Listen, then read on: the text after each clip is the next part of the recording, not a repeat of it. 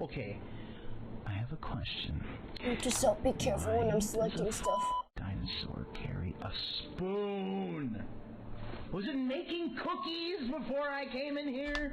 Is that the oven? Hey, thanks for dropping in to say hi. Always pleasure. When we used to have a honestly, today I was a little torn because you finally realized, oh wait, tomorrow's Lunar New Year. Well, fuck, I don't have any art. Throw them all in there.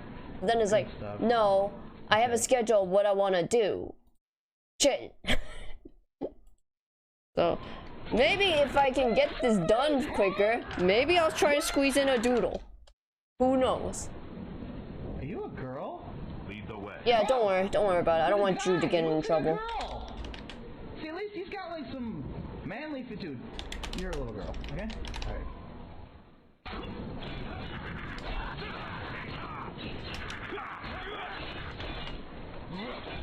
You went.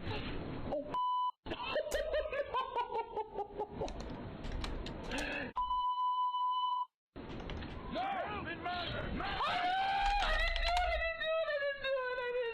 Just do that. When was the last time I saved? Oh, no! Okay, look, guys. Hello, little dino. Hello. Lead the way. Oh.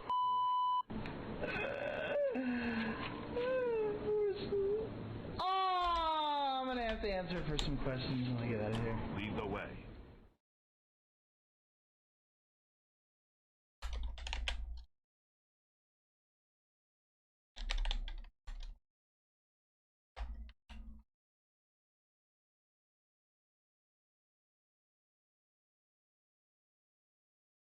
Go.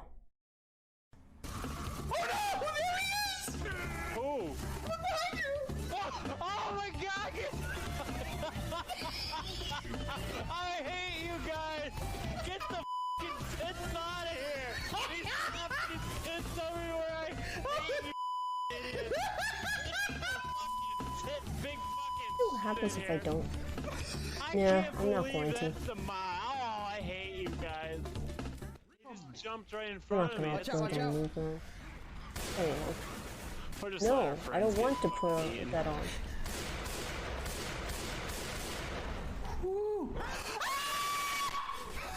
Where is he? Oh, get him out of here! What an asshole! Oh, how is he gonna touch me? He's got a thing for me. Okay. Alrighty. So this is the well, that's not the project. I haven't really started anything. I've set up the document, but I haven't started anything. Hold on. Let me get some music.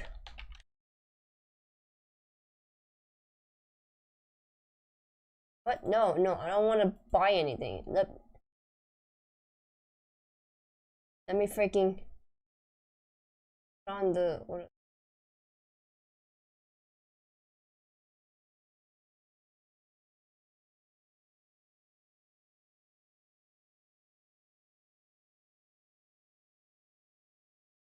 I don't think the mic is picking up.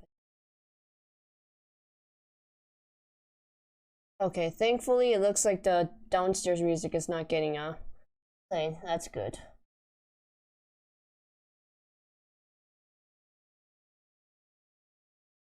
Huh. We want to listen to some metal while I do some... You know, yeah, let's listen to some metal while I prefer draw some frogs.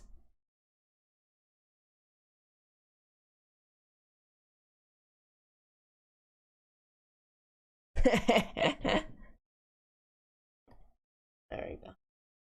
Oh, you know what? Let me change the... There. A little bit better, so that way I'm not gonna gouge out my eyes.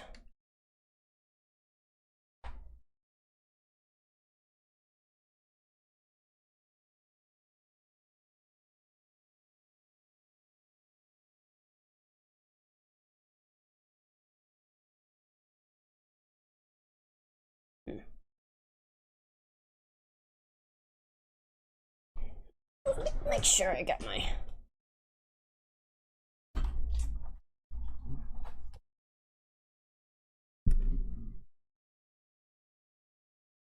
Alright. I hope everyone's the weekend has been good. Today was okay at work, a little. Nah, it was okay. At least was okay. I at least got my nap. And not coffee today, I got tea. Black tea. Earl Grey.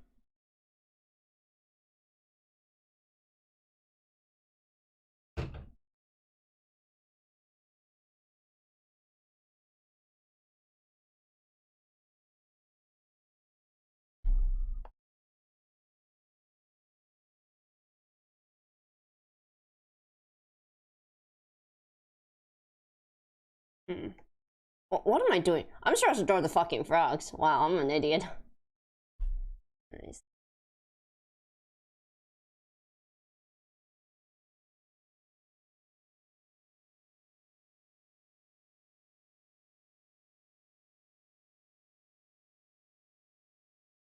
Oh, where's it? Okay, let me hold on. Let's get a reference image board here. I'm gonna start a reference image board. You know, honestly, I should probably do this more often, where I just get like Oh my god, those are huge. I don't need that many big images. I don't need that big images.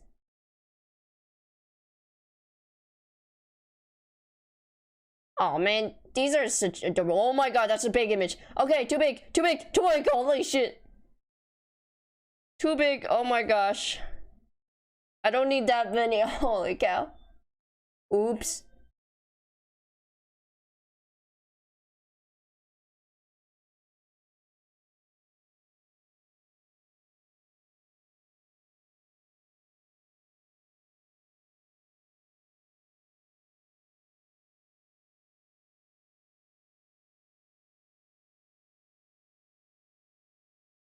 Please don't. Okay, good. Holy shit, I thought it was gonna be like a huge image or something.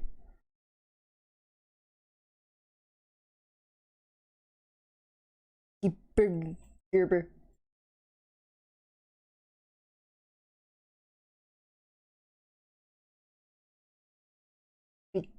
Bigger. It's a frog. It's a frog. I have a frog mood board right now. And congrats, Micah Igneous has got a star.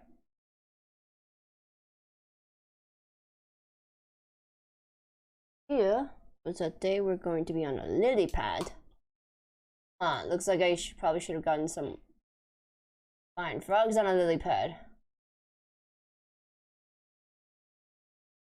Please don't give me any gross images. Sometimes, I don't know why, but there's some disturbing images when you put it frogs. It's like, why would you put this here?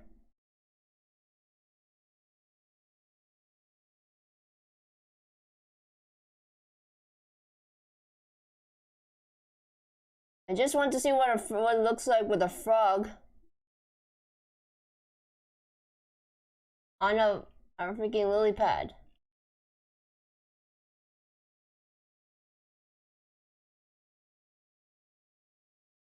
Eh.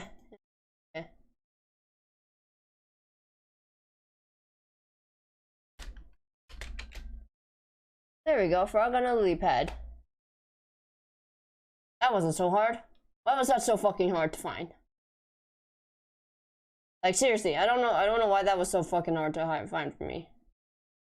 I could just typed it in, to be honest.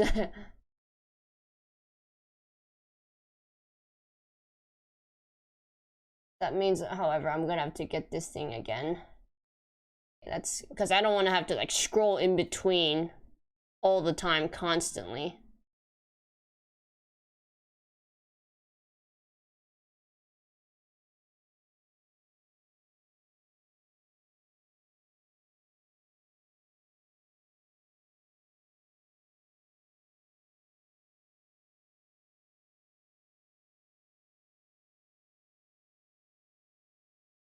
Alright, there we go.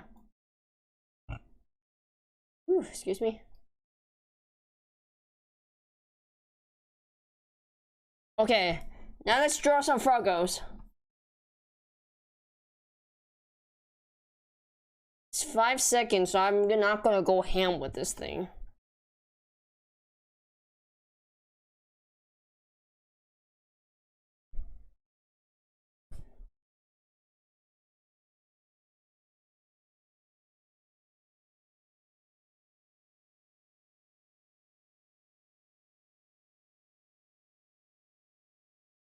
Here comes two. I also need to look up something. Do I even have it?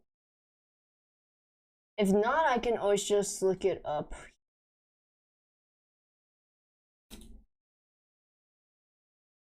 When in doubt.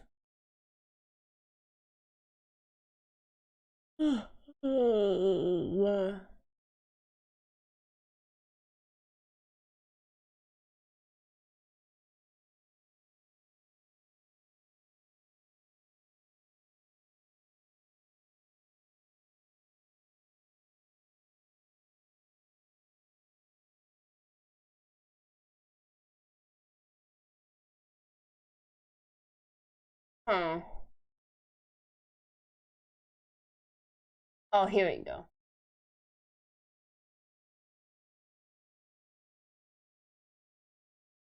It's one with the frog.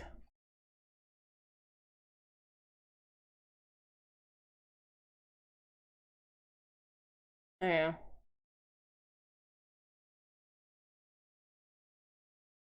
Let's use that frog.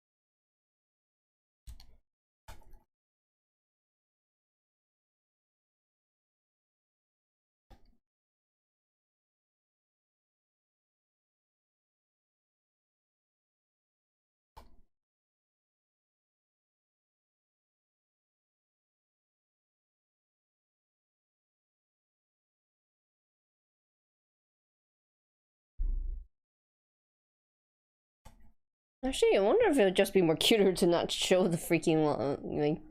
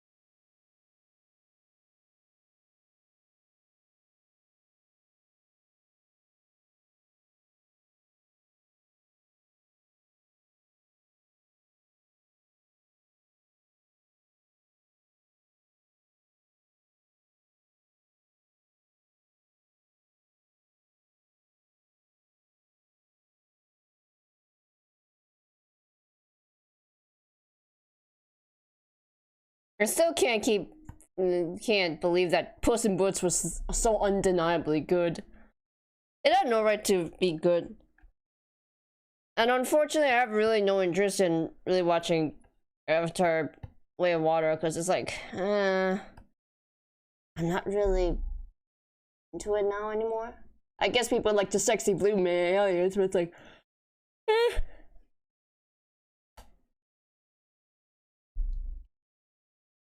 You know what? Last night I had a weird ass dream.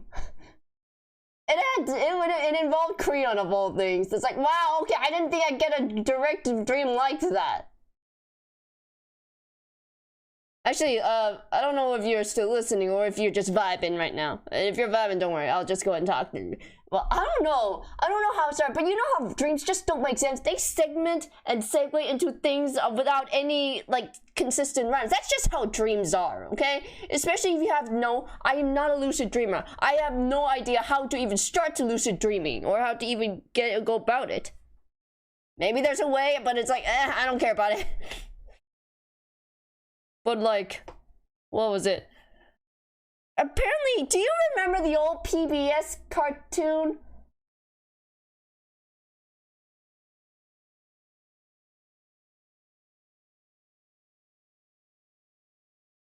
What was it? Cyber Chase. Do you remember Cyber Chase? Cause I remember it.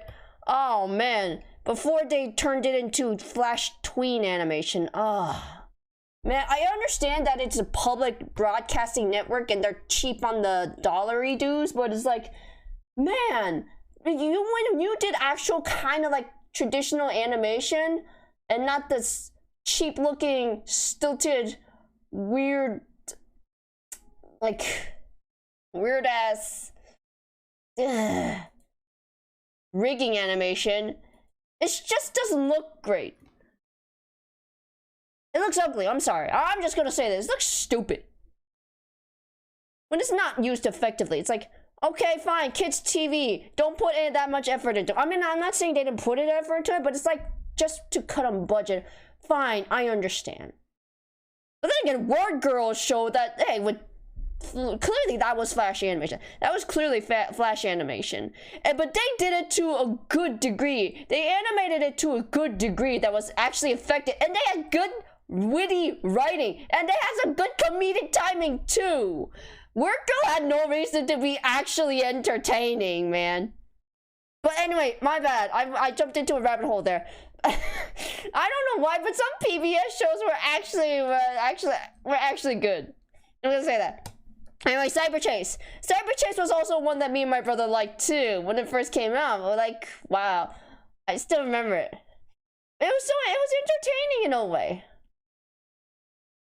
But anyway, I guess somehow Creon ended up in cyberspace. And at some point, yes, she does help, but in some way, I don't know how, but it segued into her fighting a really scary version of the main evil guy, the hacker. But it looked like he went through some sort of cybernetic transmutation or something, and there was like no sense of his actual personality. He looked like he was fighting like on autopilot, like on kill mode. Like there was no voice to him. It looked like him, and I could tell. I don't know how, but I guess. I'm thinking there's no way a hacker could go hard mode and actually legit be that much of a threat, because he was a goofy ass villain, okay? He had so many schemes and plots, but honestly, I didn't see him as that big of a deal. But hey, it's a kid's cartoon. You cannot show, Lord forbid, do not show any actual violence or do not go hardcore. you can't go hardcore like Nickelodeon and even most modern cartoons are doing now. Like nowadays, it's like, oh, they actually are pushing the boundaries with how much violence and how much stuff dark shit they can get away with. Owl House was proof of that. Gravity Falls, I think, started that too. And then there are some other the like jokes that flew right over the heads of kids, but that's some teenagers and that doesn't really like, oh, wait, what did I say? Okay.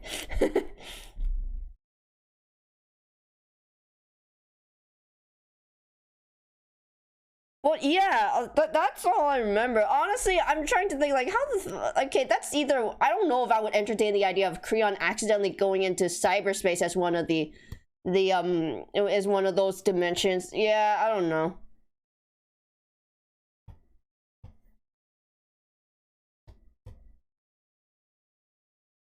Now, I did think of a plausible reason of why a hacker suddenly went all Terminator. Mutated into this weird Terminator bot mode. I think maybe what he did, I think what would be most plausible is he probably made a version of himself or cloned a version of himself, but made it into like an actual Terminator droid and had it sent to actually effectively kill Creon because he got so fucking fed up with her. Like, this is when she's not always there to help the kids, but this is like her just trying to figure out, okay, Can I go into their world or no? Or do I have to figure out my way out of this particular cyberspace?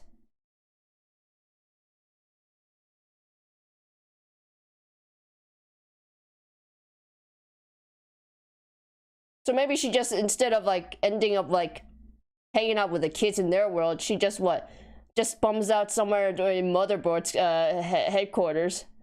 But in the meanwhile, she's going out trying to see, okay, something's up with my time brace. Either she lost it, or time brace doesn't always have to get the clear signals, and she's trying to find the nearest wormhole. It's cyberspace. There's gotta be so many fucking wormholes that she can go through. And occasionally communication works, and occasionally it doesn't. And maybe, like, either she met hacker by coincidence. No, I think one way would be like, one intro would be like she meets the hacker where she's where they're both kind of lost in like this underground tunnel or something. She doesn't know who he is. She just thinks this is just a narcissistic asshole who either got lost from his group and is just trying to you know, steamroll his way out of the caverns. So that's probably one way. And she only realizes too late that, yeah, this guy's a legit bad guy. At first she's like, okay, I feel bad about just ditching this guy even though he's an asshole, but okay, you know what, I just can't have this on my conscience. I'm gonna help you. We're gonna try and get out of this caverns.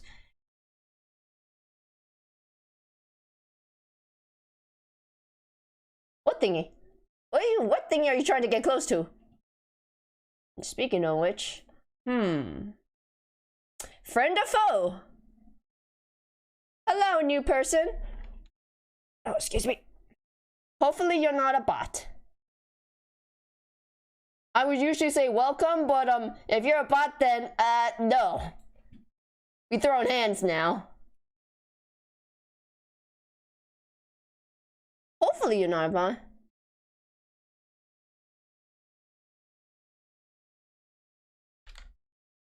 I don't think so. I mean, for now, it looks like this guy is clean. So whatever. Anyway, frogs. Let's see. The other one should probably be small. I'm gonna make the other one small. A small froggo. And this one is... Yes, there is indeed gonna be frogs. Hello. Hi, thank you for proving you're not a bot. Thank you. Every time there's a new user and it looks a little dodgy as hell, I'm like, please don't let this be a bot. Because I've had cases where bots would like spam the chat with like, hey, would you like more likes and views and subscribers? Please click the blah blah blah. I'm like, god damn it, I don't need this shit. And they just blowed up the view count unnecessarily too. So I'm always being like, I don't need any, like, bots flooding around getting avatars. Oh, but that's interesting. You were actually able to get the ink blot immediately. Normally, I would leave the ink blots to only followers, but you know what? That's okay. That's okay. I think what I'll just do is, Actually, Shahela, were you able to... Did you automatically come out as a bot, or would you as a blockhead, or as an ink blot, or did you actually choose it? Because I know if you're watching on PC and web browser, if you scroll down, there's always like a little in the about page, there's a little panel where you get to customize your avatar. But I've given the option of the ink blot or the blockhead, because some people like their blockheads because they already have items. A little dino's okay, but I do want to, however, start adding more custom avatars. I cannot promise custom items though. That's something I'm gonna have to experiment with, because I think I kind of fucked up with making the first avatar. I should have added enough space so that there will be more room for them to maneuver and to do actual better attack maneuvers. Because there's a limited square space, and it should at least be enough to fit in items too. Now, sometimes there's like a delay or something from what little Dino has said. So don't worry. I'm just surprised that you were instantly respawned as an ink blot, which is okay. I think I'm not gonna gatekeep the ink blot. I'm okay with just leaving it as an ink blot, honestly. That's what I was gonna do. And I feel bad about just gatekeeping it to only followers now. Because it's like, I don't know, either I'm using the Stream Avatars app the shit way, or just not reading properly, or not doing enough research, but yeah. Don't worry, you can keep the ink blot. Not a channel badge. No, I'm not talking about the channel badge. I'm talking about you see at the bottom how you see the little avatars? You've instantly spawned as an ink blot. Now usually there's what is it? There's usually people initially it came with the entire package of the block man. Now usually that's how it started off.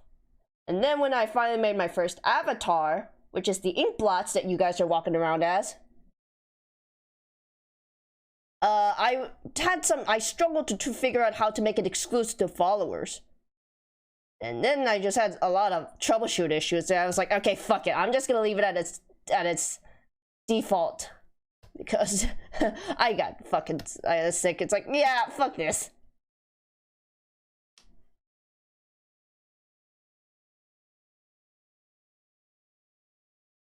Anyway, little Dino, what were you trying to get close to? Don't worry about it. Oh, thank you. And my alerts work. My alerts. Oh my god, cool. It instantly makes everyone dance. Thank you for following. Thank you. Did I just hear fireworks, or is that from the actual music? Maybe it's from the actual music. Yeah, dance, little inkies. Yeah, that's you little blots. Dance, wiggle, wiggle, wiggle. No, where's my board?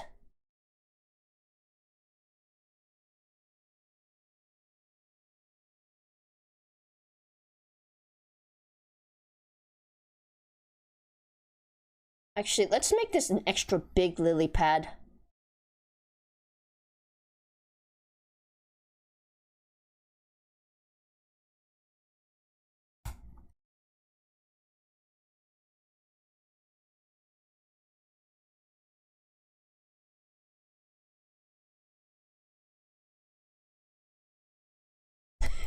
Drawing chill ass frogs just chilling, and we're listening to like metal. But thank you, you didn't have to do that. There's no pressure. I think I've just given up. I'm just gonna let everyone be ink blots. If there's any suspicion of anyone being a bot, I would just look it up the old-fashioned way. Honestly, it's kind of unwelcoming if I'm constantly hounding people to be like, hey, prove you're not a bot, and just ultimately scaring them away. That just seems outright hostile, now that I think about it. Some bots just hang around here, then oh well, let it be. Well, where was I? Oh yeah, I was talking about about a dream I had about my OC in an old PBS cartoon.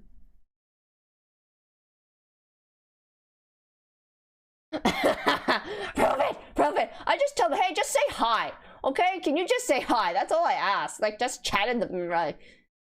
Like, just say hi, or just repeat the word I'm saying. And I don't know, either they're just listening while they're just, I don't know. There could be numerous reasons why the person is not responding, and that's okay. I shouldn't.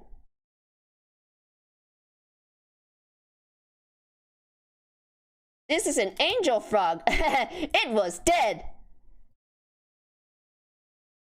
Why did we go there? Why did I go there?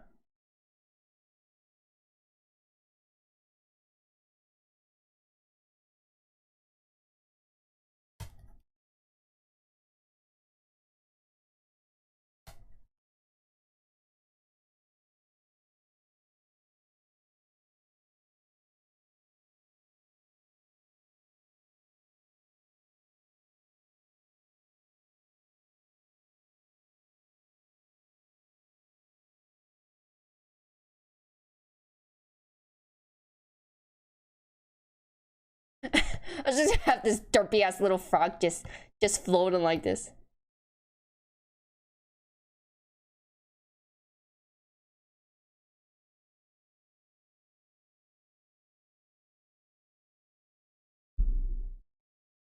Yeah, okay, it's overflowing the scene, so let me actually give it enough room. Breathe.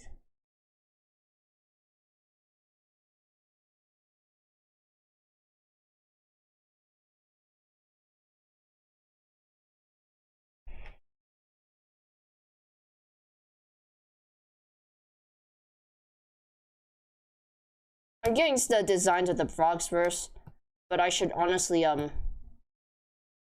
start doing the roughs.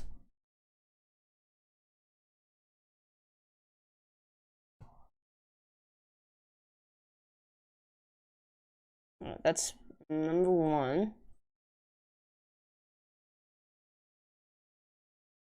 And then next,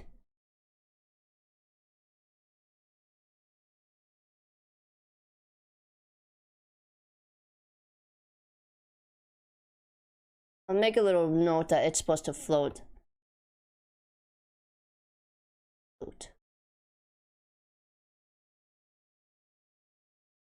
I'm actually doing 24 FPS, so 24 frames per second.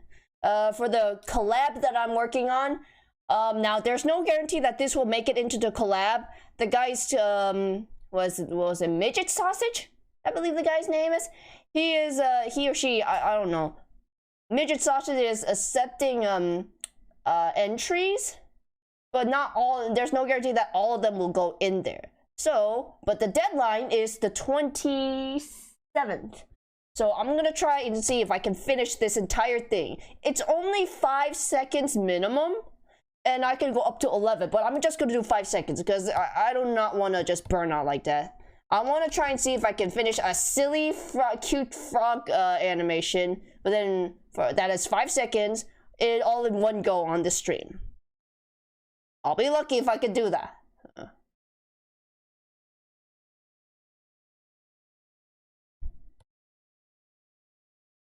Let's see.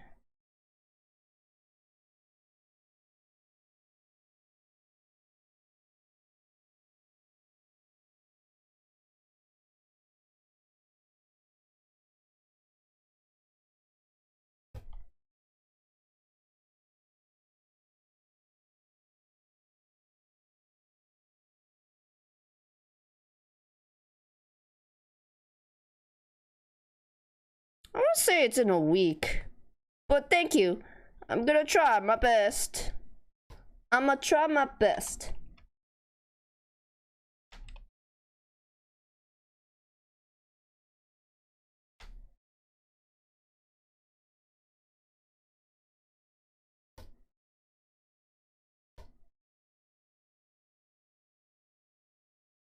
At some point, I was almost thinking about doing this in Blender, but it's like, nah, I don't have time. If I really wanted to, I will try to do something in Blender, because at some point, I do want to give Blender another shot, like properly give it another shot, because I feel like I could do a lot of cool stuff. People are making such cool stuff in Blender, especially animation-wise. I want to do some cool-ass storyboard stuff in Blender, because being able to effortlessly just make, like, random gray box props for backgrounds and other stuff, and doing cool camera movements like that. Like, I want to do stuff like that. I already see that in, like, storyboards with anime. Like, there's already one guy who's done it. I think Chainsaw Man is one of them. And it's like, okay, this guy clearly either did this in Blender or something, because those backgrounds are definitely 3D. And they just drew and imposed their drawings on top. And it was like, yeah, that kind of shit, I want to do that. I want to do stuff like that. To be honest, I have not been really good at sitting down and trying to wonder, okay, what do I really want to do with the rest of my life? Now, I'm being too vague of being like, oh, I want to live off of my art. It's like, okay, you can do better than that? What do you really want to do? I'm like, I would like to, yeah. I like that, honestly. I feel like there's like a certain charm, but you gotta incorporate it in a good way. You gotta incorporate it in an intentional, stylistic way.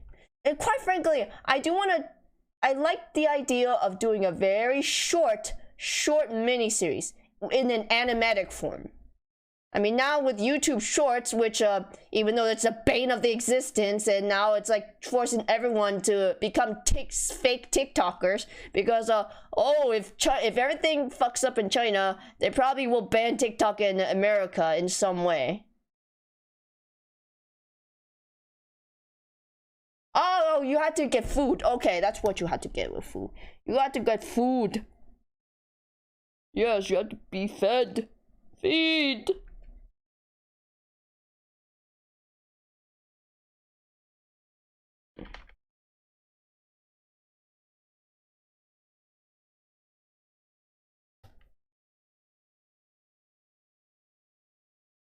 Okay. This is just a test to see how it would look if I just did like the frog just swaying. Oops.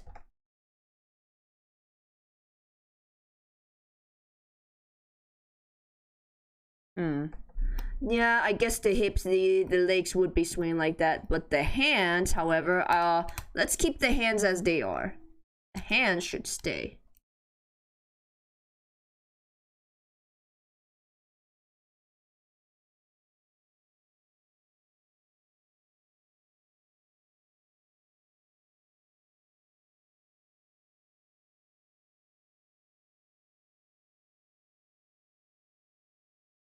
Feed the dino. At some point, I am going to work on your dinosaur. I will make your dinosaur avatar. Little dino, I will. At some point.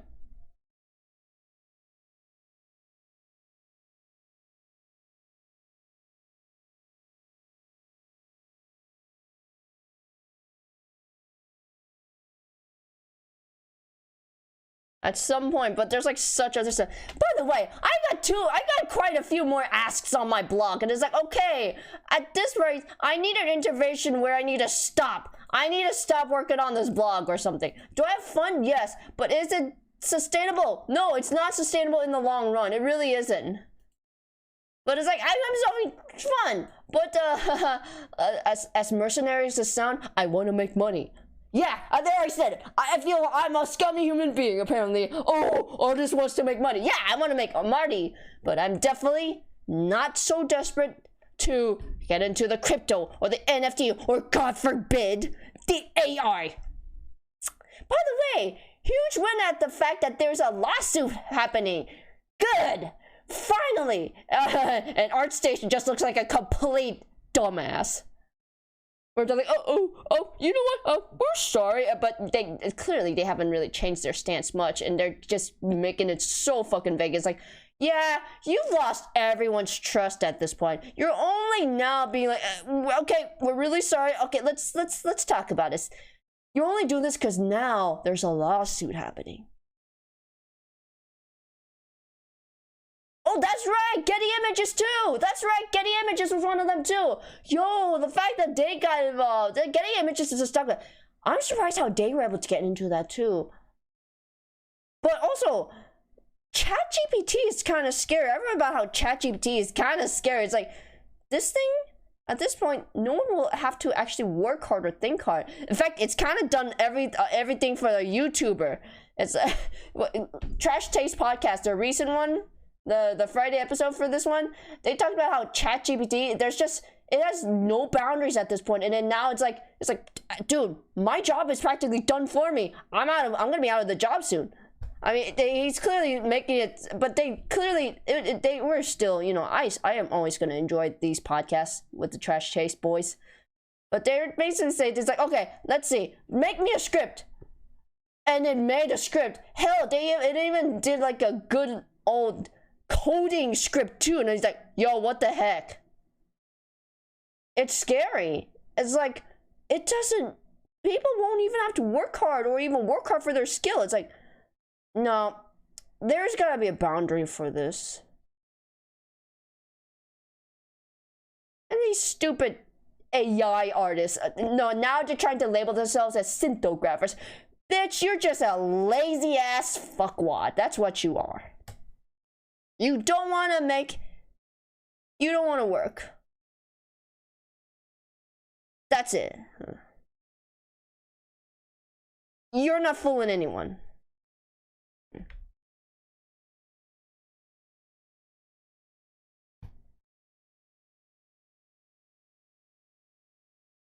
Actually.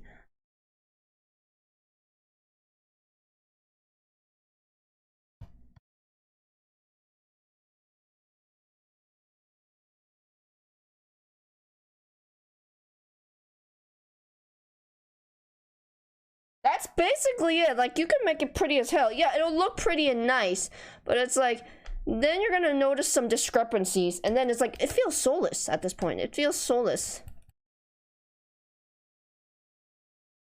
Now, my hands are not the greatest. Lord help me, I'm still struggling with hands to this day. But I like to think that I at least do my best to put some fucking soul. That's why I painstakingly go through references. You remember when I was doing those lewd sketches, or the half-lewd sketches for Creon? Some of those were based on actual, like, reference images, because I couldn't, you know, couldn't get the pose in right. And I wanted to get that, the actual sensual look, too. It was like, yeah, I want to actually not just because I also want to build my image library, too. My mental library. And by the way, I was not tracing any of this. I was literally looking at the reference image and trying to get it as close as I can. There was no tracing at all. This was purely studies, and for funsies too, by the way. I don't plan on, you know. I did get one feedback. Someone said the one where Creon's posing in like a cocktail dress with boots. They said her arms looked way longer, and I'm like, ah, dang, that's right. It did look way longer. So that's one feedback I got.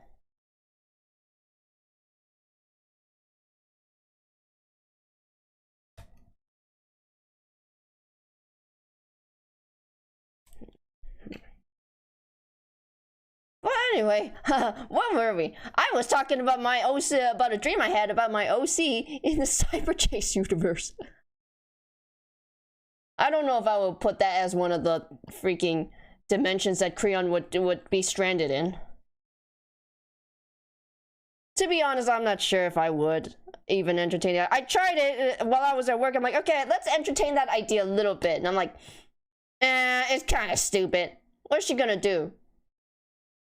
She is literally just in a universe that is like literally beginner's mode. It's literally beginner's mode for her almost.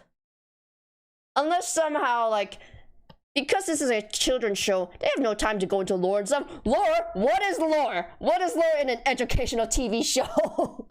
There's no time for that. They only make lore if it's convenient for the situation and conflict. Which there's nothing wrong with it. I think it's just unfair to expect so much expectation with ever since Gravity Falls and Avatar: The Last Airbender. Nothing wrong with those shows. I love those shows to death. But it's just unfair to put that barrier where it's like, there's gotta be deep lore. There's gotta be so many plots in story events, intertwined story events. It's like, okay, not all the time. Okay, this is like I kind of liked Cuphead. No, I still love the Cuphead show. I love the Cuphead show. I love Arcane. Yes, I love Arcane. I love Arcane to bits, but I love the Cuphead show because it's got this particular special place in my heart. Heck, I started streaming more last year. Last year was the most I've been so consistent with streaming, all because of the fucking Cuphead show. So, take that what you will. oh, damn it. I'm choking on my spit. Oh, I hate it when that happens. Oh my god, I hate it when that happens. That is so stupid.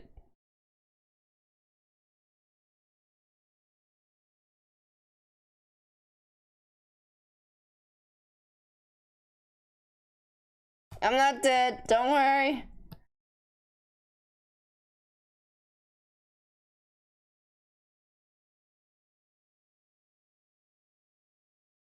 I'm gonna make him so wobbly like Kermit, like it's like a fucking Muppet.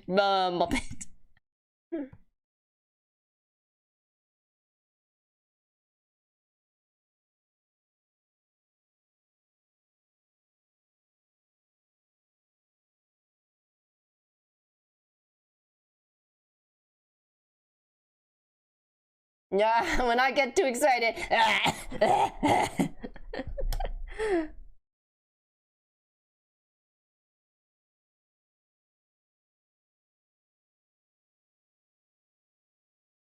Honestly, I think the only case what would happen with is Creon being like, okay, I'm not gonna go back to you guys' Earth. I'm just gonna stay in Cyber Chase for now.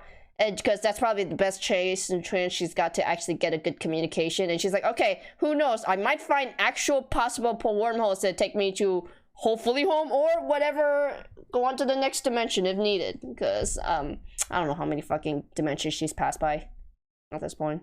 She's getting tired. This is like easy mode for her right now. And I think the only reason it would ever go hard mode is because Hacker got so fucking fed up with her. Because she either makes things, what is it? Either easily just dismantles whatever operation he has, or just bypasses whatever obstacle he throws at her. You gotta remember, like, this woman has seen some shit and done some shit. She's a latent mutant. She was part of a special platoon of other fully grown mutants that were already in the prime of their power. She was the late bloomer and the weakest of that platoon. And they've seen some shit and done some shit. So of course this is nothing to her. This is cakewalk. For God's sake, they actually had to go into the northern wilds and face like a giant zombified mutant moose. It's like some eldritch horror moose they had to fight. She's if there's anything, here's the thing, moose are monsters. Moose in real life are absolute forces of nature. Do not piss off a moose. Get the fuck away from a moose. Moose are assholes.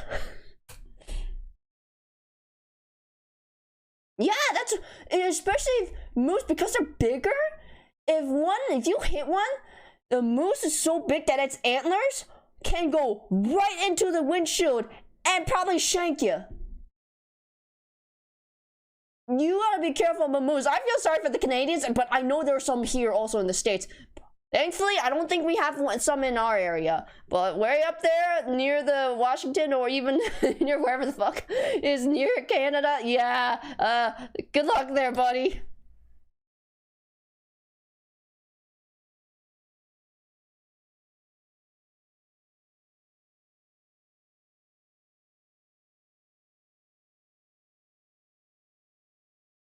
The moose is fine, you are not. Yeah, the moose is fine, you are not.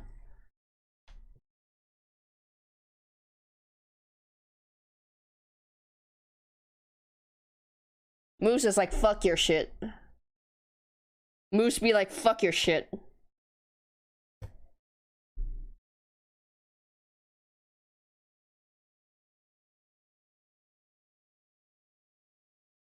Oh, wow. Okay, that's scary. The moose are starting to migrate. This is what happens with global warming. You still think we're crazy? No! Okay, you have fun with the moose then. You have fun with the moose. Have fun with the moose. Moose fucks up your shit. I'm not gonna.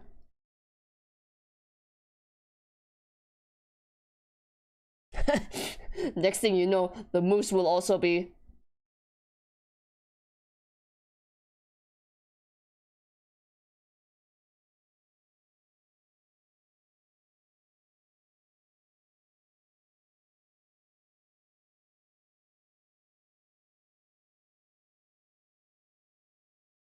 Make sure the moose.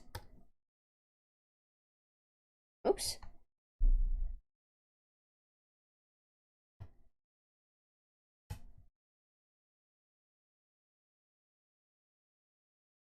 See. It went like this, so this time it's this way. It's swaying this way. Arms, oops. Oh my gosh. The arms flap this way now. Just make them floppy and wibbly.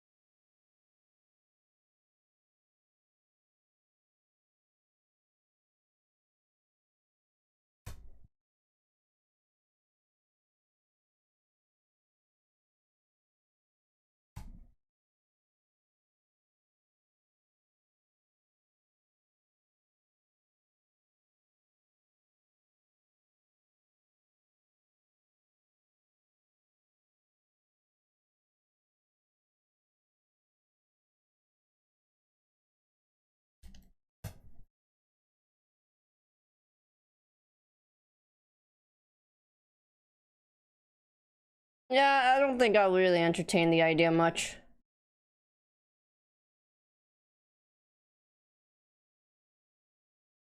I think the only time like I mean there was one where it's like, okay, there was one episode where there was a sort of like, what was it? It was an Iron Chef or Master Chef sort of deal where it's like hardcore chef competition to the core, where they were sent to obstacles and you had to like what, finish cooking a meal or something, but you were put in different regions, which was so weird.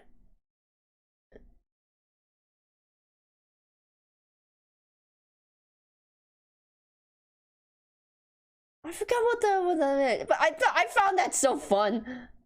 So maybe Creon would end up like either being the teacher's sous chef, but if at one point if they're bombarded because Hacker was an asshole, was a cheating asshole, and decided to send like a Kraken or something, she'd eviscerate that thing easily. And she's like, "Hey, do we need calamari by any chance?" And he's like, you know what? Yeah, I'd like some calamari." He's like, "Shrink."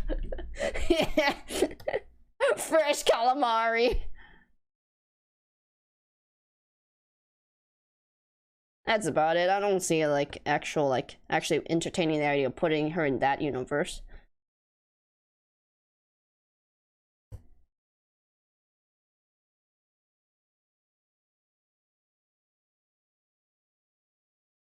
Let's see.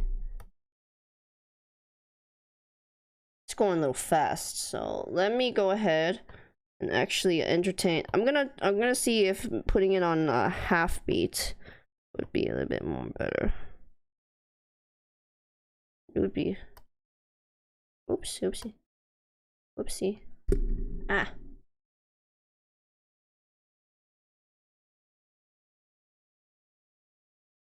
That'll be. And it's skipping frames every time when I do playback. This is the one thing I don't like about this thing. This program. It's terrible at playback. 8, 9. Then again, this is meant to be a drawing program, so animation was not a huge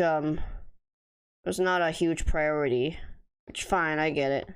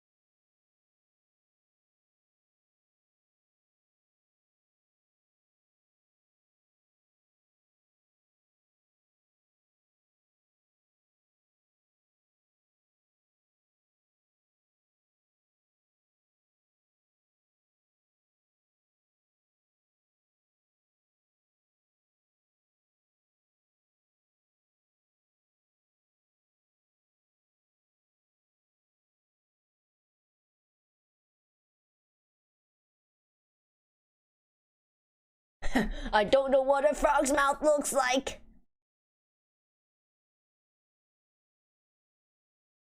Frog singing frog. Hello, my. Okay, not okay. Of course, you'll give me that singing frog. No, I don't want that one. Okay. There we go. Frog with mouth open.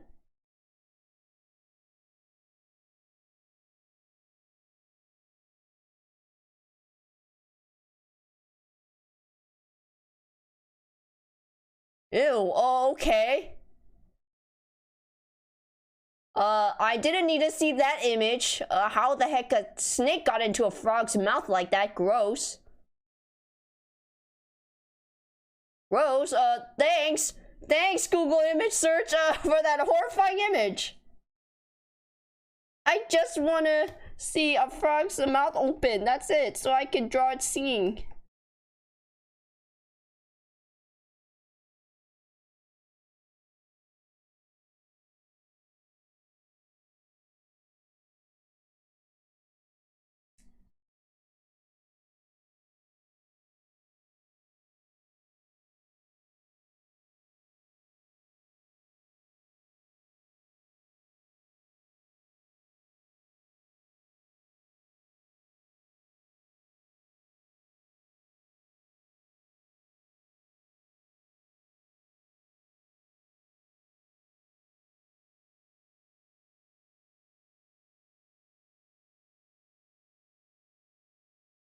Yeah, okay. Nope, nope. I'm too...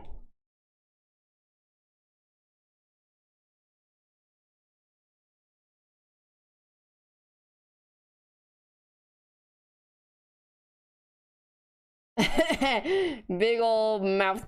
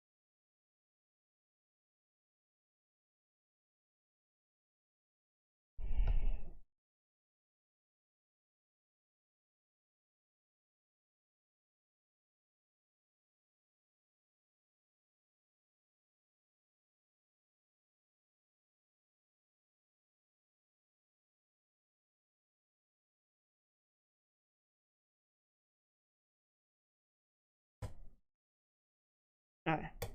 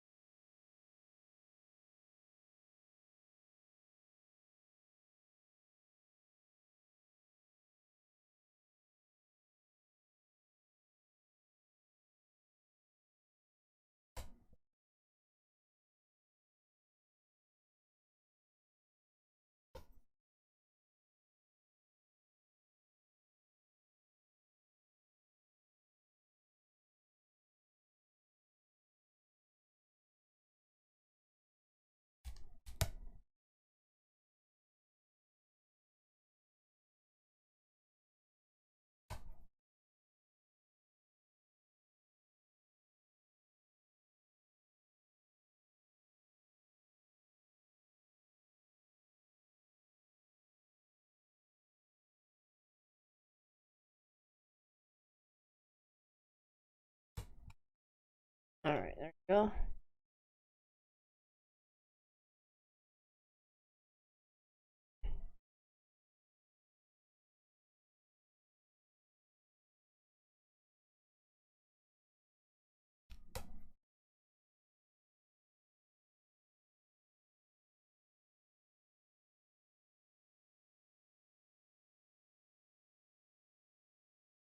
Moose didn't get you. Alright, welcome back. We're glad the Moose did not get you. We like you alive. Prefer.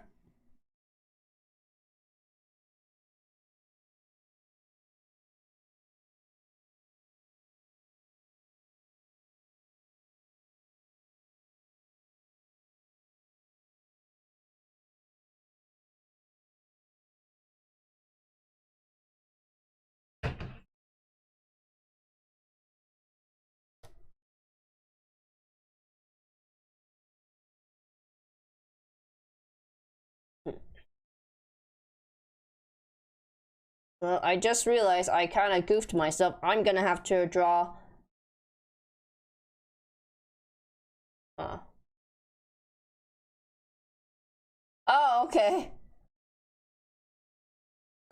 Oh, excuse me, I had to burp. Oh, crap.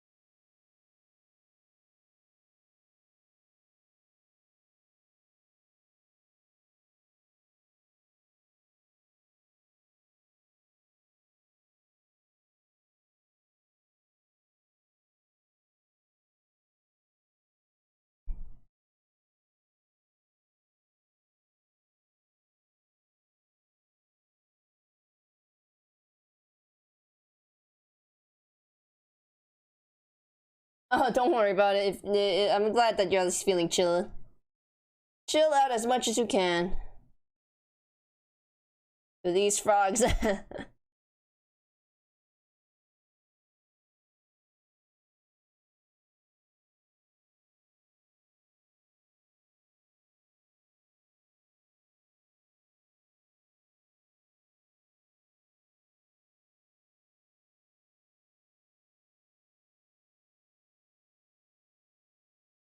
Yeah, how much does that leave me?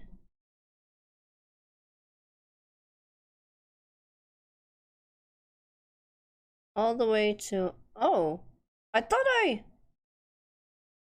Did I unintentionally give myself that much? I only need... Hold on, am I... This is 24 frames, right? Yeah, that's 24 frames. Did I unintentionally... Oh, I exceeded the... Okay. How the fuck did that happen? Okay, I'm kind of mad about that now. It's okay. Clearly, I can't count. Or I can't math properly.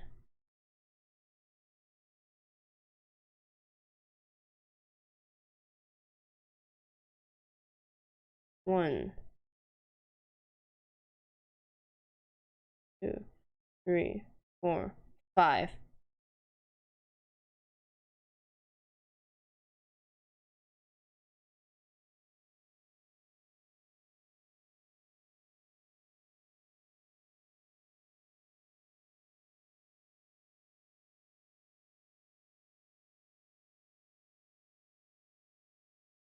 Well, I'm glad you're happy to be here. Thank you. Sometimes I will end up going on tangents talking about my OC and the dimension hopping she's done. By the way, that's not ever gonna be canon. This was like a fun idea. I was like, okay, I can kind of imagine my OC in here. And I'm like, wait, why would she be in this universe?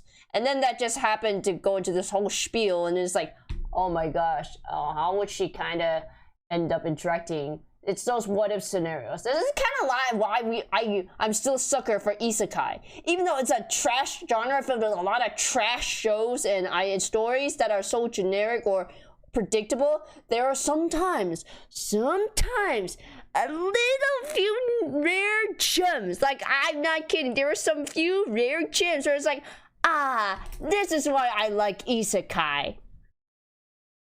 And then only be dumped with 20 other copycats that are just generic and boring, or just giant male power fantasies filled with harems and boobs and all that stuff.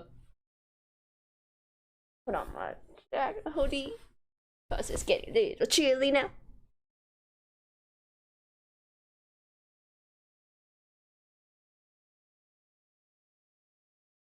Like, seriously, like, any fresh new idea. That's why even my brother likes a vending machine in another world.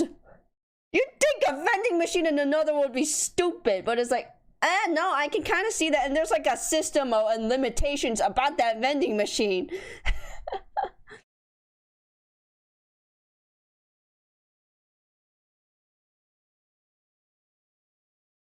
Yeah, of all things, a vending machine.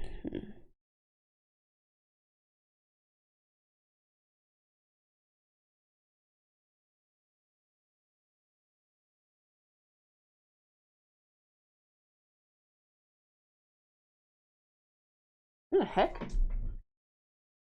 What is that? Oh, please don't let it be a porn bot. No porn bots. No, don't. I don't want Samsung Galaxy wallet. Stop it. Please don't let it be a porn bot. Oh, it's gonna be a porn bot, ain't it?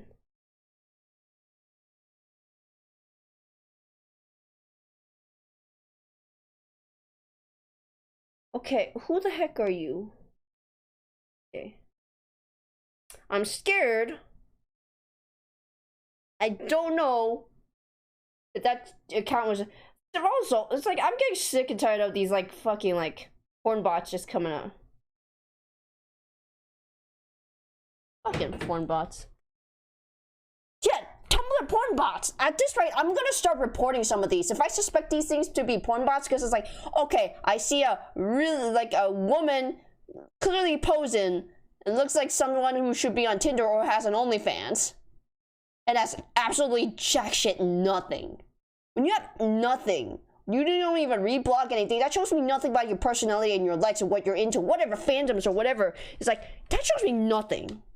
When you don't even have anything in your blog and it's blank as hell and you follow me, what for? Yeah, a whole lot of them. I'm gonna just start reporting them and then blocking them. I'm not gonna just block them anymore. I'm gonna straight up report them. At first I'm thinking, okay, should I not do it? What if it's because people's accounts have been hacked? And it's like, nah, this is not the only one that's happening to. And I'm like, and that's why anytime I look up new Cuphead stuff, I see porn related links. I'm like, report. It kind of was how it started off. And when Tumblr did the whole purge, it still didn't fix the problem. Right. That's the rough.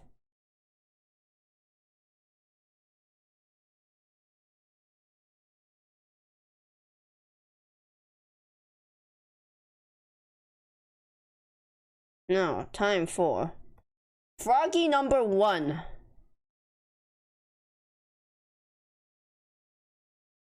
Big Frog.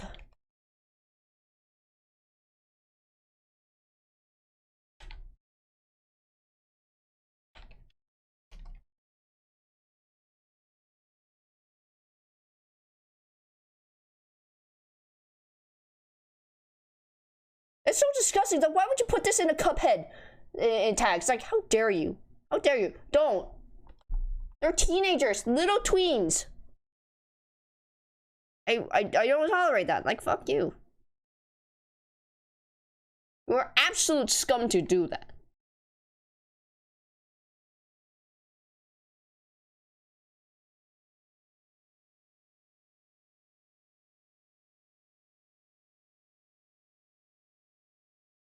Let me get a chunky boy.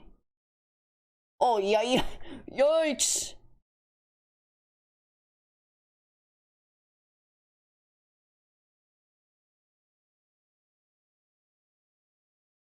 Okay, I need to get rid of that button. I don't need that button, yet I still have it.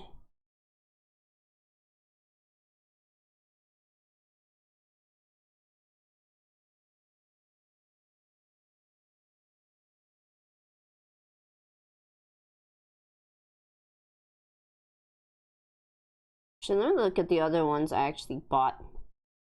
Here's any of the other button pens that I actually even got. This one kind of feels okay. I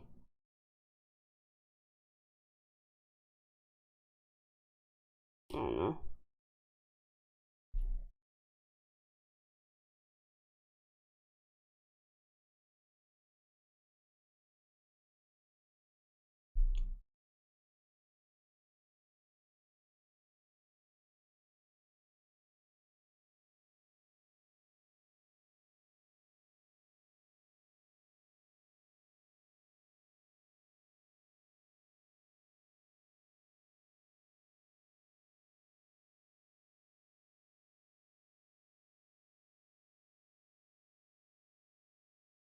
Right, this is where I need an actual sharper pen.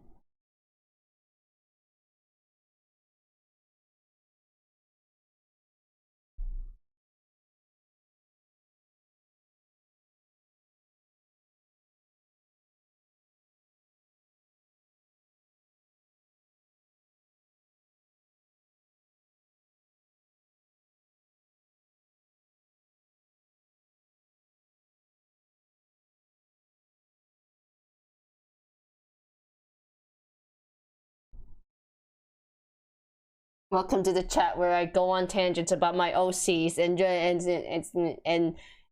we draw funny frogs and talk about stuff that's unrelated and go on so many fucking tangents while listening to hardcore metal.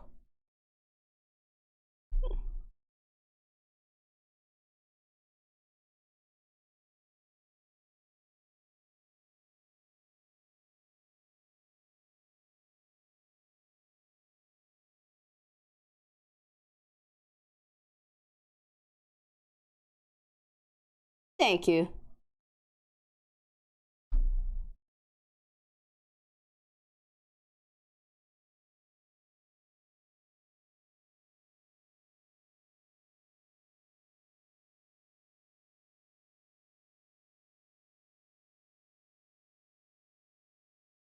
So, funny thing, I know that people will probably look at Cran and be like, okay, Mary Sue, okay, fine, sue me. She seems like it. But here's the one thing about Mary Sue you have to be careful about. What differentiates from an original character compared to an over Mary Sue when you try to insert them into things.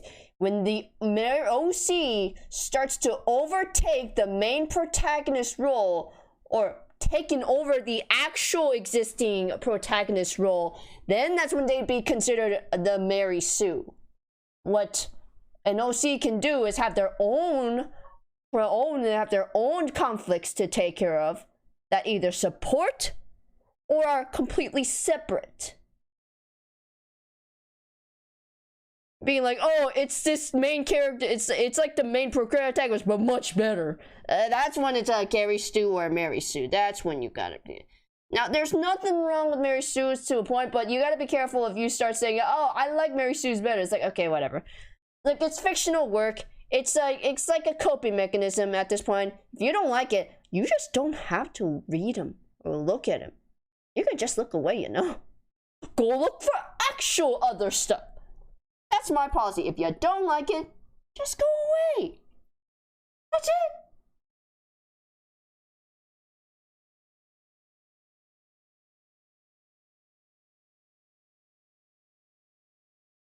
Honestly, people need to stop getting so butthurt over something. Also, I've heard the new Velma show is horrible. But to be honest with how the director is, it's not Mindy Collins' problem. I don't think it's really her fault, but it's the, what is it? But I think it's the writing, the overall writer and director. Nothing against the artist. I think the artists did their best. The designs look great. It's the characterizing that's absolute shit from what I've heard. And it's just so mean-spirited. It's like, okay, does adult shows have to be like this? They shouldn't have to be, okay? Don't make it like, it's like trying to be, best way of scenarios, it's like trying to be Always Sunny in Philadelphia. But like less toned down. It's like, no, the reason why Always Sunny in Philadelphia is because those people were pretty horrible and they had to come up and.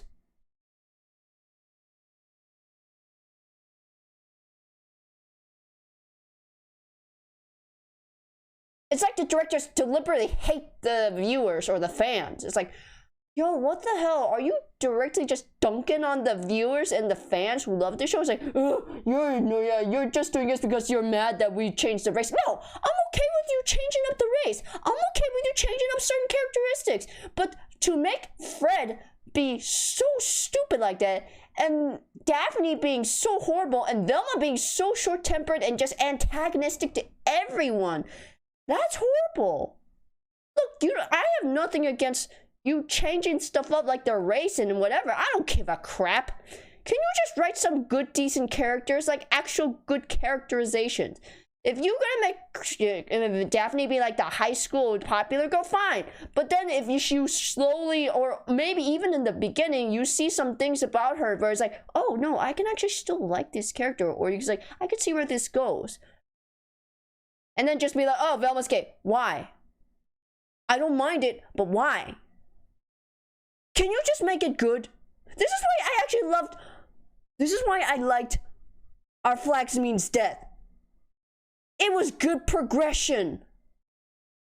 It was actual good progression. That's why I hope the second season will live up. I want to see what happened to my queer pirates. I want to know, okay? I hope Steed and Ed. I want Steed and Ed to have a happy ending. I want all those pirates to get good things coming to them.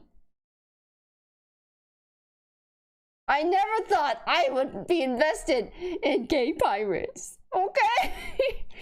But here I am.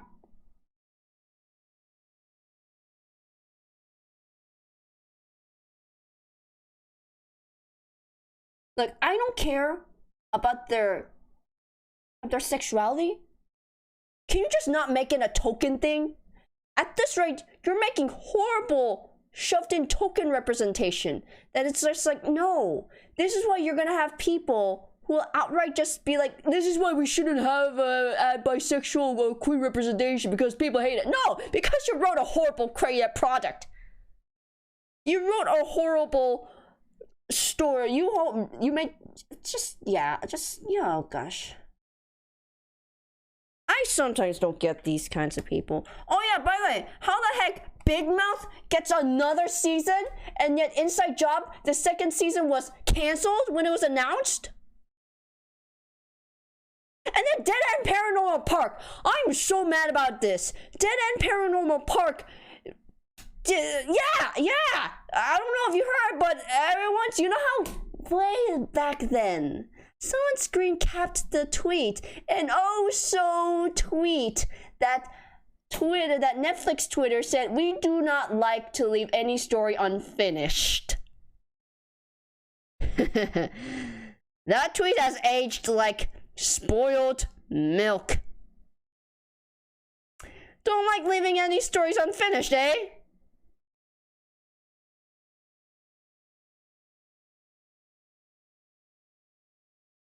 Look, I have nothing against people who like Big Mouth. Okay, perhaps you guys like it, but it's like, this is horrible. I could care less about Big Mouth. Big Mouth looks horrible. I know I've said the same about Rick and Morty, but at some point it's like, okay, I'm getting tired of Rick and Morty now. It's gotten obnoxious.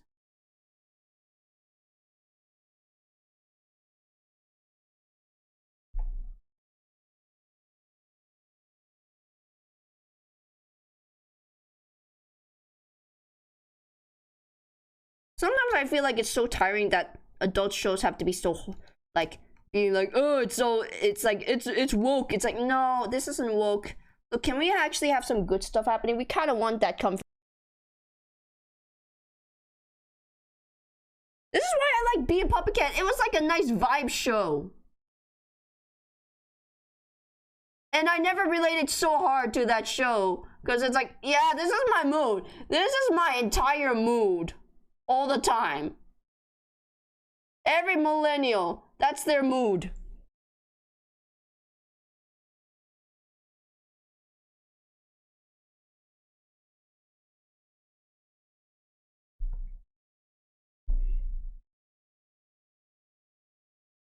You know what? Let's just take that out. Take that part out.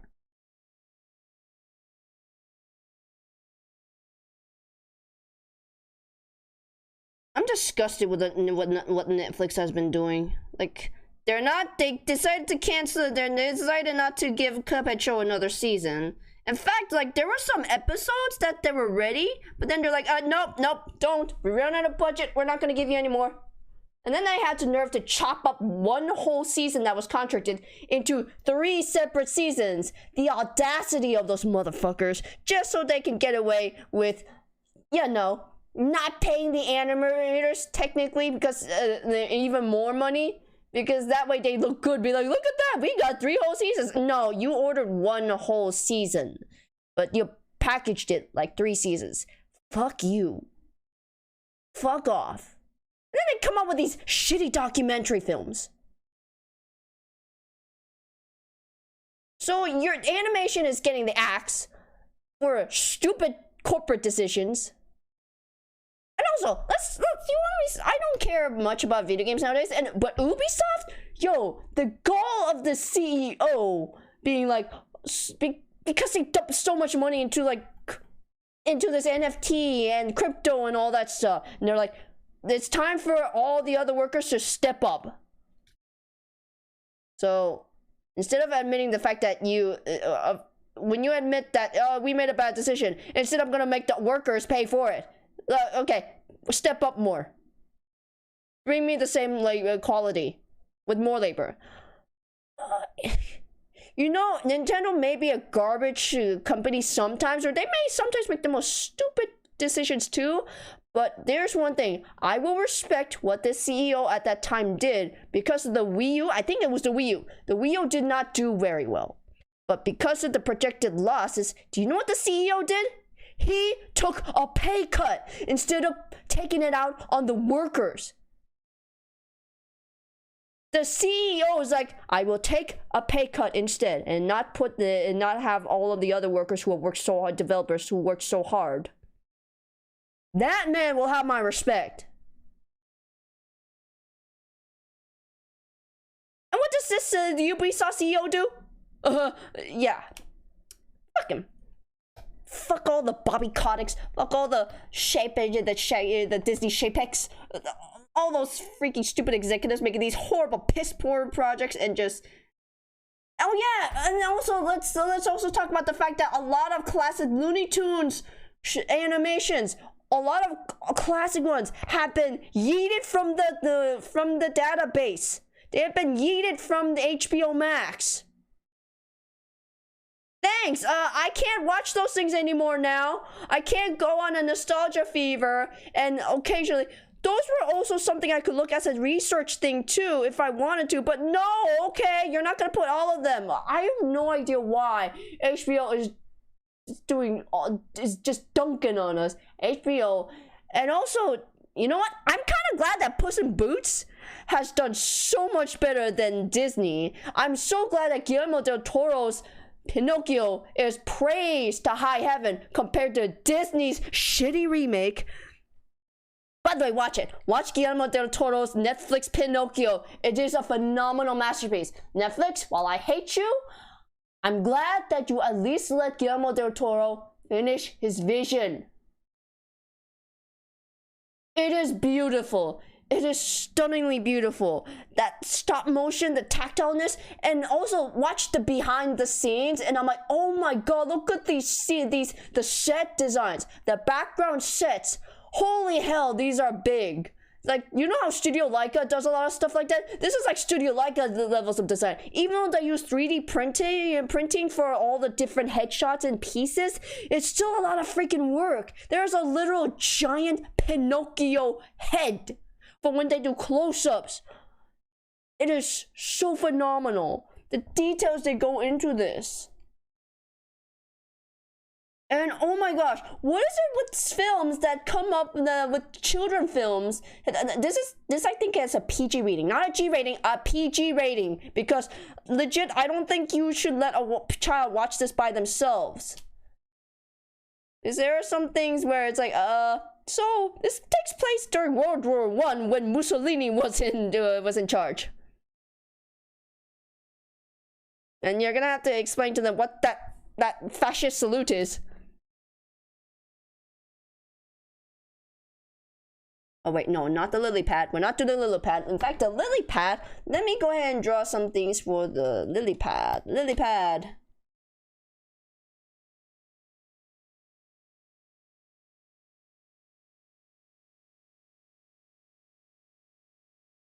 Oh, excuse me. You can tell I'm getting so heated about this. Because I love how, this is why I like animation more than compared to live action movies. Now, if there's a good live action movie, I'll probably watch it. But compared to a live action movie and an animated movie, I'm taking animation. I am taking animation. Because there's just a craft to it. Stop calling animation a genre, because animation can encompass any sort of genre. But the execution and the styles of it. Lately, I am so glad that Spider-Verse is going to be one of those top tier, my top 10. Along with Secret of Kells. Secret of Kells, I still gotta watch Wolfwalkers, but unfortunately, it is locked behind Apple TV. You know what? Honestly, if I can find the actual Blu-ray set, I'm just gonna buy that. Fuck it, I'm just gonna buy the Blu-ray set. Because, I don't want to give Apple any more of my money than needed.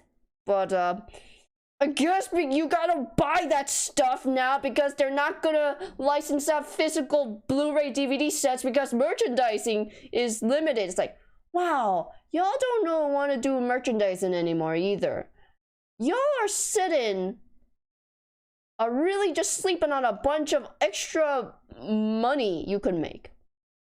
Which just sucks too. It's like, hey, if you can hire a decent, good marketing team and a design team to make some actual merchandise.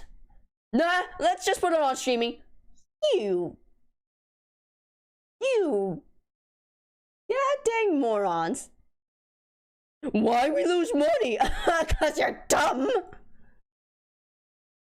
Netflix is making much money. Not anymore. There's only so much money that can be pumped out.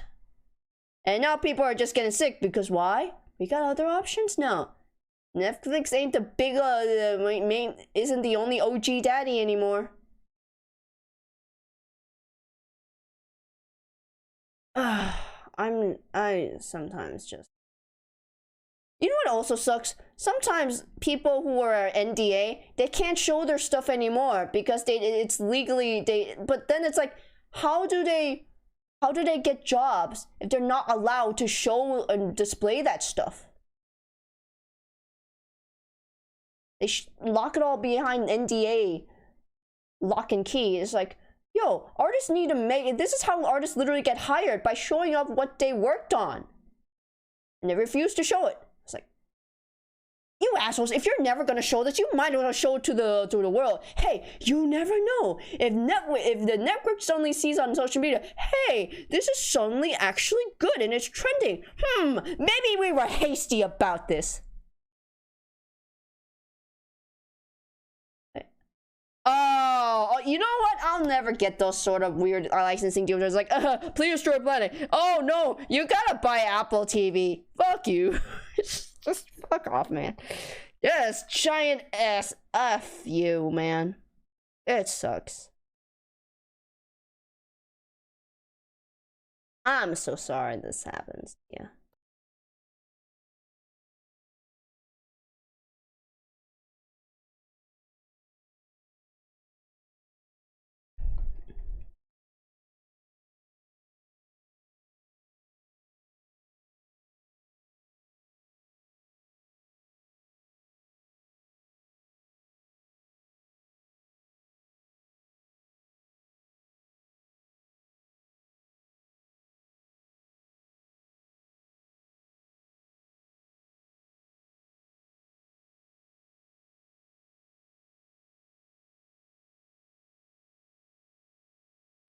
Cat lays on your tablet. It's like, fuck you. Pet me, human.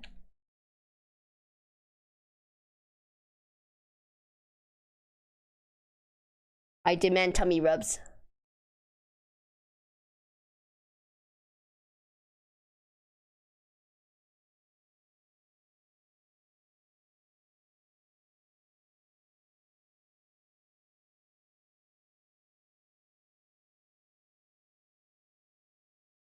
Okay.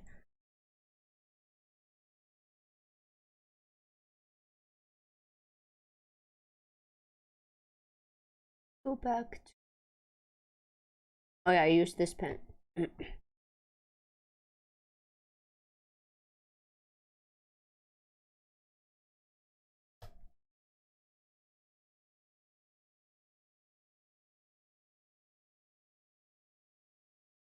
It's you know, I wonder what's up with my ADHD brain. I'm pretty sure I have some form of ADHD. I must have. It would explain so many things about my life.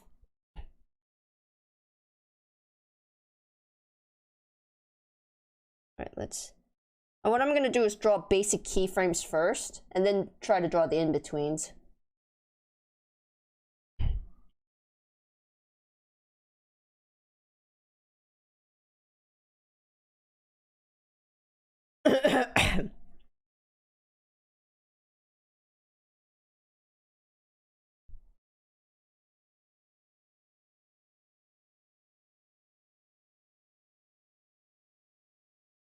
Because what's happening right now in my brain sometimes, I'm thinking about, I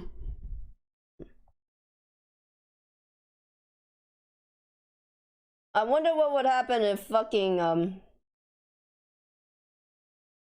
yeah, just thinking like, okay, how would Creon react in the Danny Phantom universe and all that shit? It's like, I've already did look through that stuff, but I'd like to say that because of her involvement there and her questioning a lot of stuff, especially to the Fentons, especially Maddie and Jack, telling them, okay, are you sure you guys can really call yourselves scientists with the way that you're going about and just outright labeling all ghosts as evil? It's like, you're basically calling these guys monsters. You do realize like these the ghosts are practically literally dead people. Have you ever wondered what makes them literally this hostile?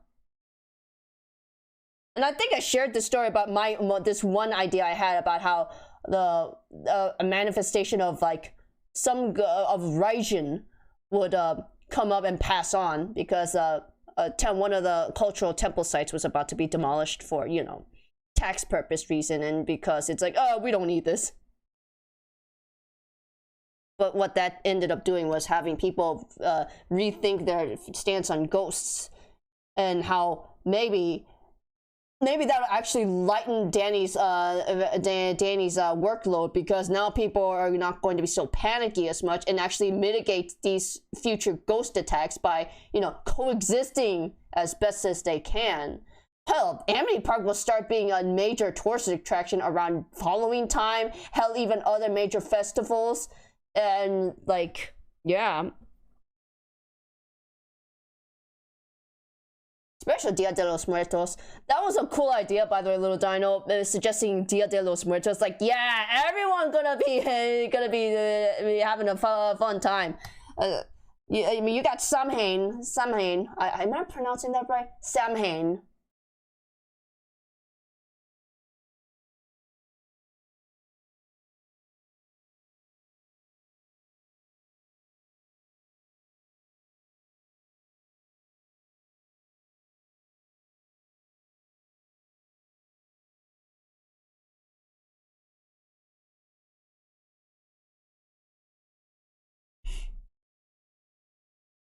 Oh, you know what? You know what I should have done? Okay, so what I'm gonna do is... But also the conflict that Vlad has, because he's gonna have so many conflicting feelings. I already shared how he has conflicting feelings around Creon. At first, he found her as an annoying person who kind of meddles a bit too much. I mean, unfortunately, she's developed that habit of kind of meddling in other people's businesses. At first, she tried to stop it, but then she regretted it because this was a personal like thing she's experienced from the past. Once she meddled because she saw a girl in the crater where she lived getting violently abused by her asshole boyfriend in public. And when Creon tried to defend her, the lady got so upset at Creon because she's like, you made it worse. And Creon just felt bad, and from then on just stopped. A few days later, though, that lady reported dead. Beaten to death by her asshole boyfriend. And from then on, Creon was even more traumatized because she's like, you know what? I'll probably get flack for it. But she also decided, okay, maybe next time I shouldn't just break the guy's arm. I should probably approach things a little bit differently. So she learned what was best in a certain scenario and what was not. At least try not to, you know, always respond with violence. And that's why she kind of does end up meddling a lot, whether it's needed or not. Is that a sort of messiah complex? Well, in a way. Heck, even was it Tahisa? Okay, from now on, Tech's name is Tahisa. I've changed it to Tahisa now. Tahisa was kind of annoyed because they don't always go on a lot of physical dates as much. While they do always correspond via electronically, because come on, 2075, it's the digital age at this point. You kind of have to, when people say, oh, we're not connected, you kind of have to make an effort. They make lots of efforts to stay connected and chatting online, talking through voice chats and all that stuff. They have no excuse, but when they physically meet, it's always something they cherish. And sometimes with Creon just intervening on something, Taisa gets a little annoyed and frustrated, but the thing is, he eventually would logically step back and be like, no, actually, it is probably a good thing that she intervened. And also, he can sometimes intervene too if it gets too violent, and try to remember to remind Creon, hey, please don't kill this guy. You don't need another black mark on your record as it is. Please don't go to jail again.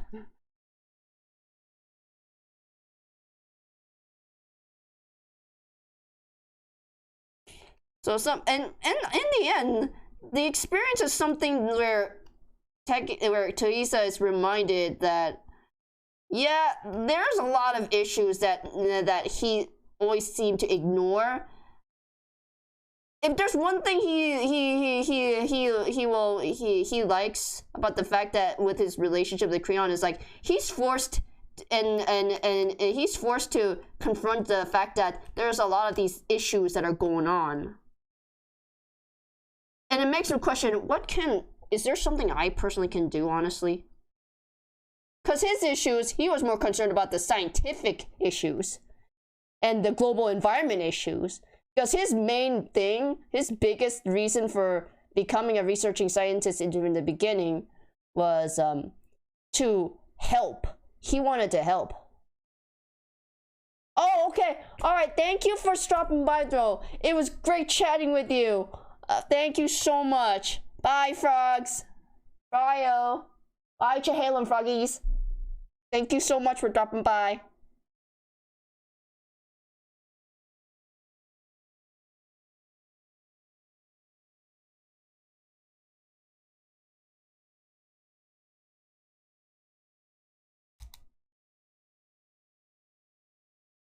So this is why Creon will unintentionally just make small little ripple effects in every dimension she goes to. A lot of them either having traumatized children or lonely ass children.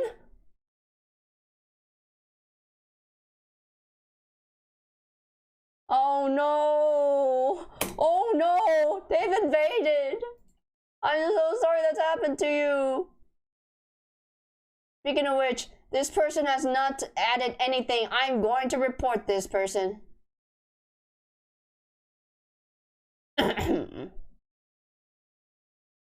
Yes, flag and block.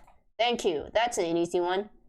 Seems like even Tumblr realizes that it's got a problem and has made an easy report option of spam or bot. Yeah, this is a bot. Whoop-de-doo.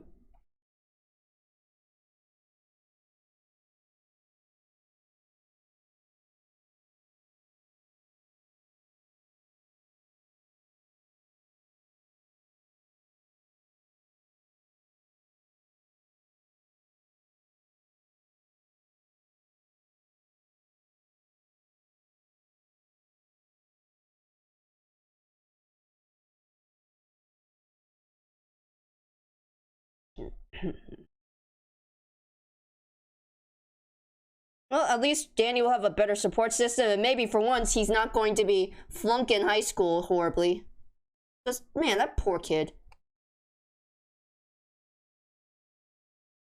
And plus, he'll grow a little bit more comfortable. And this time, his parents will be a little bit more tolerant, and hell, he'll have an actual good support system. He'll have his actual family backing him. Oh yeah, the guys in white, screw them. Even they're kind of unwelcome, and their stance has been like slightly overturned, and now they almost have no leg to stand on too. They were like hoping to bank it on just destroying all the ghosts in Amity Park, and it's like, no, we don't want you guys anymore. Fuck you.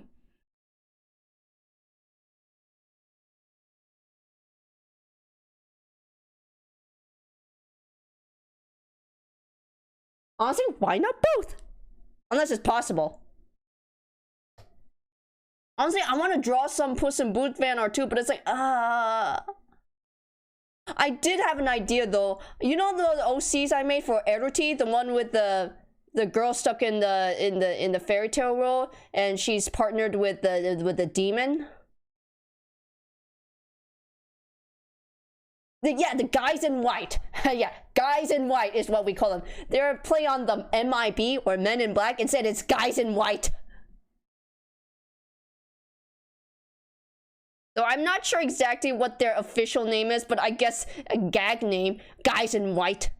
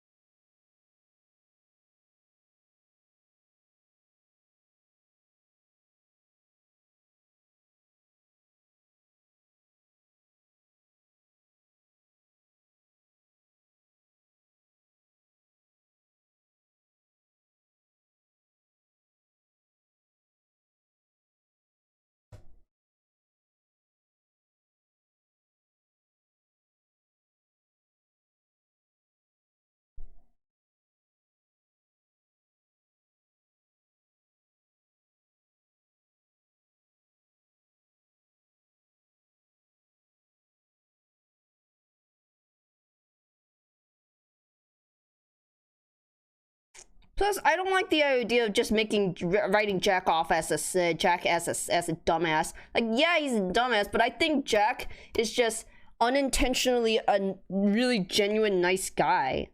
Like, he doesn't mean to. I'm pretty sure he didn't mean to accidentally get Vlad horribly disfigured. Pretty sure that was a genuine accident. It had to be a genuine accident. Just Jack was just so overeager to fire up the portal at that time. But because he went gung-ho on it, and that's where Vlad got ecto-acne. Also, I looked at the plot about, like, okay, did everybody get ecto-acne? No! Vlad suddenly got the resurgence of ecto-acne, and when Danny refused to even help him, he decided, okay, I'm giving you no choice. He infects the other to Sam and Tucker with ecto-acne, too. And that's when he's like, oh, now I really do have to get a cure. Because... you know what would happen? Krim would happen to be there at that time. She instead takes the hit for Sam and Tucker. And Vlad's like, oh shit. But still, equally, Danny still has to get the cure. And Krim's like, Vlad, you asshole. For her mutant biology, it's gonna be so fucked up on her. So it's gonna be even more horrifying. Not only is she breaking out of those ecto hives, but her skin, I did mention, if she has any sort of sickness or something, her mutant biology will start, the veins in her hands and all of her body, it'll start looking like it's starting to blacken. So you'll see these black veins. It's like her body is trying to purposely purge out the poison and the sickness out of her body. So she doesn't have a good time. But I like to think, like, maybe there will be a tender moment where she tries to medicate them. What happens is the Phantoms take both her and Vlad into their lab and just have them quarantine and try to, best, figure out how to take care, how to get rid of the sickness. What was it? What was it? Maybe instead, Creon actually thinks about, taking a lot of, since this is ecto, considering that this is ecto, I'm pretty sure even she would have a hard time trying to put 2 and 2 together, but she's like, okay, this clearly is something to do with ghosts. So tapping into the spiritual mindset, and I like to think there's already a lot of spirits who are indeed either indebted to her or are on friendly terms with her. So maybe because she lived in Japan for a while, there's a lot. Japan is very traditional, but there's a lot of superstition around involved too, especially around Shintoism or Buddhism.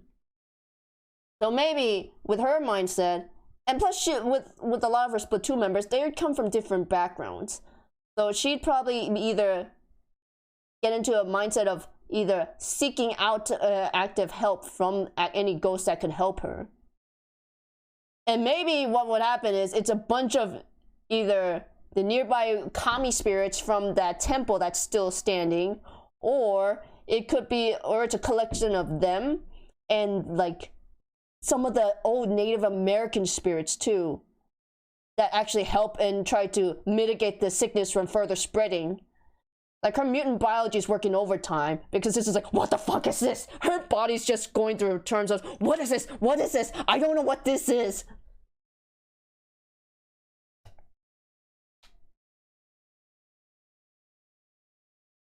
Is this a Vocaloid? Yeah, what the fuck? Is this a Vocaloid? Okay, it's a Vocaloid.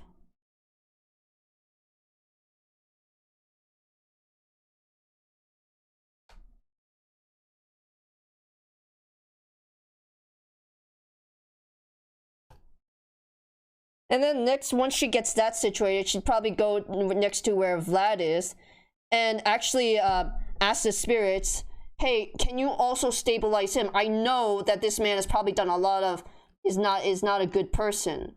But at this moment, please at least help my friend. Hey! Who's that in the bushes?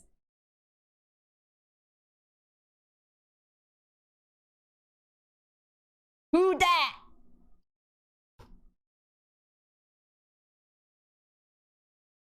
Is that you, Mooney? Hey, Mooney, hi. I'm talking about weeby shit. while drawing frogs and listening to metal with Vocaloid? I don't know, that sounds like Vocaloid. That sounds like Vocaloid shit. Speaking of which, is it kind of disturbing that now VTubers are going in the AI route too? We have AI VTubers. I don't know how to feel about that. Like, okay, now you want to take over this market as well. Alright, fine. I'll go.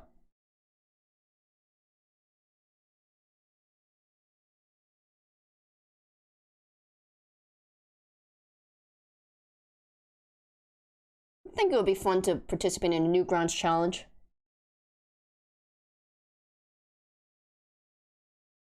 Have some chill music? No! Put on some metal while I'm drawing chill frogs!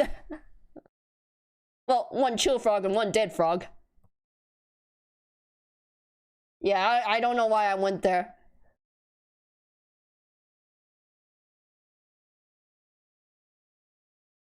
Where was I? Yeah, she'd actually, what was it? She'd actually be able to walk. Creon would actually be able to walk a bit with some difficulty. In fact, she actually lets the Fentons go ahead and take data. They're like, why are you actually functioning? She's like, okay, I'm barely functioning. I can walk maybe, but I feel like absolute shit. Trust me, I feel like absolute dog shit right now. This is as bad as when I got the bleaching death. The last time she's ever gotten that sick was the bleaching death. This is like almost as close to that as a bleaching death. So she it's like her being like, I hate being sick. This legit sucks. Also, Vlad, you're an asshole. Why did you do this? What? You were about to infect 2 teenagers with this same sickness? You asshole.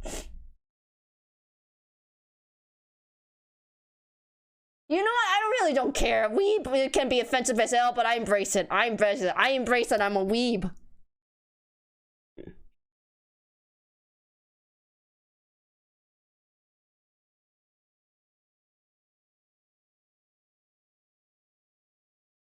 What she manages to do is either be like, hey, can I try to make something? You guys can monitor me to make sure I don't infect your entire kitchen. Tries to make simple tea, or at least like chuk. Chuk is the equivalent to rice porridge or rice oatmeal or something. It's basically rice porridge, honestly. To feed herself. And Vlad to at least, you know, get him. And what she does is she actually gets near where Vlad is propped out in bed. She actually props his head on her lap and meditates. And at the same time, while simultaneously asking the spirits who helped stabilize her condition to help stabilize Vlad, to make things a little bit, you know, easier on him, until, you know, hopefully Danny comes up with a cure. Because she's already aware that Danny is Danny Phantom. So she's holding out that, okay, the kid is resourceful. Plus, he at least has Danny and Sam and Tucker helping him this time.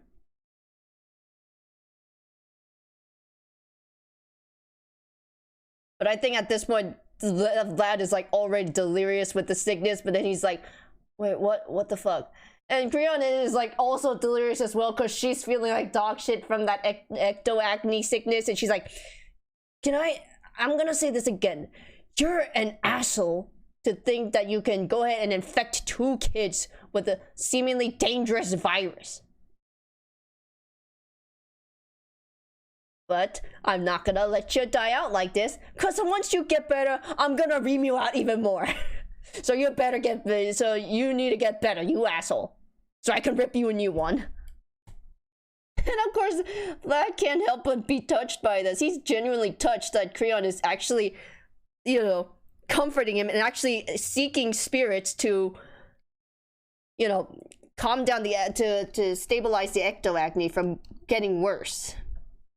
Because I think what happens is the ectoacne gets worse over time. If I remember from the what was it, Masters of Time. The episode was called Masters of Time. But of course that just makes him feel even more guilty, because Creon took the hit for the kids, and then he's now just feels like even more of a horrendous asshole.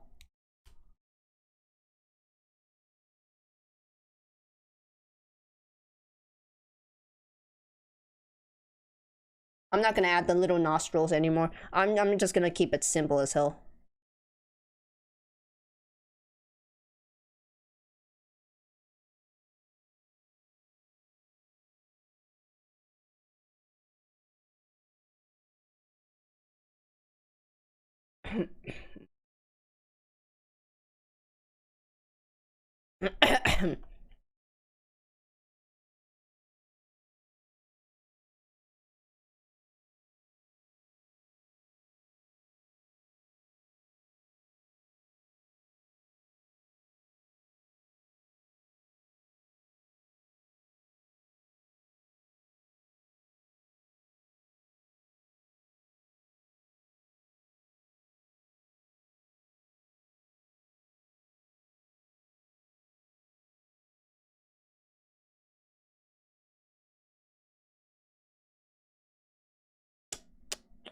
Let's see, I'll call that one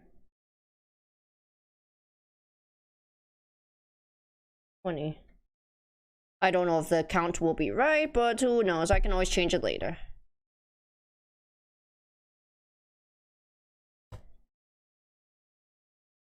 I want to try and get this finished as fast as possible, but I have a feeling I might not be able to, so maybe I'll have to omit the dead frog and just leave this frog. But I'm ambitious, so I want to try and get both frogs. That means I'm gonna have to skimp a bit. Which I have no problems with doing. I've skimped before, and I'll skimp again.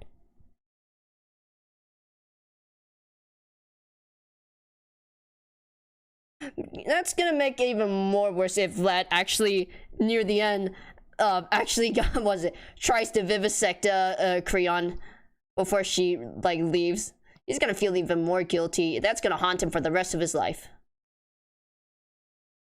The one person or true friend. And what do? When you find out she's gonna leave forever? Kidnap her and then realize, oh, I can make a perfect clone, Danny clone. Because of course his obsession. Not only did it I think even though he is here's the thing, with ghosts, I think there's the whole idea and theme about ghosts and obsessions, which obviously plays very well. So if you imagine Vlad having the obsession, which used to be Danny's mother, Maddie Fenton, now moves over to Danny, wanting to have like a protege, or there be a son.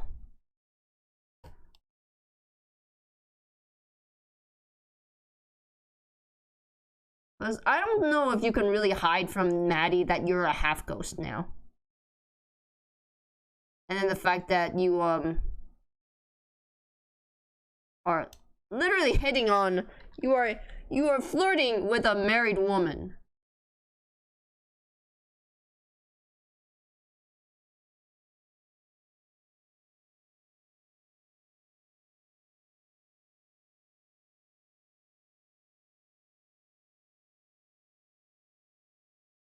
Of course, you know, him being an asshole and all that. Probably not caring or not realizing that, yeah, what you're doing is kind of an asshole move. And Creon calls him out on that too. It's kind of why it's like he has conflicting feelings, because Creon at least, you know, sets him up to task and points out she's not afraid to let him know that, dude, this is messed up, you're an asshole, you really need to move on. And also, do you even, I don't even know, I think with Vlad, he's in love with the idea, but not truly her, because it's like, would he really allow, if he's not, he doesn't sound like a compromising person, he sounds more like a controlling person. And with any relationship, if you're the ones with all the control, that's not really the best relationship.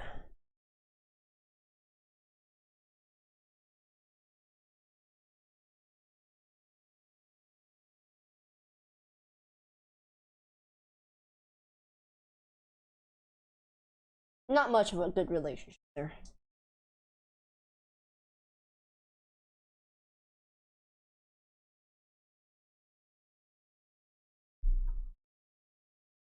But at least with Creon, like, she sets him to task. Or, well, not sets him to task. She always challenges him on that. And of course, poor Danny's gonna feel even more traumatized, because he's gonna feel so guilty that he did not warn Creon that, hey, so you know how I warned you about Vlad being an awful person and a Fruit Loop? I really mean it. He is literally a half ghost, and he's Vlad Plasmius.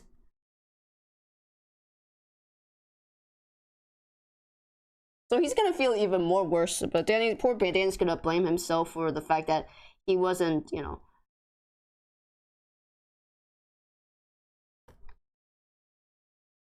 About warning Creon about the dangers.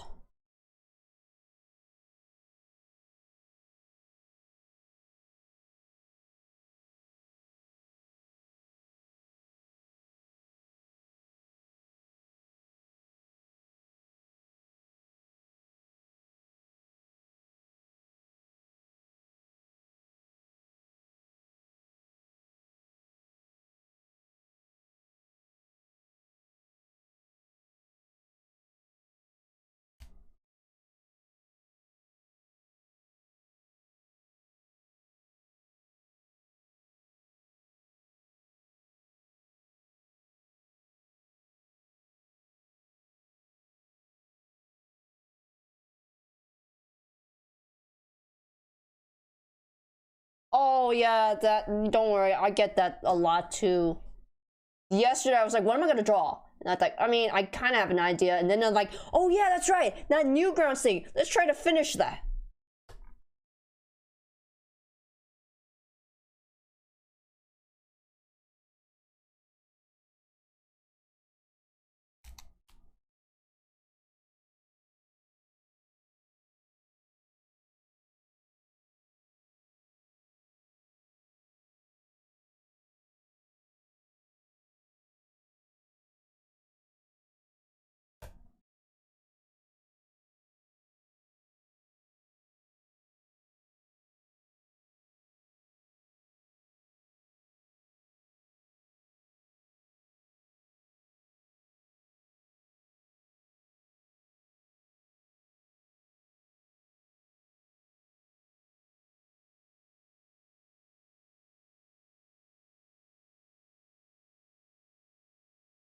Oh, excuse me.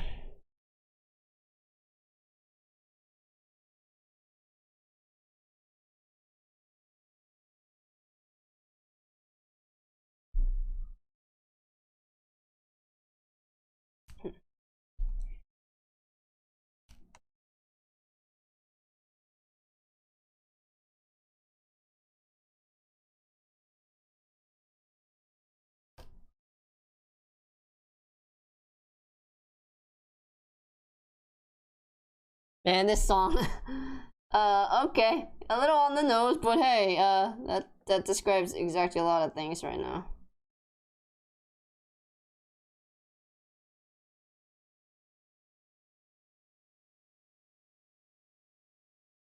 Oopsie.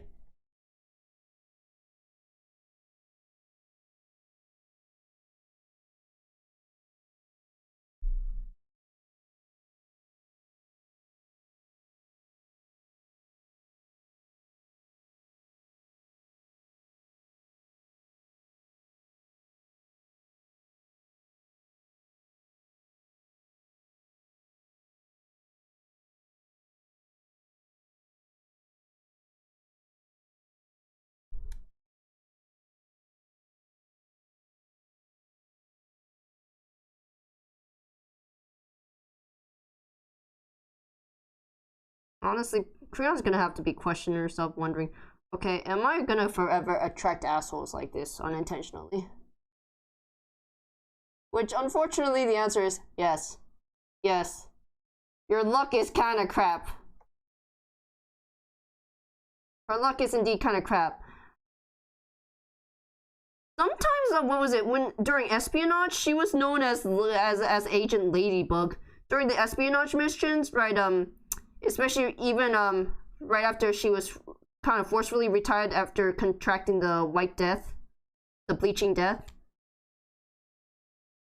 When they found that she got into certain scenarios where it was just stupid lucky, unlucky but stupid lucky, and it was beneficial. Like, they actually did this, like, when they helped her out with, what was it?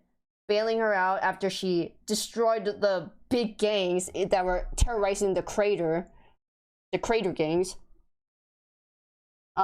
They gave her an option where pay off your debt for us bailing you out by doing certain missions.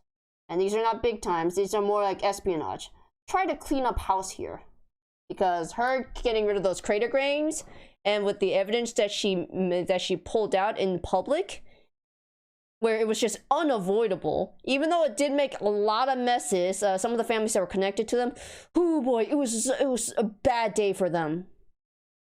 Even though they were completely not even involved, but the fact that they were even related to any of the gang members or even the big honchos, oh, it was not a good time for them. So yeah, Creon is now doing her best to, you know, that's why she helps out a lot in the creator community, because she feels like the mess that she created with the giant upheaval of getting rid of the gangs, she feels responsible for that.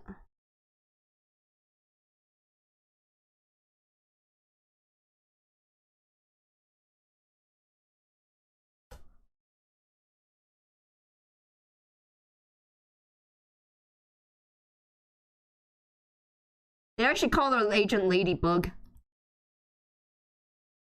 I'm not trying to steal from, what was it, the Bullet Train movie. I heard that Bullet Train movie was actually good. But the symbolism of, you know how you think ladybugs are considered lucky? Well, apparently the number of spots on a ladybug in certain countries or in China, it's considered unlucky or something like that.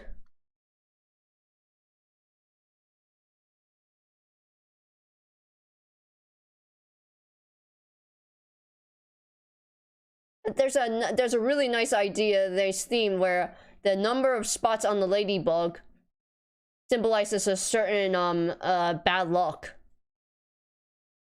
Like how, what was it? Oh no, come on. I don't want to look at Miraculous Ladybug. Okay, look, I'm sorry.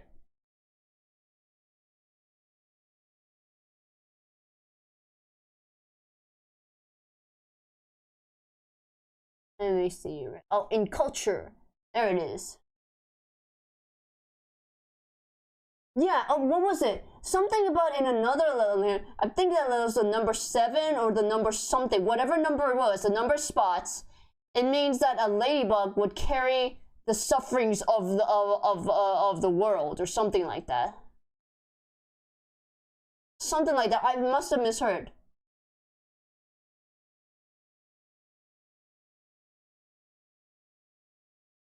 It's in reference to what was it? In the movie Bullet Train.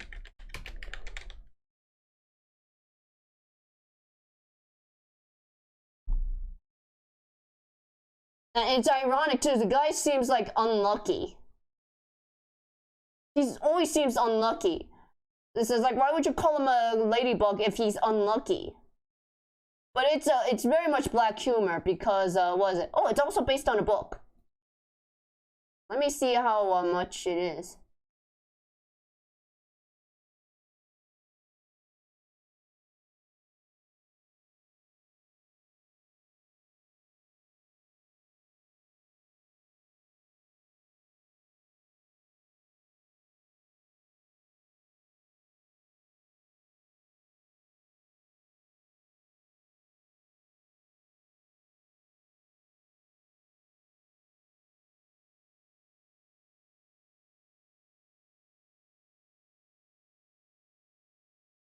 Trying to find it. What was it?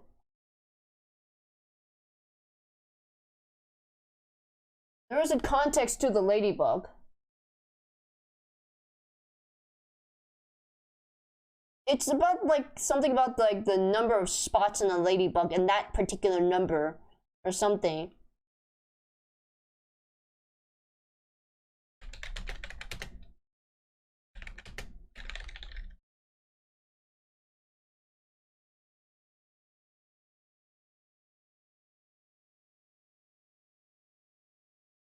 Oh my god, go away! I don't need your stupid jewelry shit.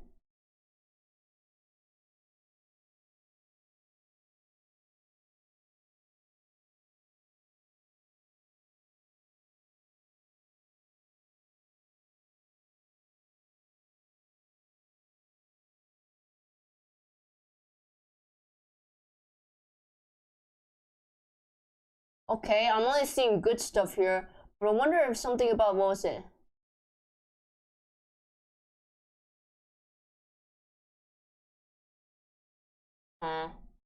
Maybe it's something else. I don't know. In certain countries, something about like what was it?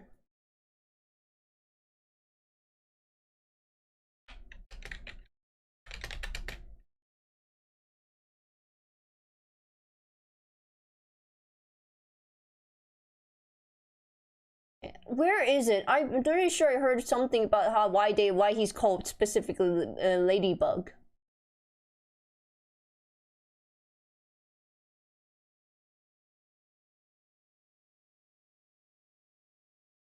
Ah, okay. Fun fact. So the ladybug is also considered the ladybird, and it said that anytime it has 7 spots, it is also representative of the Virgin Mary, and the spots represent of 7 joys and 7 sorrows of the Virgin in European in beliefs. Now that particular 7-spotted ladybug is something.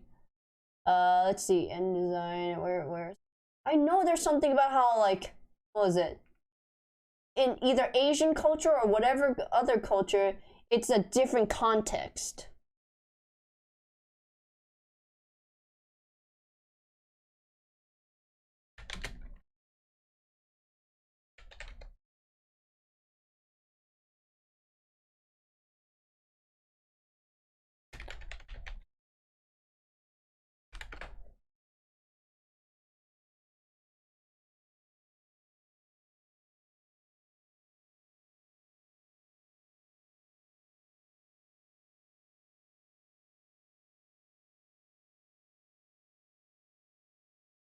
Oh my god, go.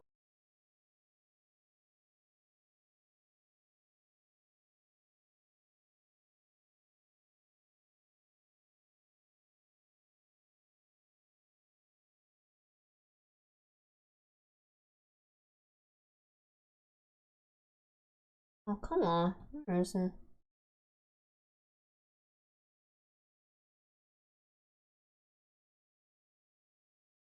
Well, I guess I'm not gonna find it.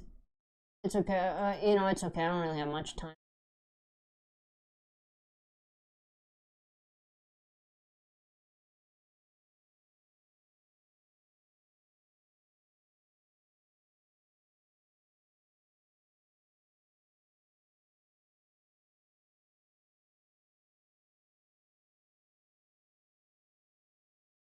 So here's this analysis someone made.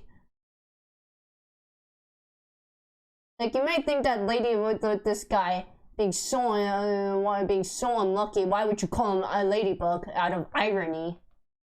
But the thing is, this particular agent is actually a pretty caring person deep down inside. In a way, what was it in reference to ladybug? Oh, actually, it's also in reference to his handler Maria. Think of this as Maria beetle. It's a euphemism for a ladybug. And what is it? It is explained that the agent ladybug is special.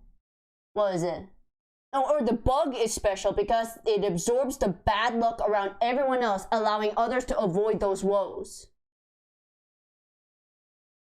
So this is in reference to both the agent ladybug and his handler Maria. And ladybugs actually have a connection in European mythos of being connected to Virgin Mary. And now you know that whole 7 spots, representing the 7 sorrows, and then seven woes and 7 sorrows, or something like that. This is what it means about, like, how the ladybug would absorb the sufferings of others, which is interesting. Very interesting.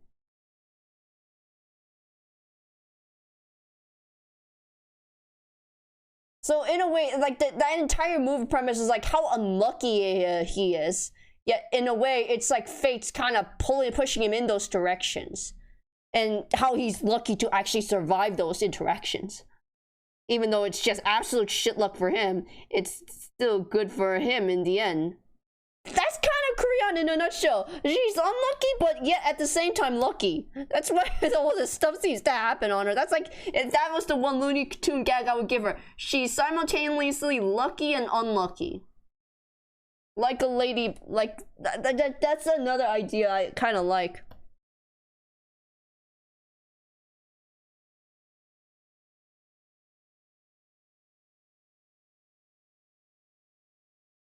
Compared to what her original code name in the military used to be. Honestly, I thought maybe calling her Agent Friday would be just more dark irony there, because, you know, it's her code and tag number would either be 00 something, but it ends with 13 or it adds up to 13. So calling her Agent Friday because she's code 13 or something. End numbers are either 13 or something, and out of dark twisted irony decide to just call it Agent Friday. It's like, oh yeah, Agent Friday. How messed up is that?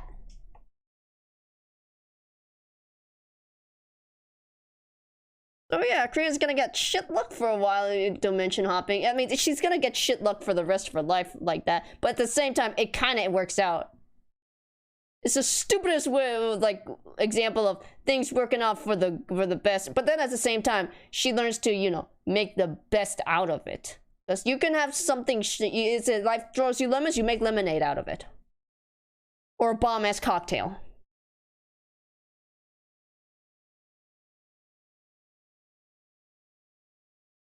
Let's see. Let me go ahead. What am I doing? What am I doing?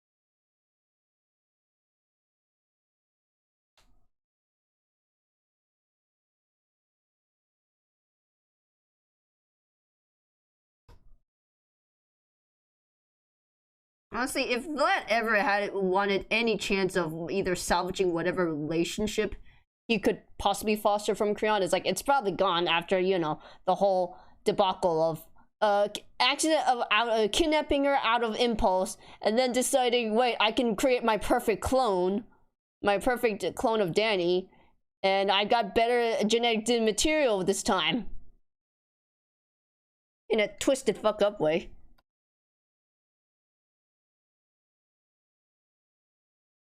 Because at the end of the day, Creon's not going to want to be with anyone who either purposely does not mind screwing other people over, enjoys getting rich off of other people and people's hard work, yet exploiting them. Because that's kind of what most billionaires probably do, whether intentionally or not, or they just purposely don't give a shit.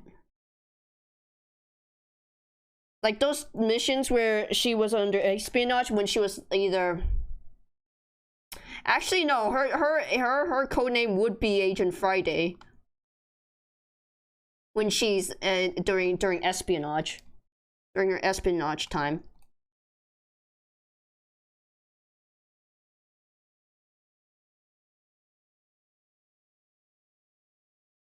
What would suck is she would come to understand and sympathize for some of these people, but you know, she's like not to the point where she would willingly just go foobar on the mission. She'd just be like, she'd pity those people, because it's like, wow, you people either really believe what you're doing is that you're not doing anything wrong, or you truly don't want to learn or get better, or yeah, just anything.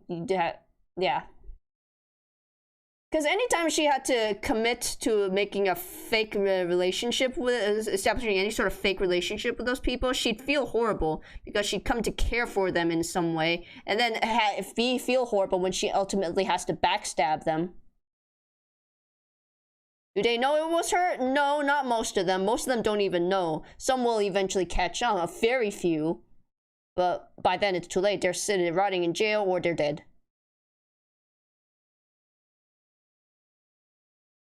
Sucks for her, cause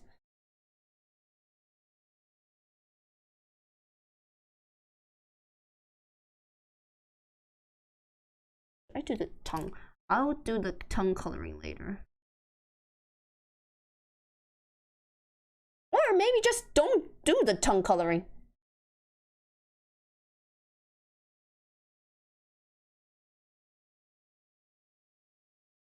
Alright.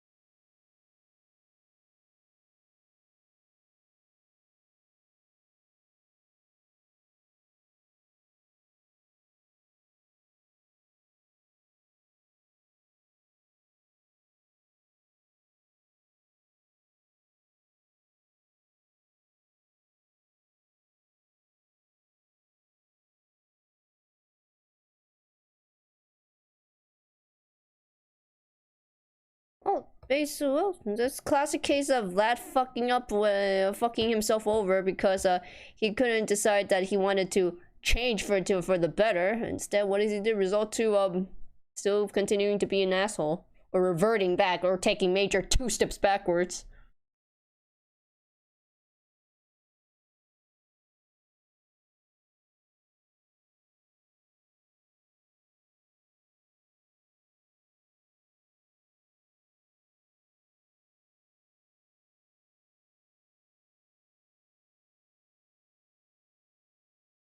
Actually, that's interesting. Hold on.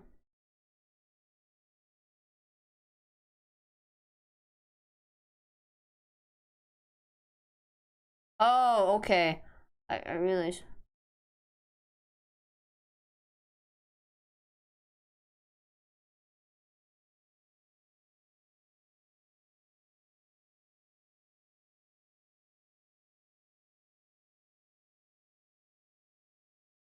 I was confused there for a little moment.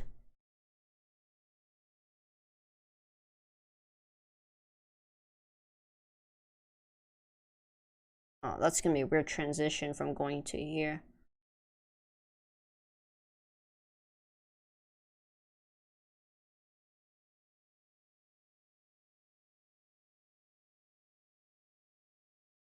And in that case, I'm gonna do that. 26, 30, right? 30, 35.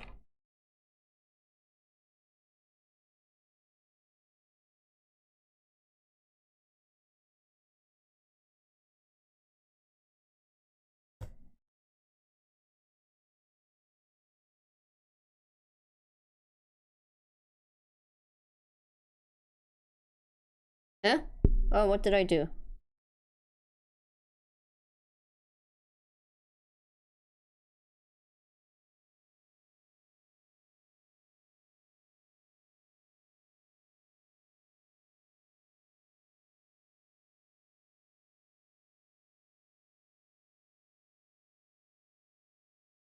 Let's delete, let's erase you first.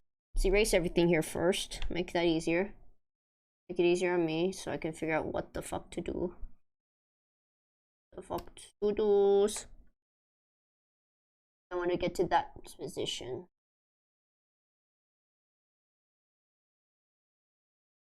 Oh, actually, that actually works out, so I can transition to that one.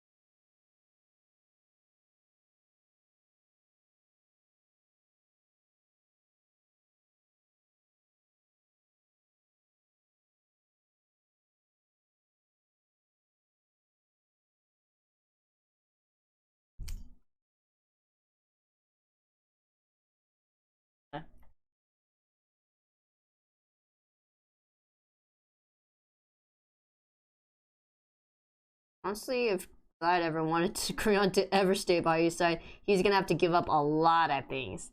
And the only reason why Creon would ever stay with him is if she gave up. If she gave up on going home. That's the only way she would ever even consider even staying by him. First, he would have to change a lot. He would have to be very much less of an asshole. He just, you know, stop being such an evil maniac. He'd have to stop doing his evil schemes. Because there's no way she would tolerate that. And you can't hide the fact that he's a half-elf from her. You'd eventually have to come to terms with that, but I think she would be able to take that a little bit better. True, there will be a lot of awkward tension there because it's like, you've been terrorizing this entire city and these kids in that form. So you'll have a lot of things to make up for, and basically, that's a lot of shit he's gonna have to deal with. But again, that's only if Creon gives up. She ain't gonna give up. Yeah, so sucks for him. She ain't gonna give up. Because usually if she sets her mind on a goal, she's gonna do it. She will do it.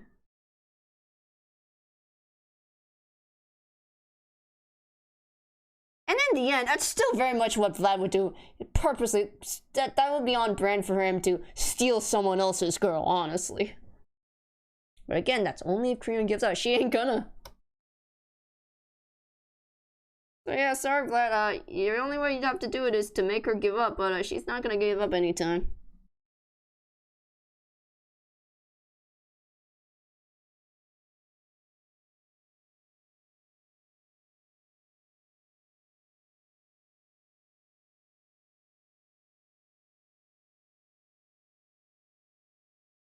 Much better. Okay, it's much better. Alright, it's flowing a little bit better, somewhat. Now to do the in-betweens. Oh, this is gonna be so much fun. I say that with sarcasm.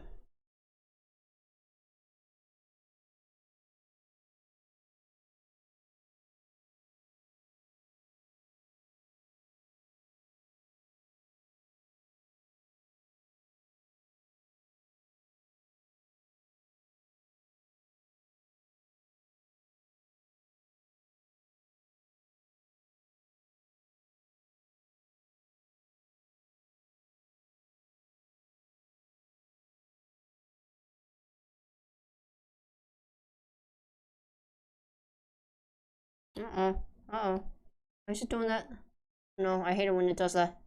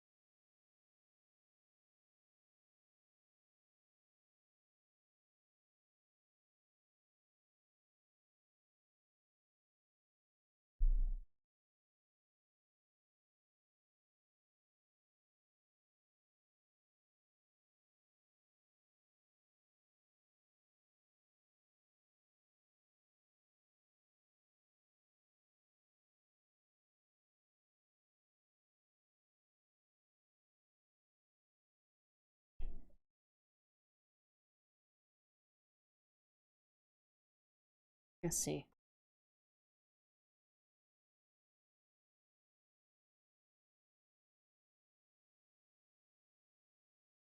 Alright, time for in-betweens. This is gonna suck.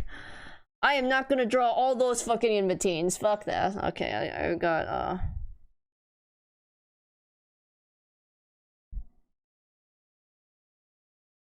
Oh, I'm not doing this as ones. I'm doing this on... I'm stupid.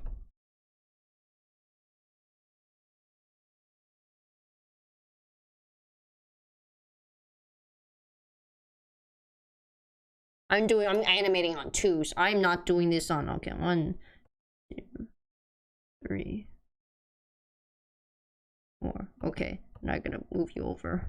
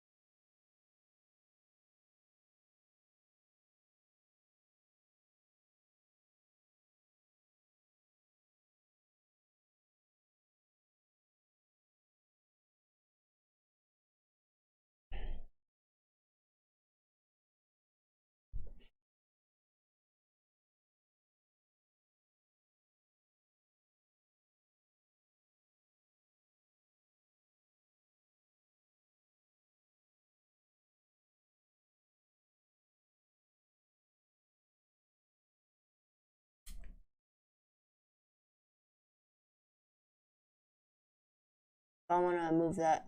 Hacks. Yeah, hacks. Hacks. We like it, hacks. We like it, the hacks.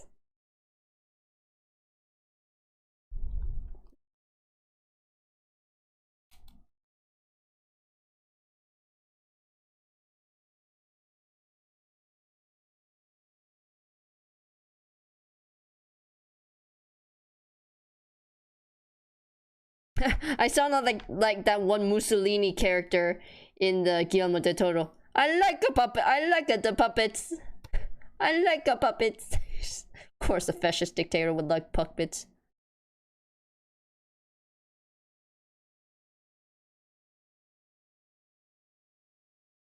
I like a puppets. That's what he said.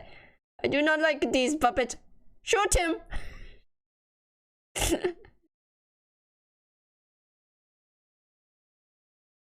Yeah, sounds exactly what a fascist leader would say.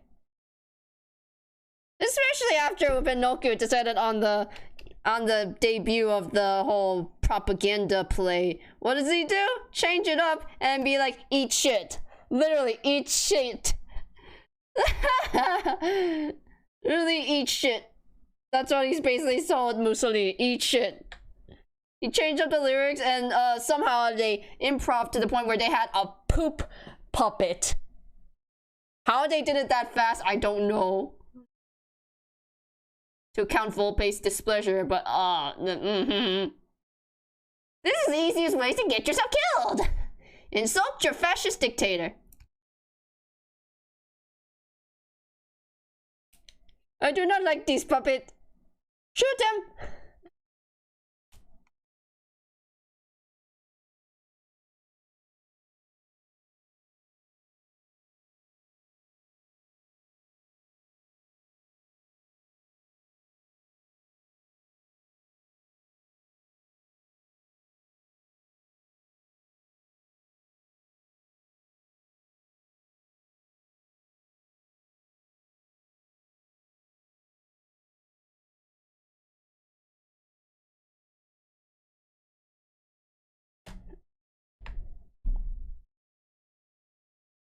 Honestly, I wonder if at the end of I don't have any concrete plans on how I would end the Creon and Tahisa story.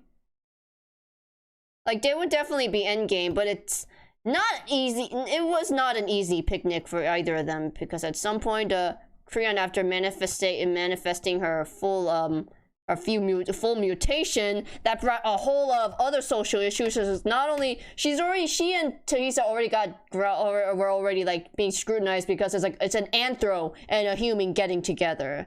So far in history, either unrecorded or recorded so far, there has been no actual legal records of any anthro-human couple. Now you gotta throw a mutant. And that throws in a whole bunch of other social issues of how mutants are kind of treated. I mean, they weren't treated that great in the beginning, so considering that they were, while initially it was supposed to be like a game changer to hopefully save the human race or the future human race, what did they end up doing? Making super soldiers.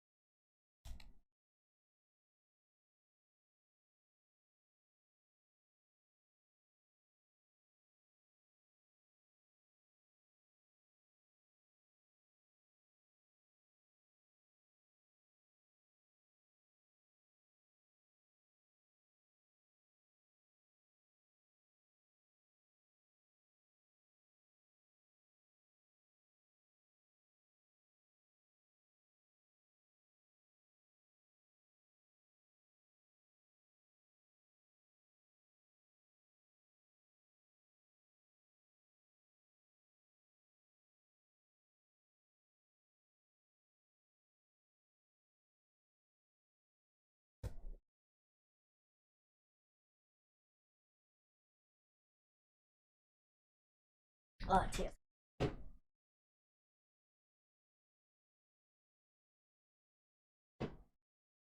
And I've been sitting my ass in this chair for way too long. It's time for a squat break.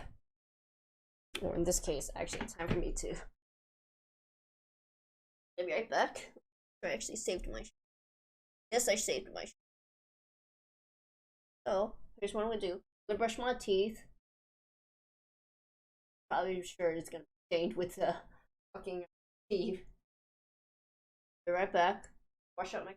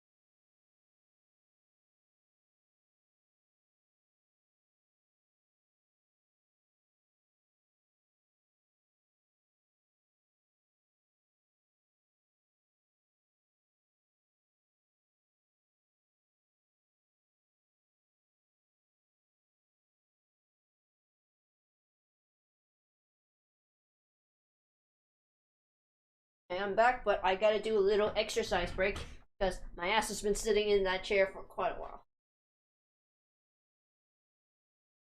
Stretch out my hands. Carpal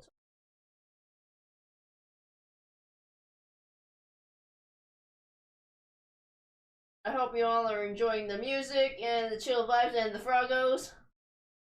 We had a new viewer and a follower come by because I was going to make frogs. What a quinky dink. They followed because I was doing frogs. Yay.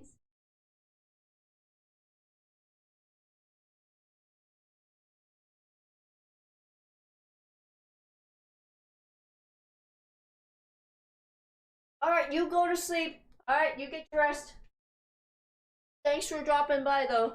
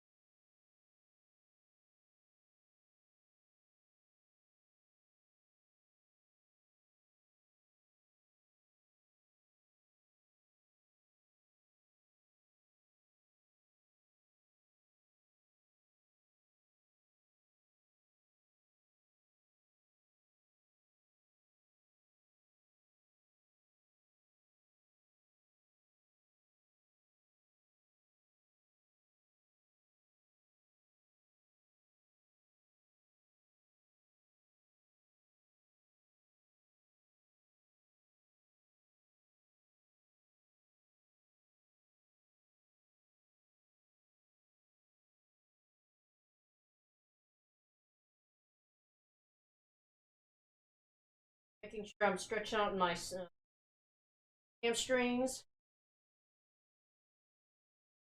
What?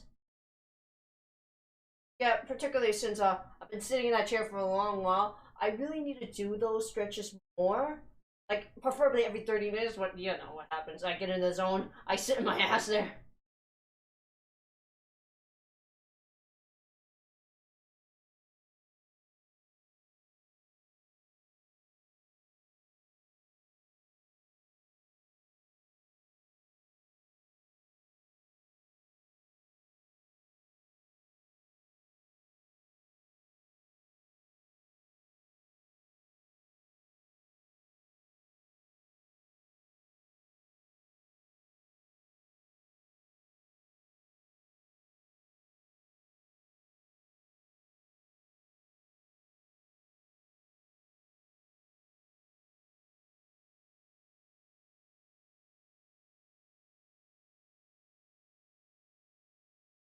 Squat time.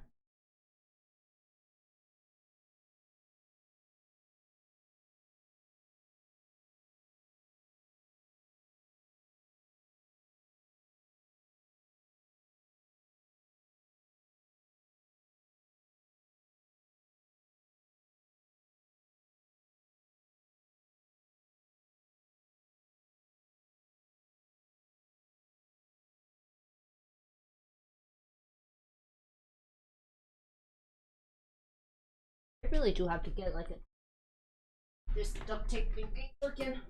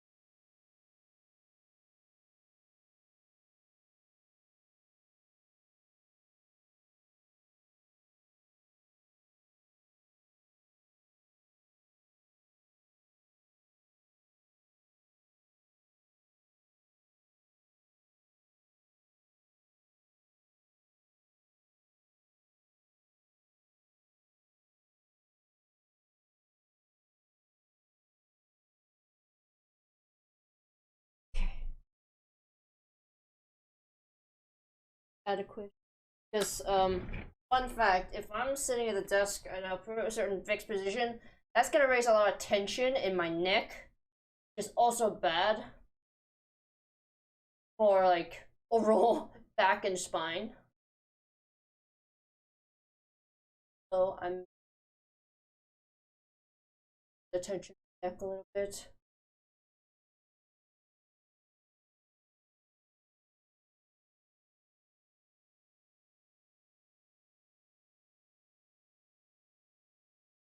Ah. Okay, back. Oh.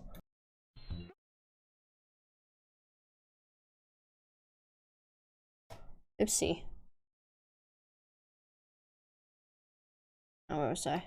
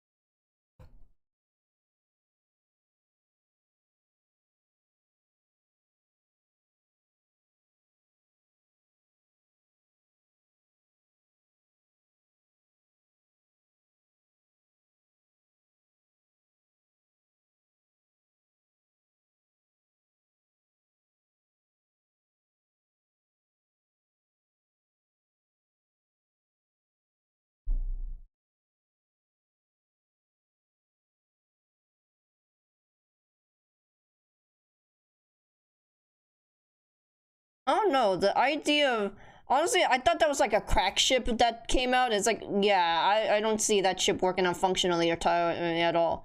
Because at one point, that would mean Creon would have to give up. And she's not the type to really easily give up like that. And normally she doesn't settle. She used to settle a long time ago because she felt like she didn't deserve anything good at that time. She thought this was rightful karma. But now after, you know, after some time and some soul searching, she still doesn't have a lot of her shit together. She was, during that time, she was just trying to get her shit together and find out, okay, who am I outside of these fucking relationships? And do I really need those to actually have any semblance of happiness or a content life? Turns out, no, you really don't need him. Is an extra cherry on the top? Yes. In fact, that happened on accident! Meeting Tahisa was a complete accident. Complete fucking accident. Lucky her. How'd those things work out? She like practically abstained for almost a good 2 years. Almost 2 years. And it actually worked out great for her. On both ends.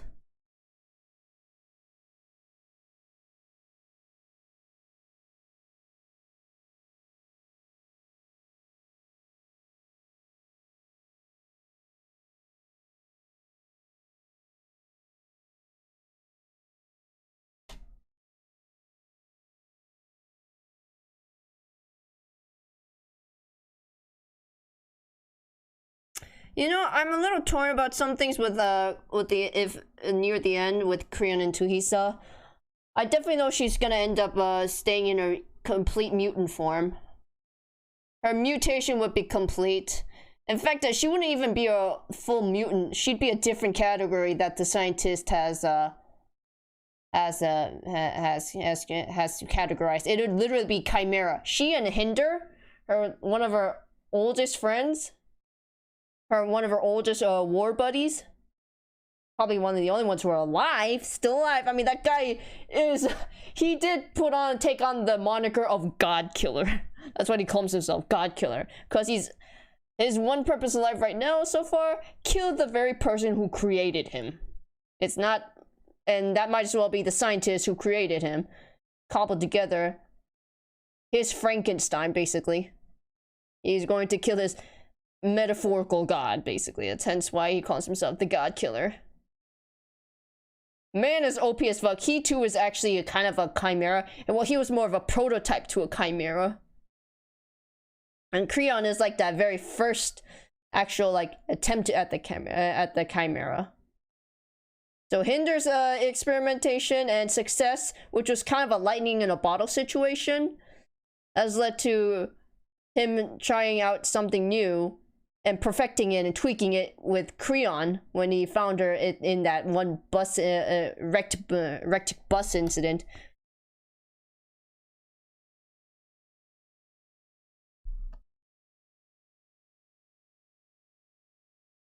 You really can't catch a break, unfortunately. Creon's not gonna be able to catch a break for a while.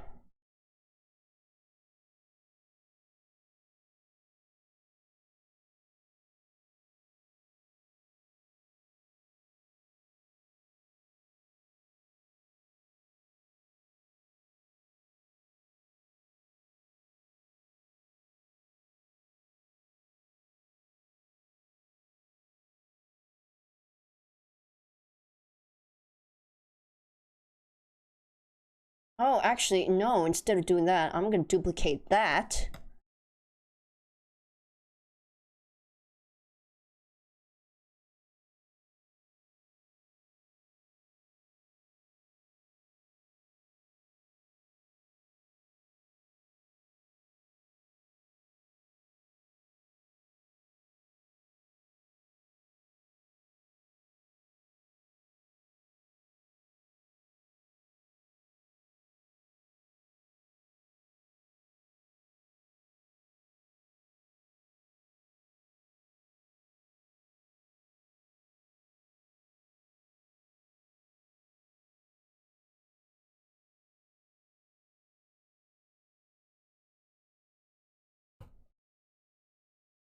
Let's play with that.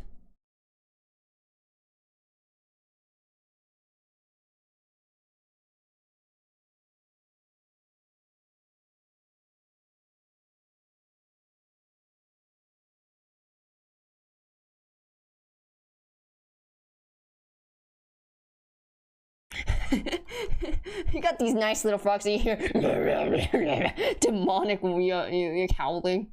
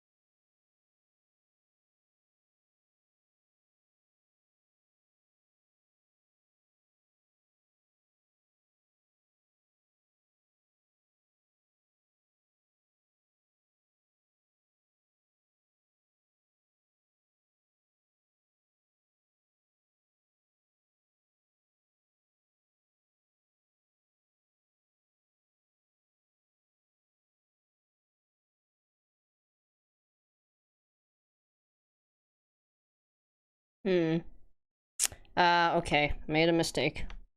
Of course, story of my life.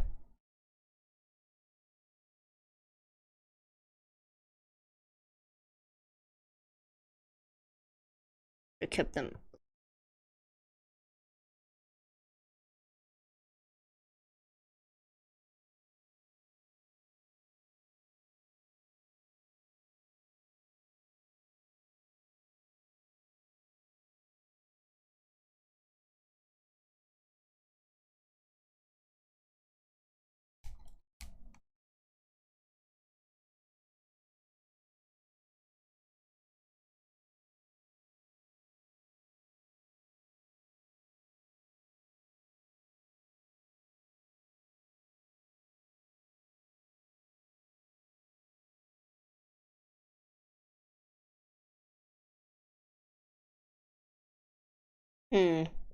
Actually, you know what? What I should have done was just made another one. Let's see, this one is not even 4-6. Let's keep that as number 6.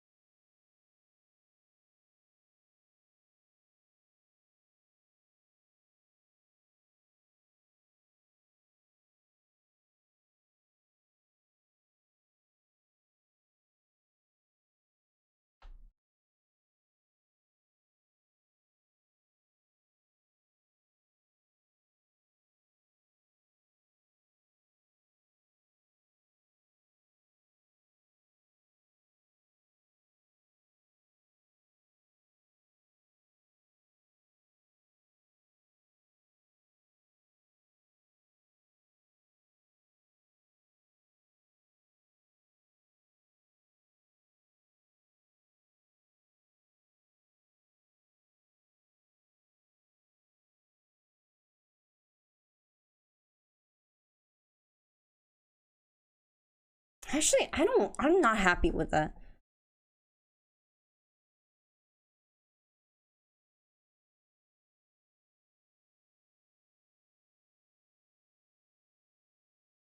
Yeah, looks like I'm gonna have to.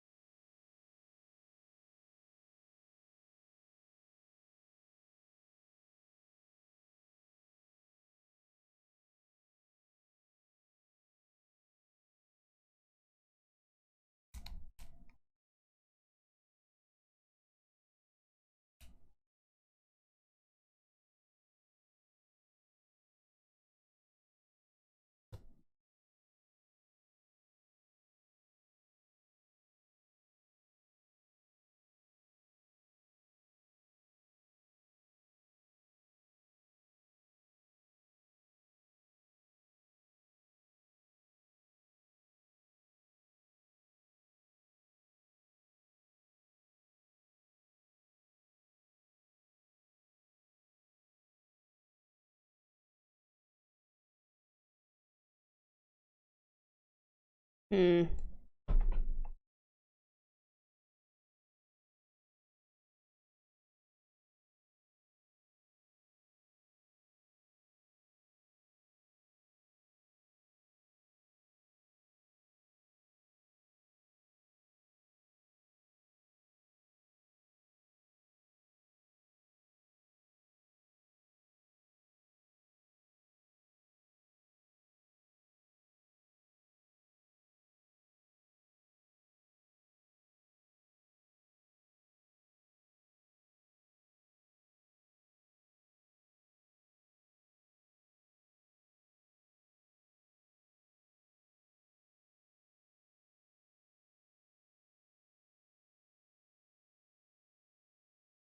This should not be this hard. I have no idea why I'm fucking struggling with this.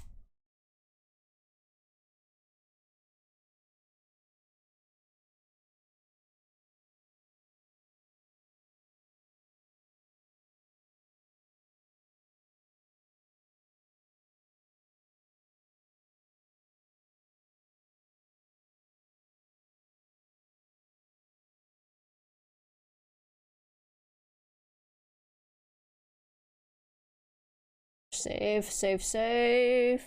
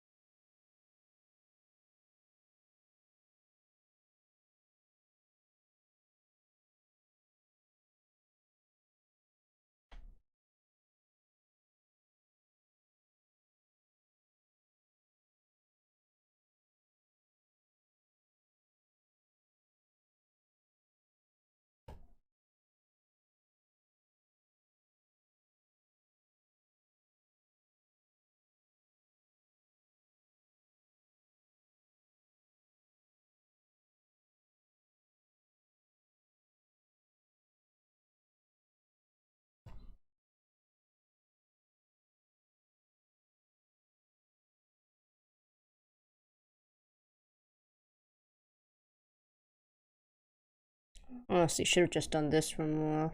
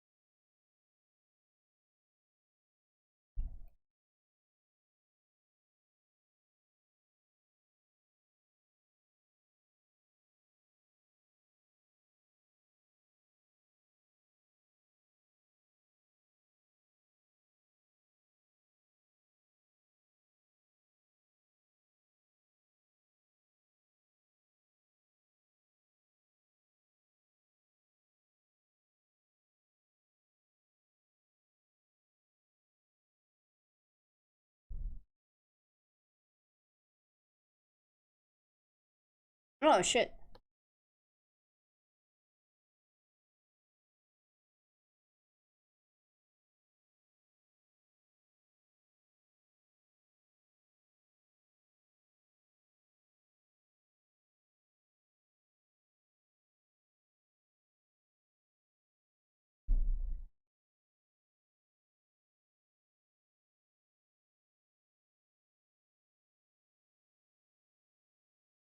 Actually, I made a mistake there. What I really should have done? Should have done this.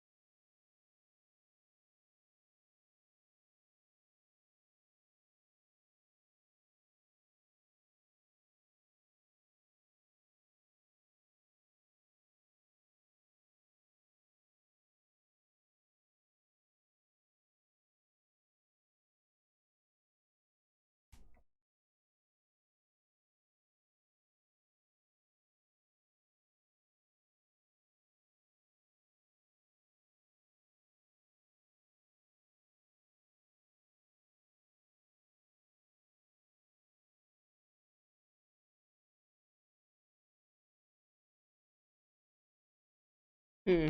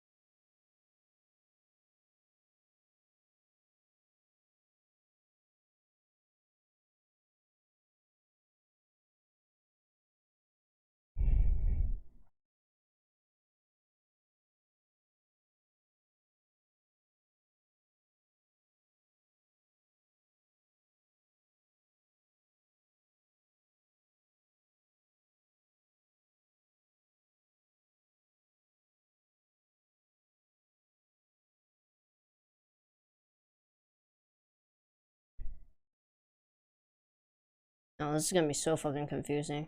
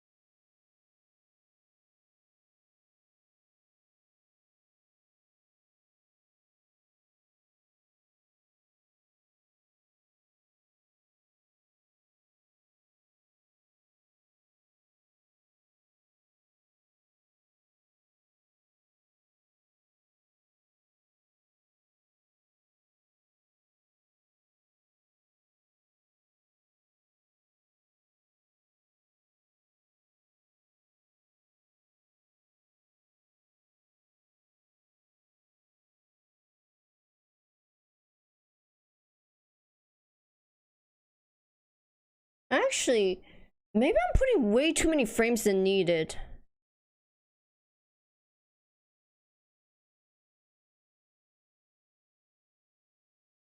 See what happens if I don't put that in there.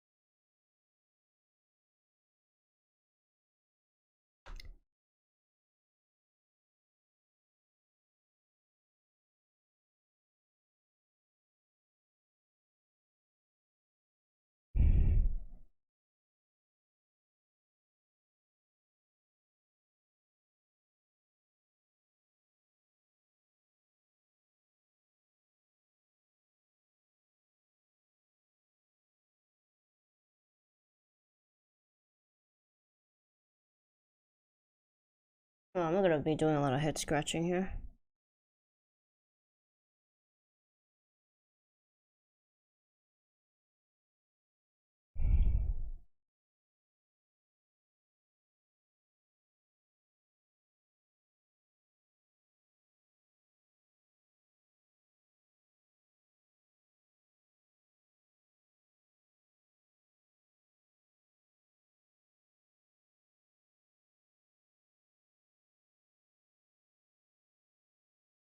Number 2.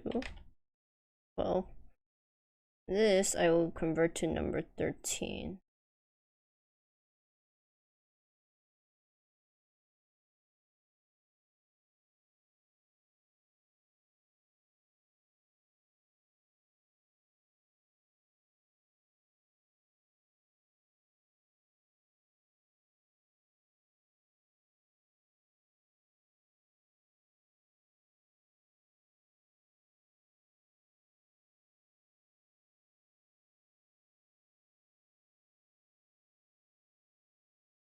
Hmm.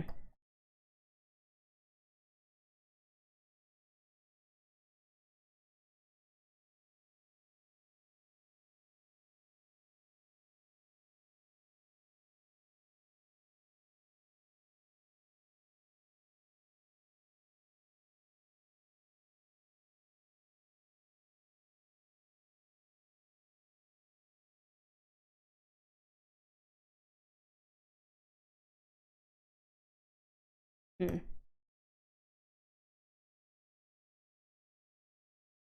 Alright, now at least no, that's actually pretty much the same thing. So what I need to do is make a subtle change.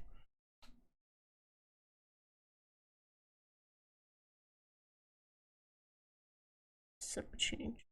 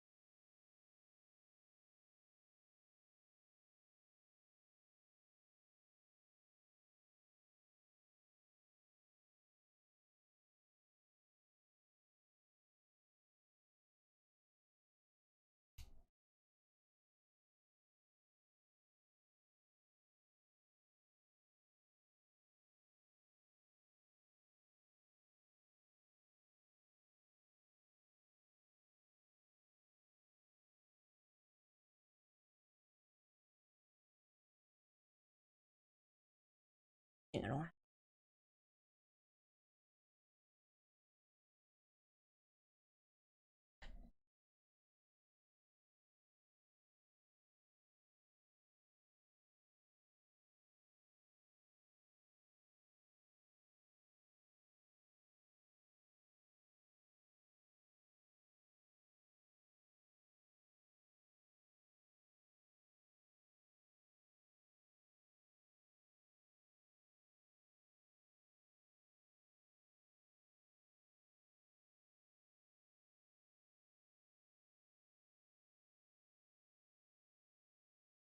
It is an extreme one, so I'm gonna have to do some tweaking there.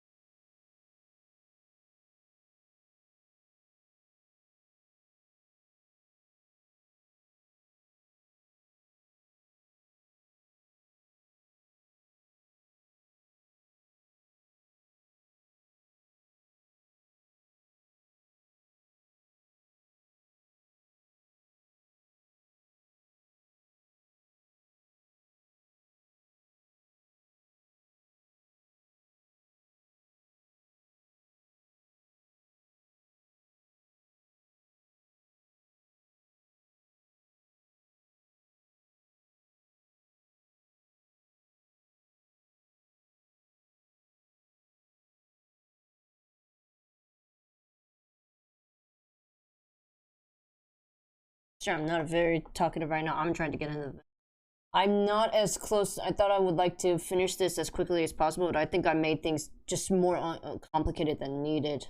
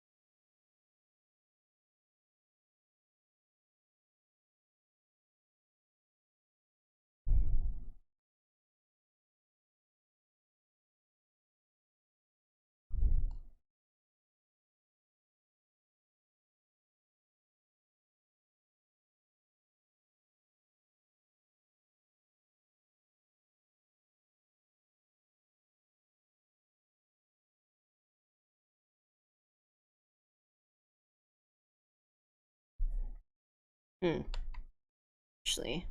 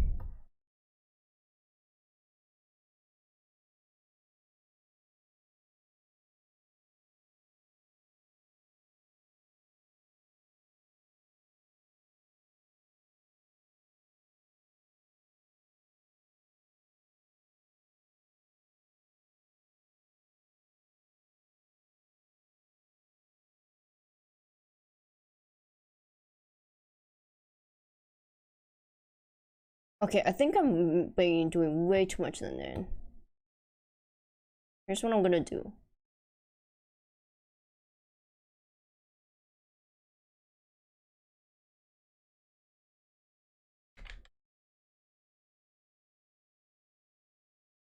I'm going to try doing this without all the extra.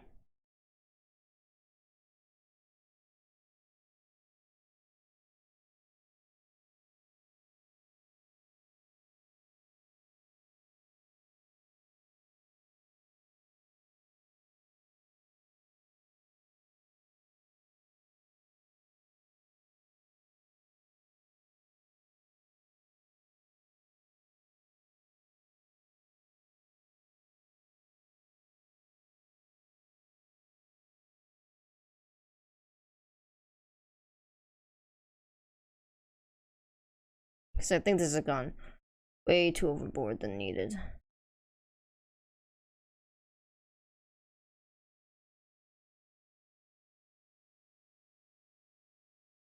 think I kind of liked it better when it was just like this.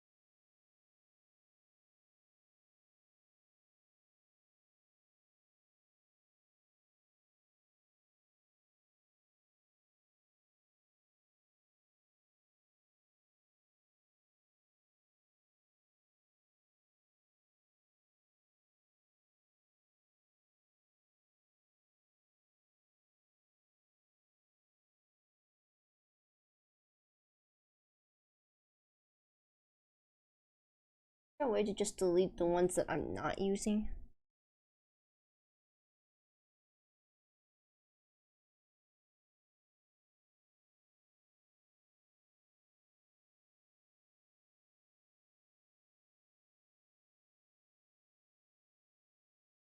Cleaning up this folder so that way I can get rid of the spam.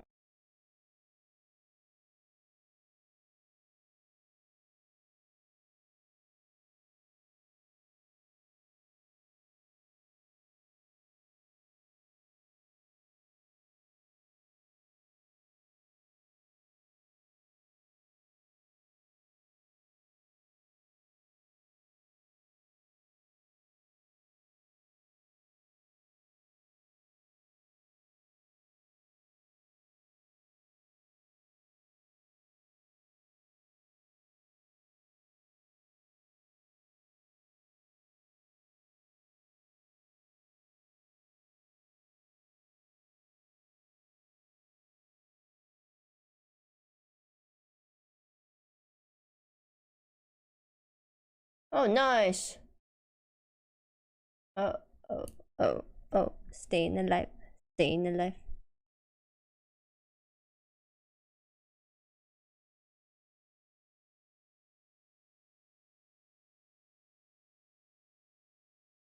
Okay, maybe deleting those was a little hasty there.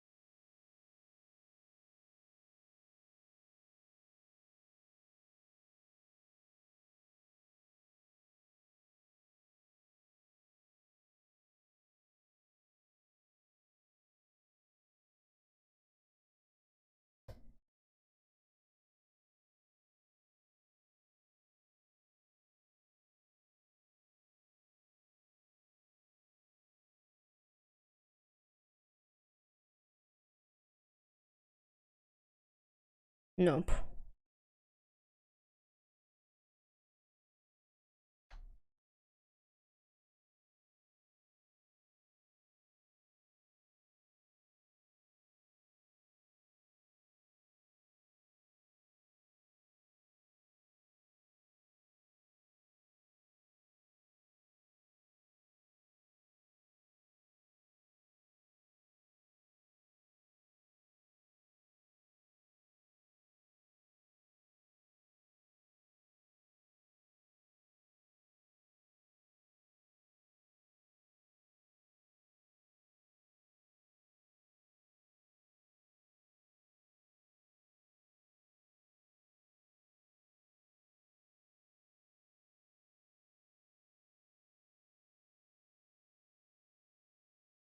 Oh, jeez.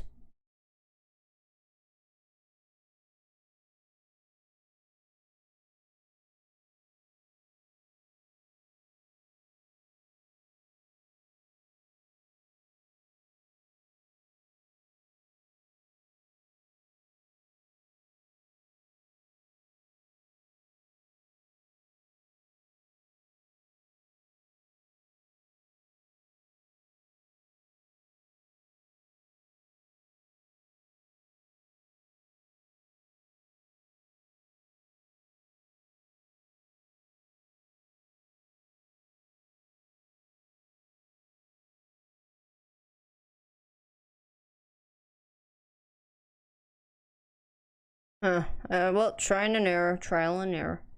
We learned some things.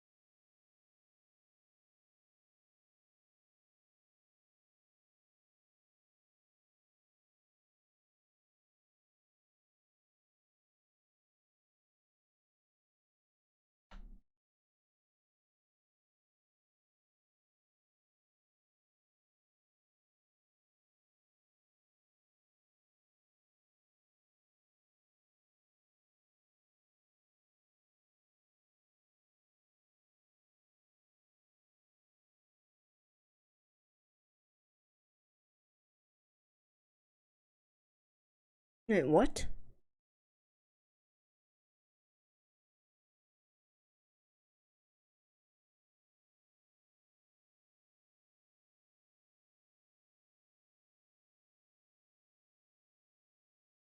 One, two, three, four.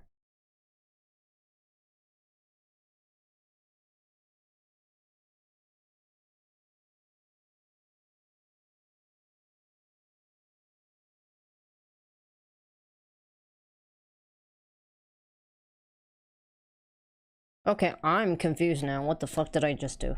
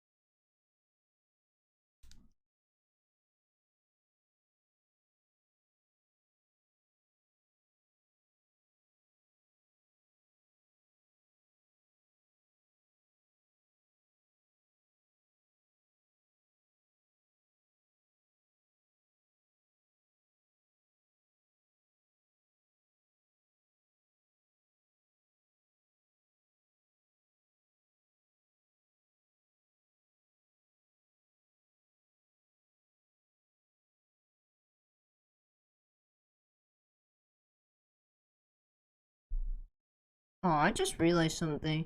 I forgot the webbed feet here. Wow, I'm an idiot. Look at that. Guys, look at how much of a dingus I am. Monkey brains.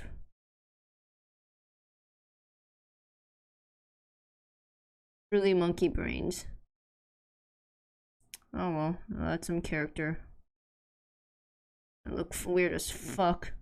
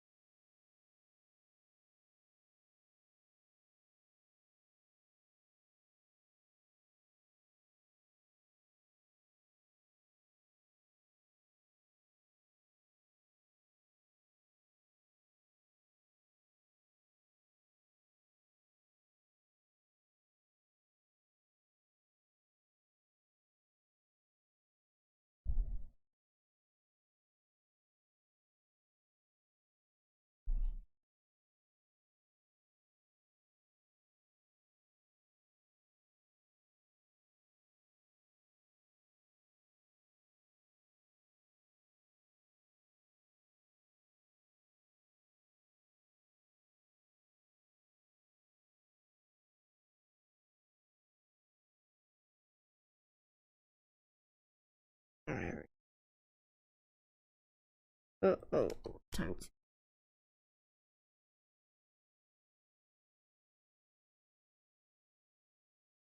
Oh wow, that just looks weird. Look at that.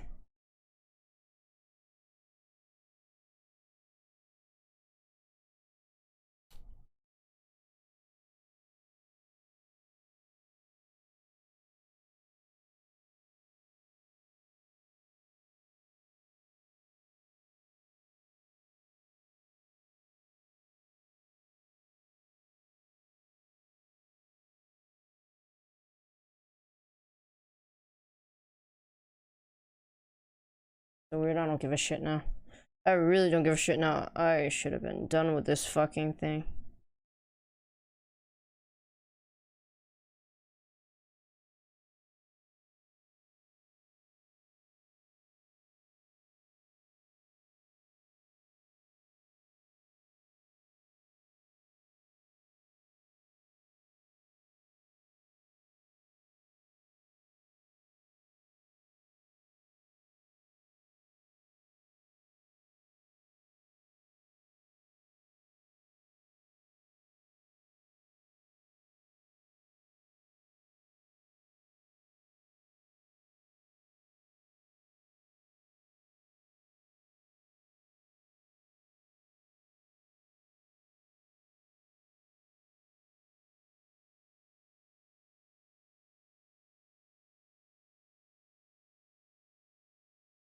Actually, instead of that.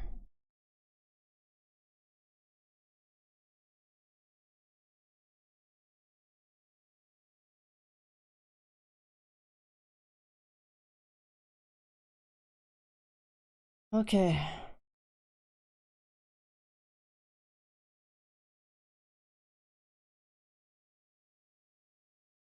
Not buttery smooth, but at this rate, I think I might have to give it up for.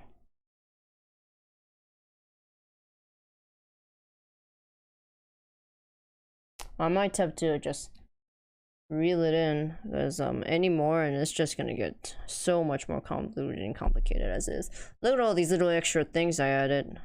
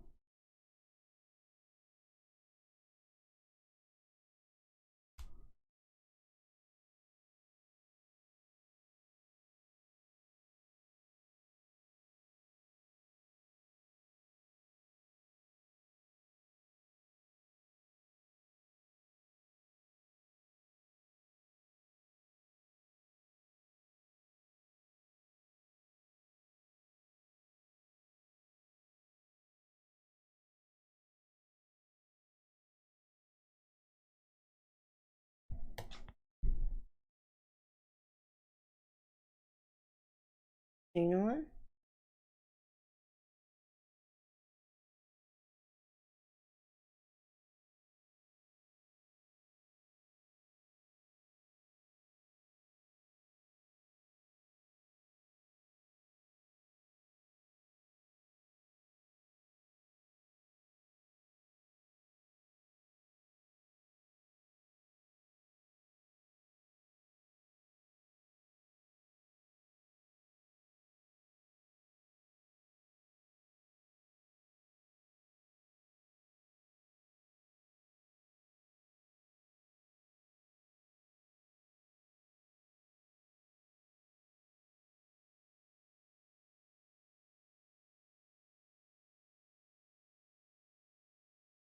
Hmm.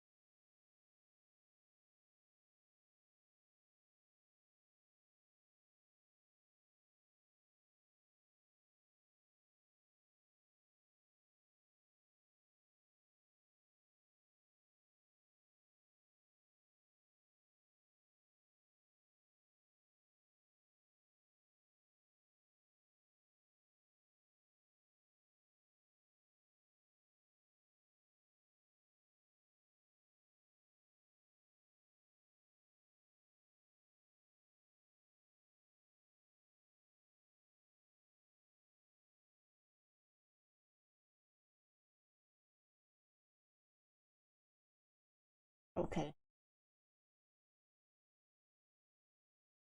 Now let's see if we can do the angel frog.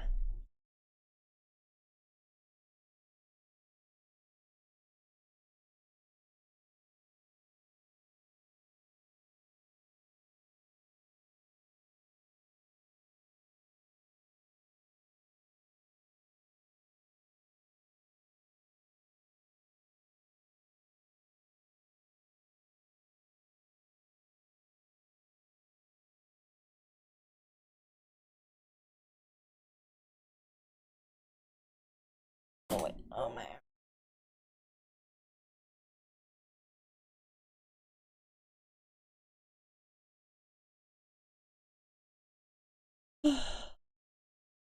Let me check the filter.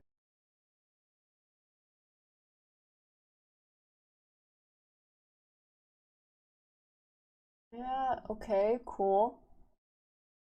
I guess my Nvidia is outdated, but nice to know. I don't know if that's gonna be a problem or not. Let's put the angel.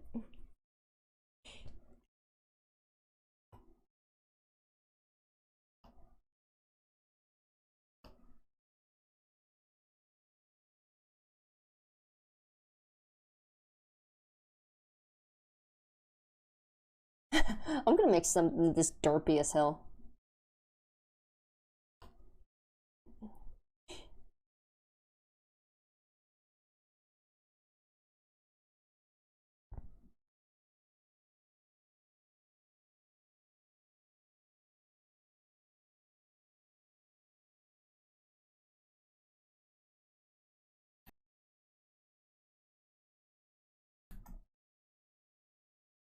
Hopefully nobody heard that, but I'm pretty sure I muted the mic, and if not, then I'm sorry. Sorry if you heard that.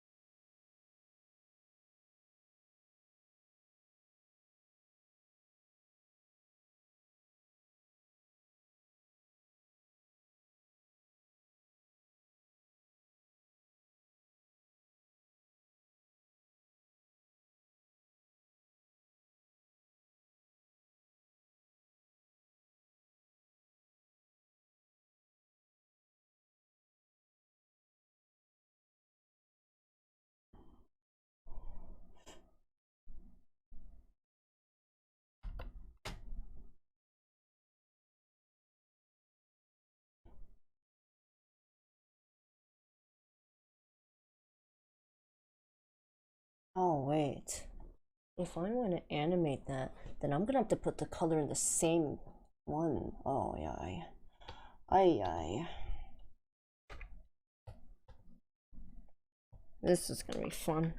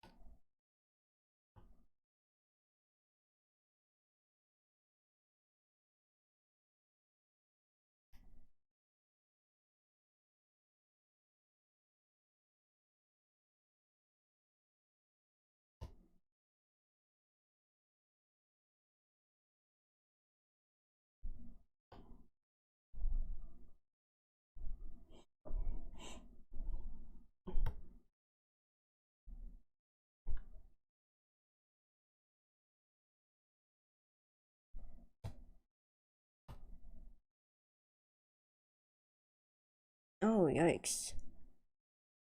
I need this all the way here.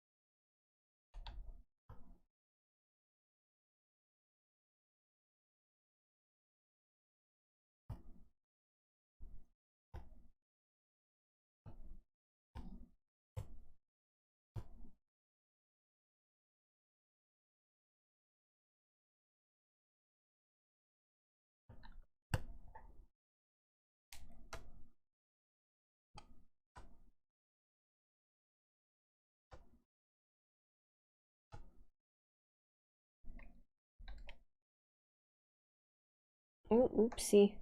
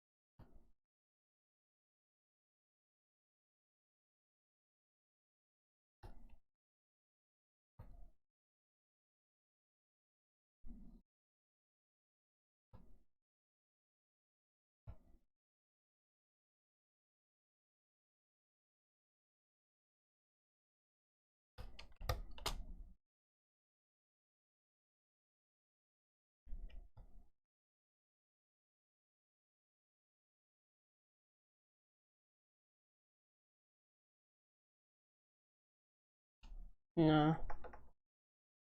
I know I want to add that extra oomph, but yeah. We're on a time restraint. The challenge is to try to finish this up as fast as I can.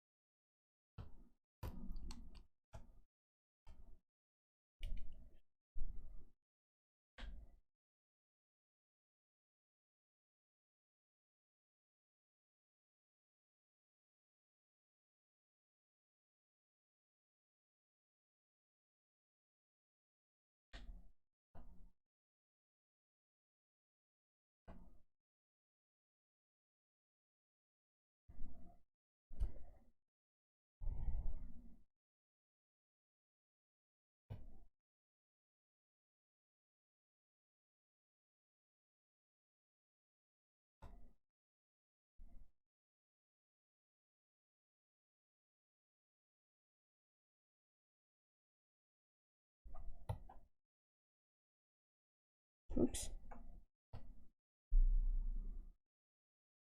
Oh, I'm an idiot.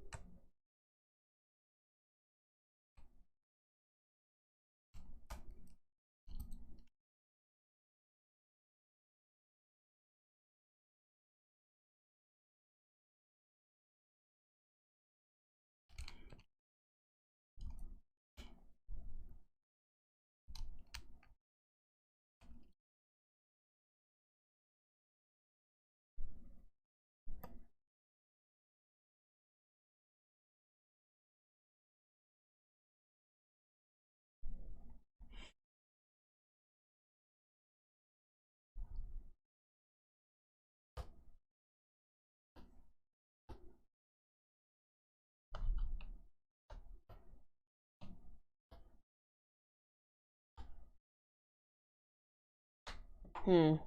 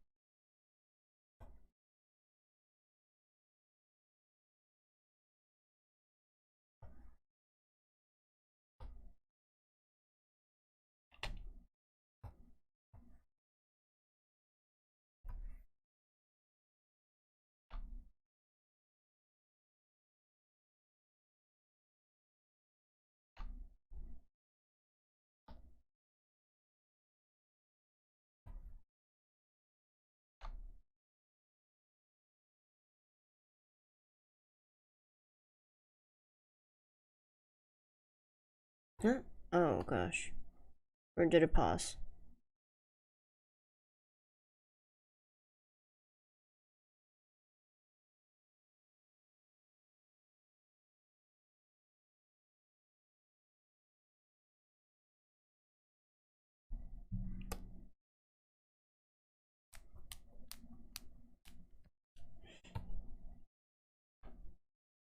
Alright.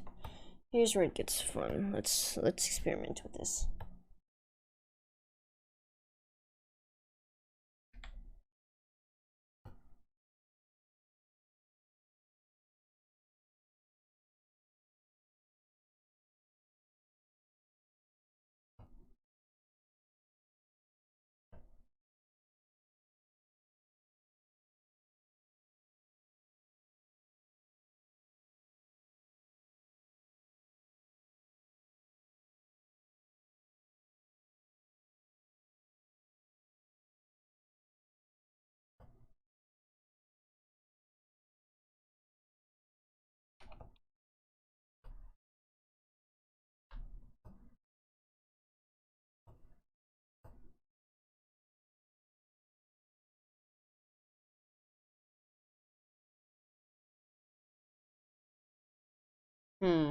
That's a really huge leap. Make it really subtle.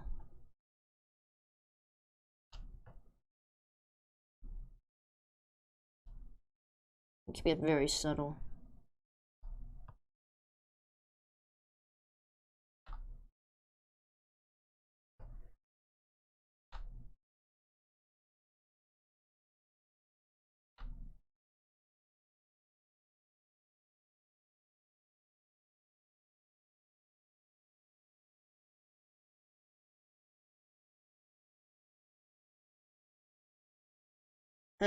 Cheating.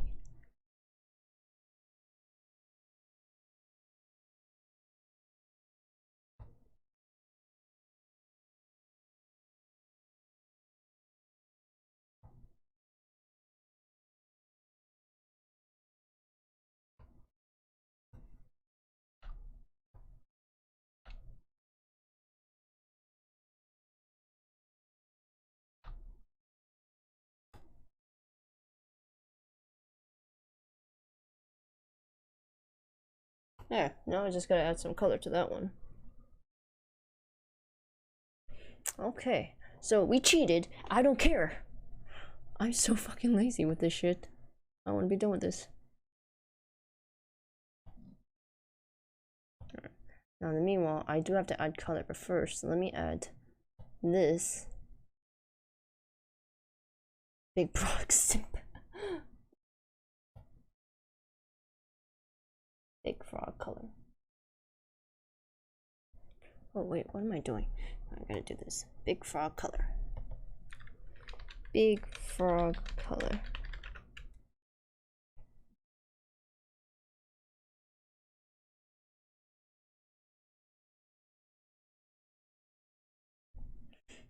Right now, this one, this entire thing will be mine.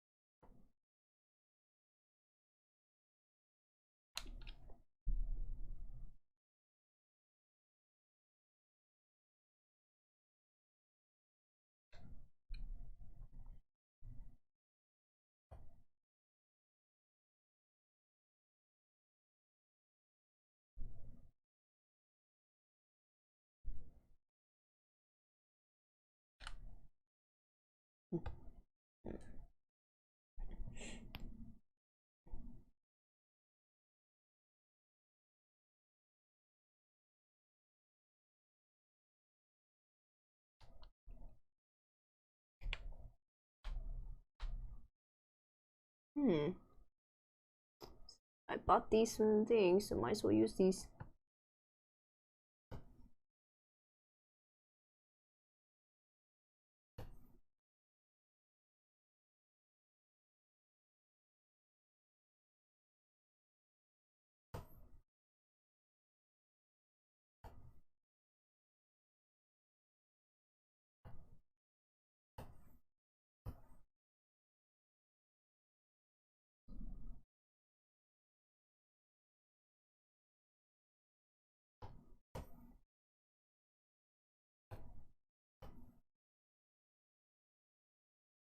Seems like I don't know how to use those brushes, so I'm gonna spirit that.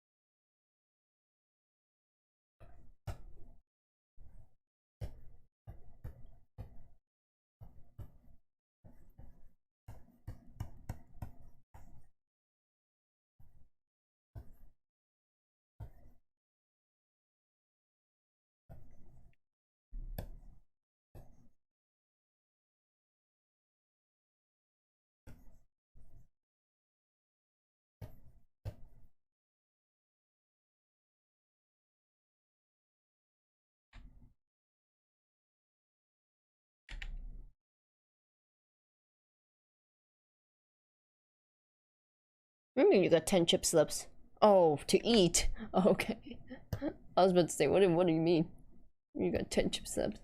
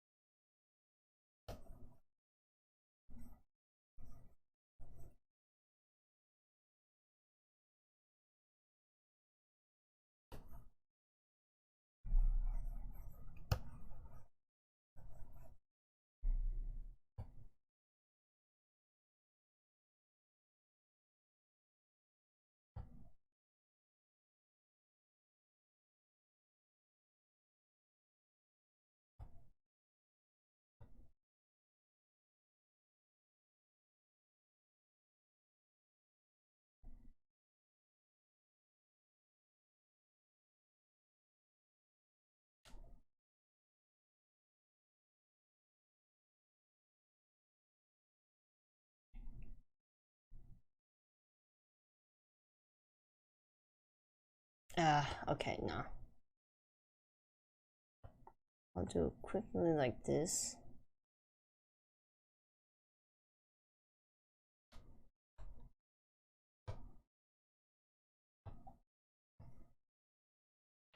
Ooh.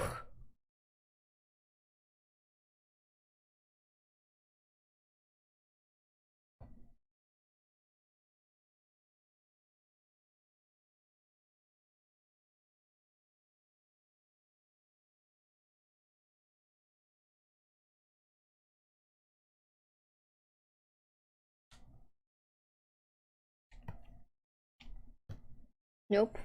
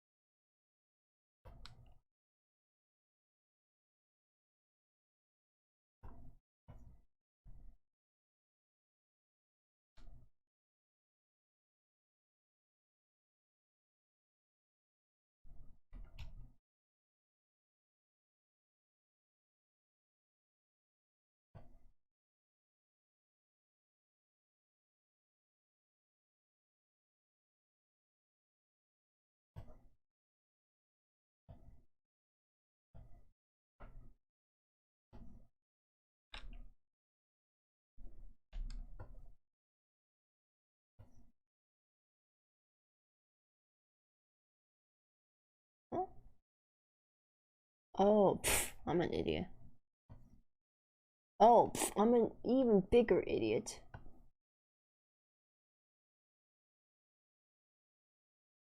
Even bigger idiot than usual.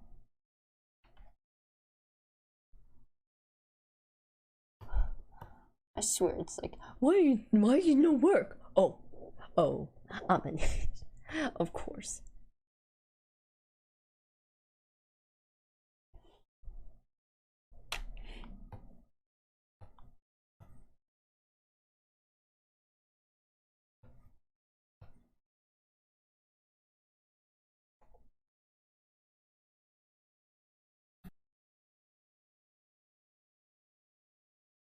No, it's not. You know what? I tried to look up a hashtag for this, but turns out it's not. There was an NFT, and I'm like, what?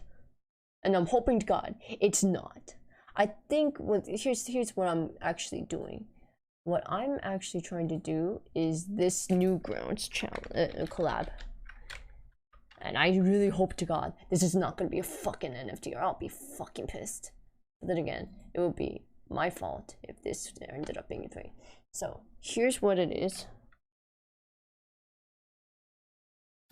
No, I understand. There is indeed a Friendly Frog NFT going on. I'm like, what the fuck? Oh, thanks for ruining it, assholes. It's based on this.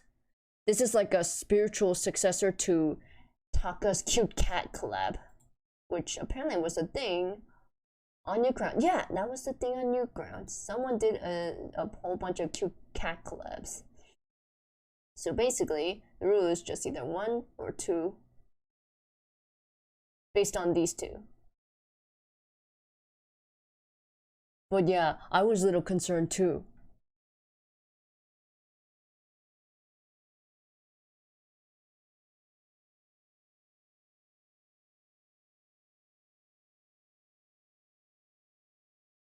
Yeah, so no, it's not an NFT. It better not lead to a fucking NFT. I'll be fucking pissed. But it's not. I better fucking not. It'll be one angry motherfucker. I'll be very pissed. I shall be very cross. If indeed this was a fucking NFT.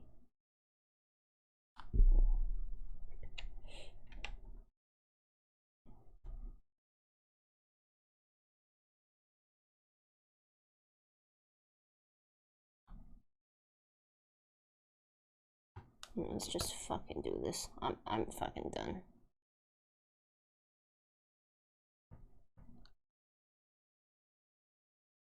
Here's me not giving 2 fucks.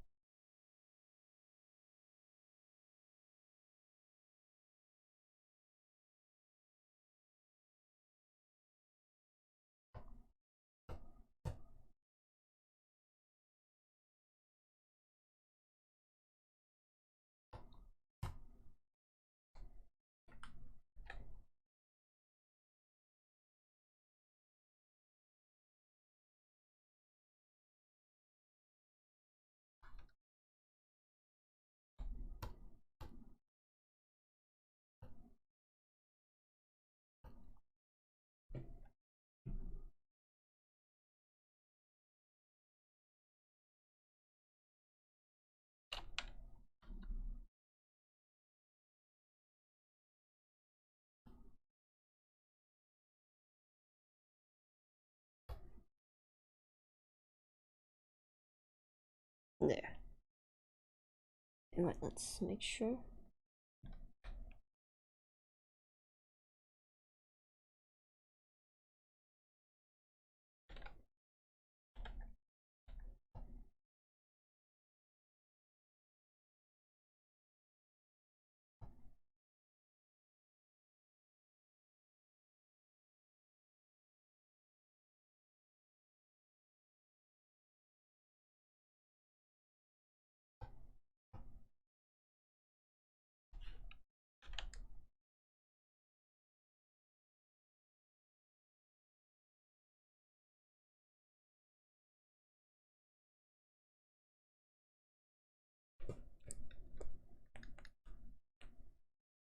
In this house, we do not like NFTs.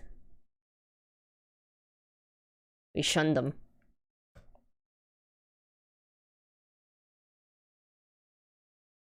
They're not good here.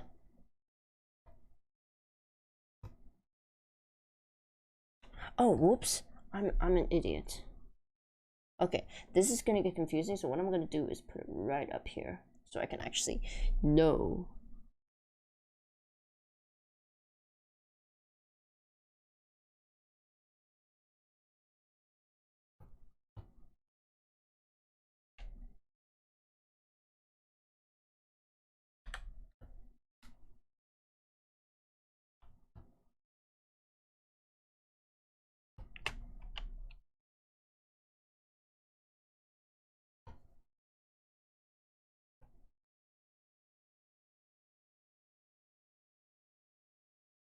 So I don't have to worry about that area. You know what? It might be better to just...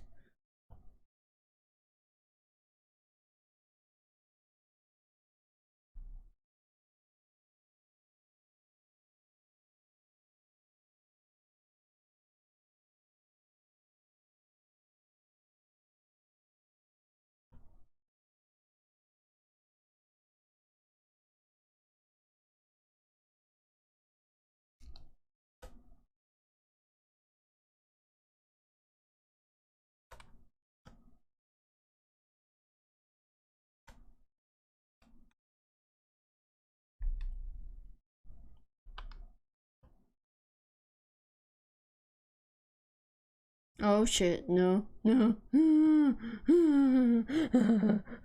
no, no, no, no, no, no, no, no, no, no.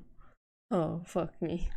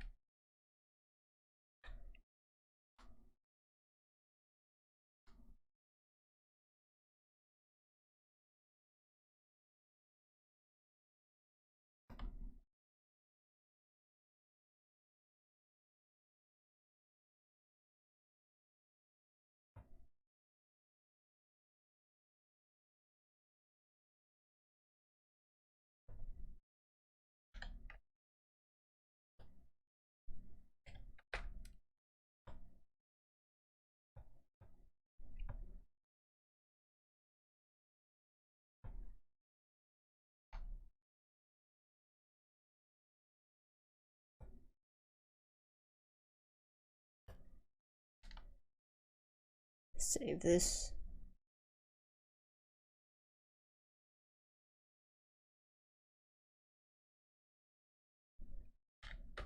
Bam, bam, bam, bam, bam, bam.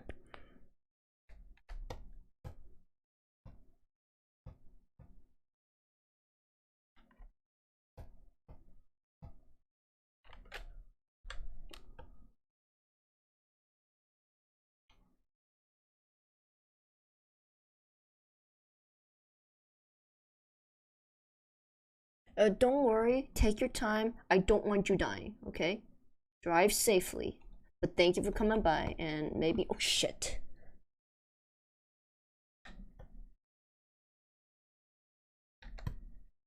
What the fuck?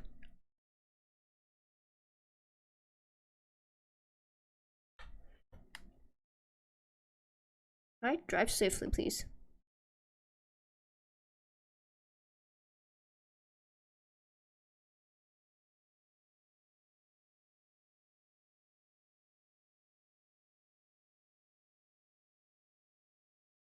Oh, that's right, I'm an idiot.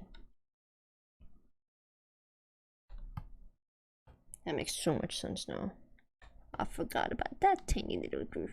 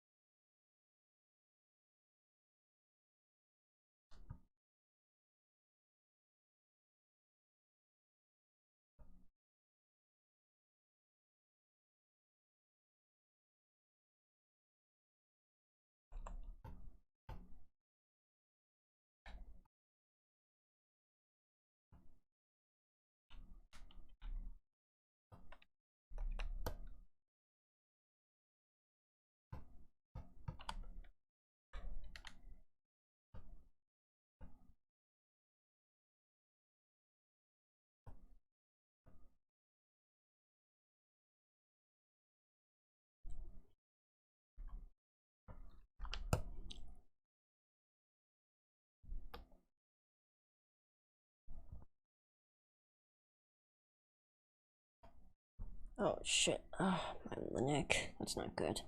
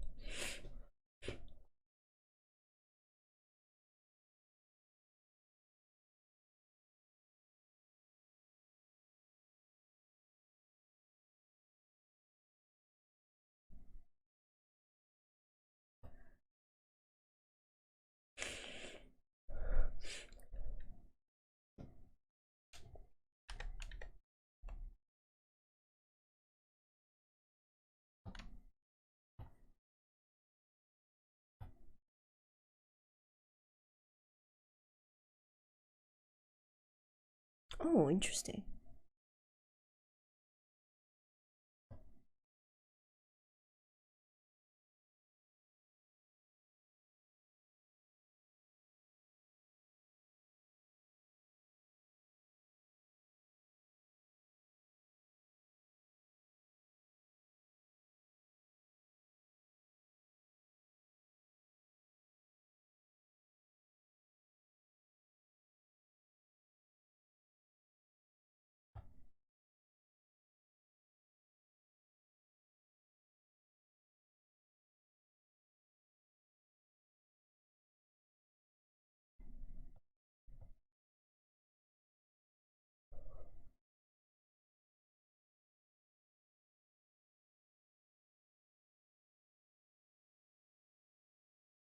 It's a little...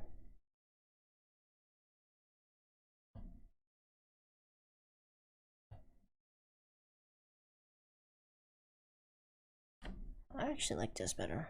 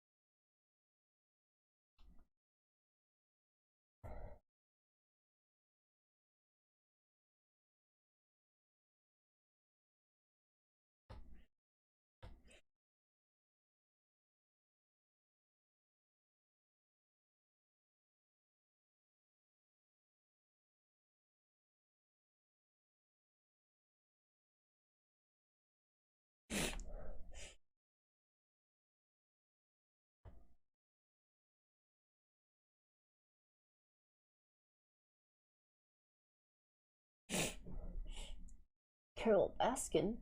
Hey, welcome back.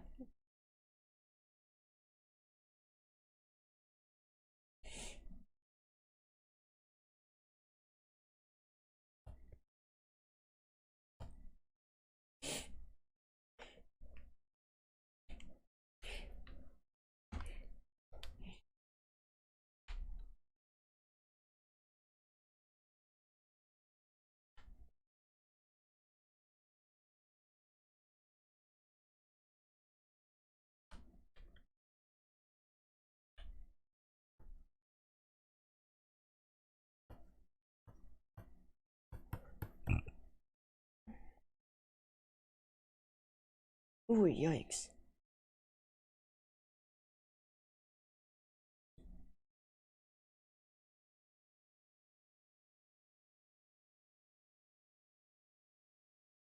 There we go.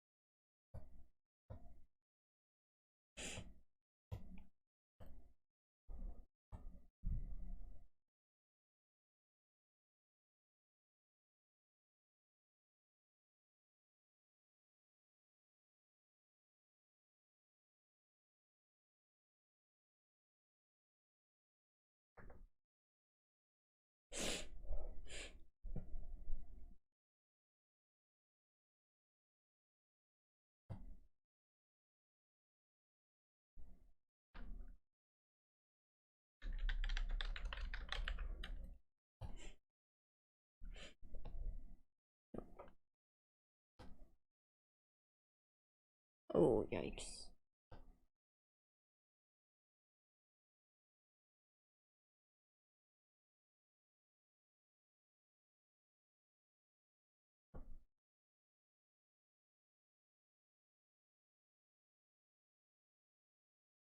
Huh, it lights up too much.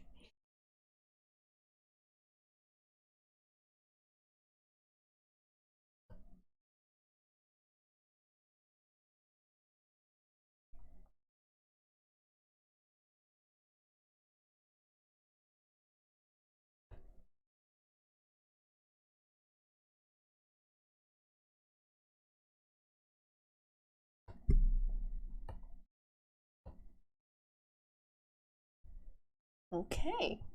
Yo, I think this is it. Well, not quite. Let me see if I can add some other stuff.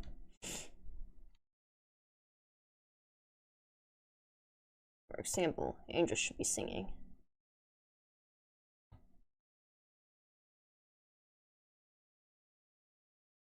Thank you. Let me save my progress.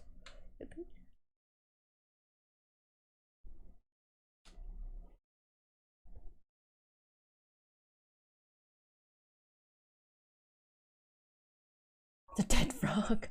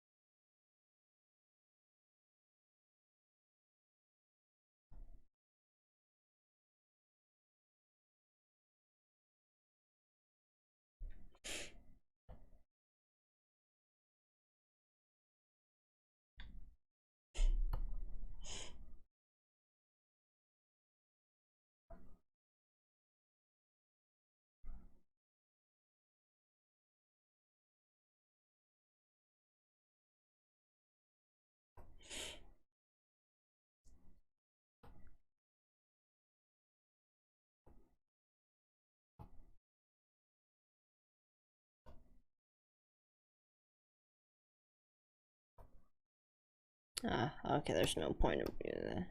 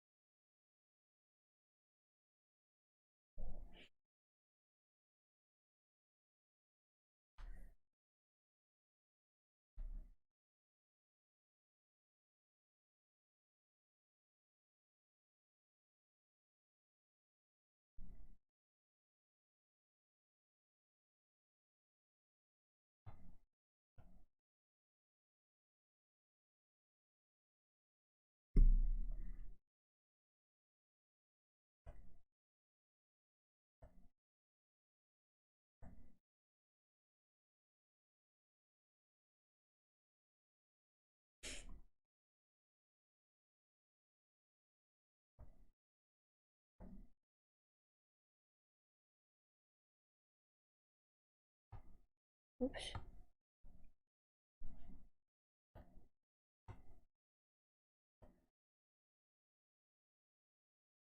There we go.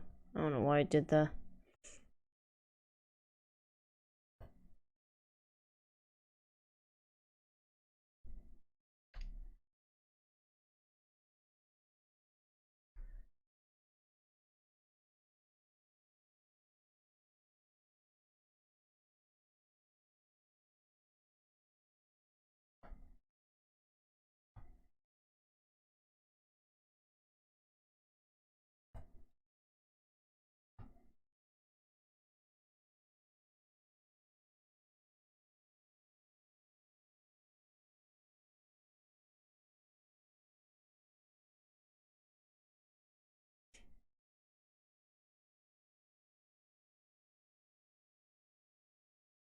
What?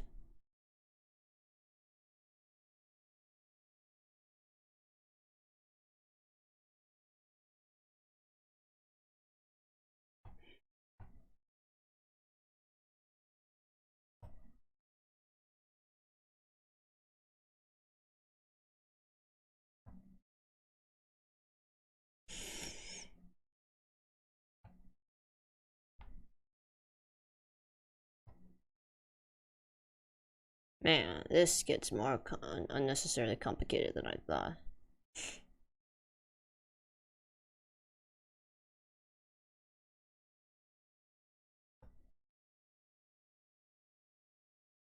Okay. Wow, this is stupid.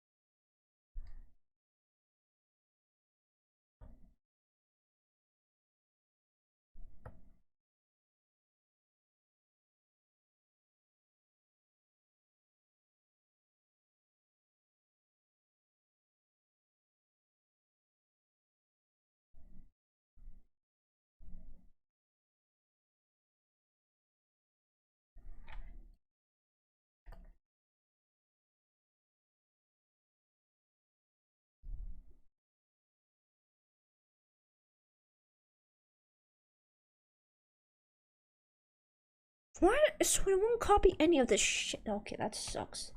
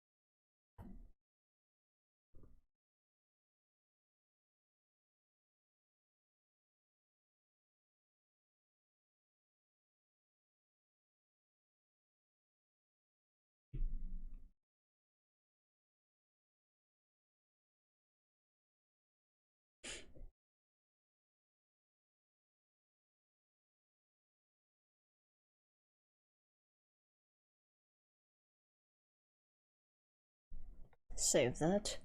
But man, was that so stupid to animate. Like, I didn't think it would be that stupid.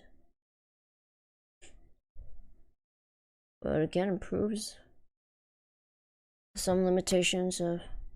Yeah, the Clip Studio is quite limited when it comes to its animation.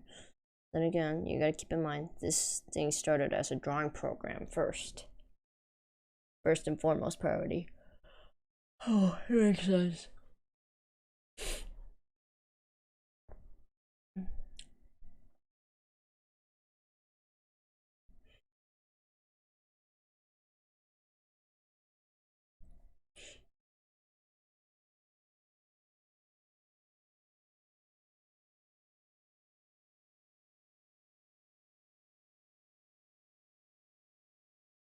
I had an okay Saturday, but yeah, the fact that I made, I'm almost finished with the froggy.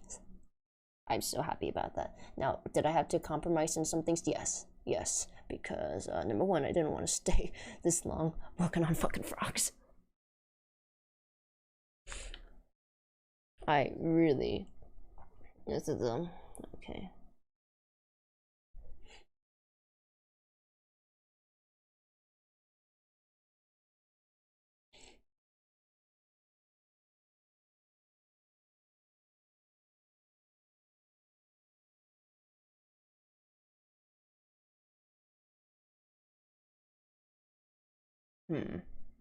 Instead of this.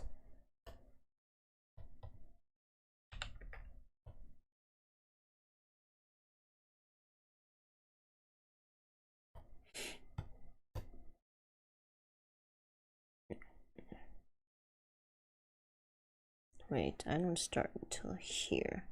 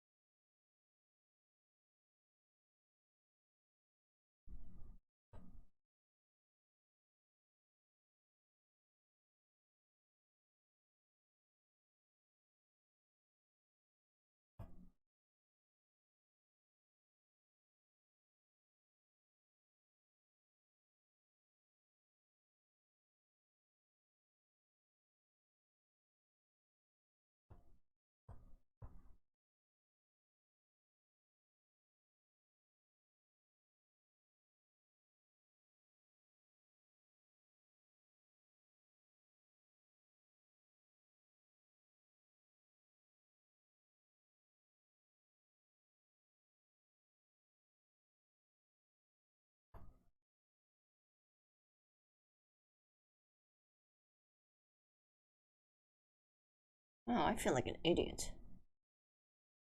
You want to share them? And then just do this. Should've just done this instead of having to redraw this thing all the time. Shh! I talk about using big brain methods, and what do? Do monkey mode.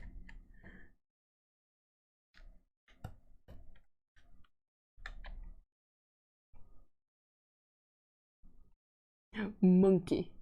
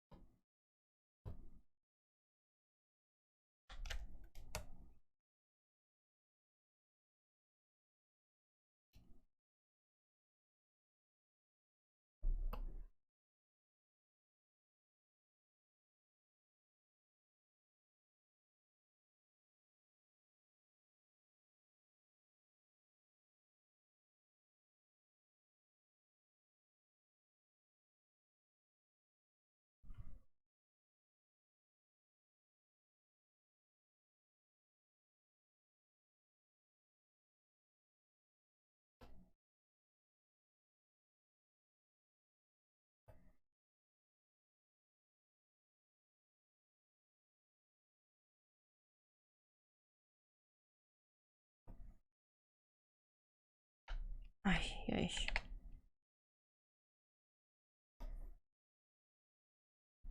Oh no.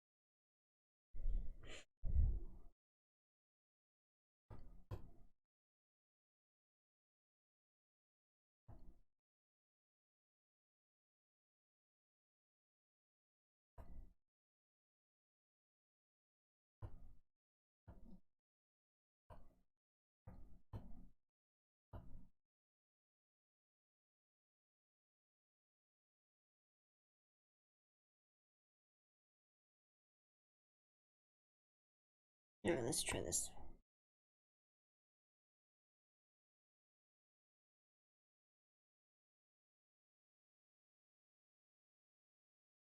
I need some more on here. Yeah, there's not enough time.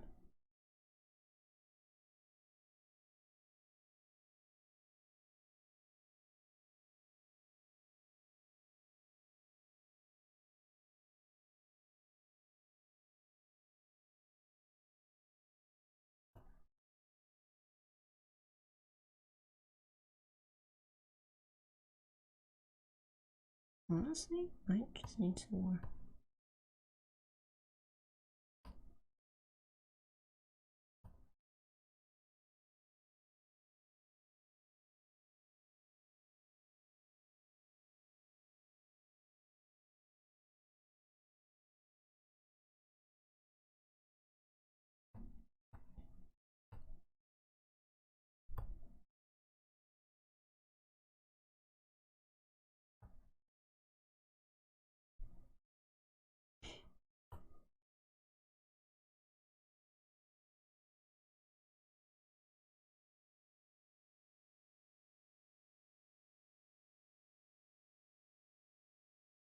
Nice. Nice, nice. Alright, now let's see. Uh-oh, shit. Good.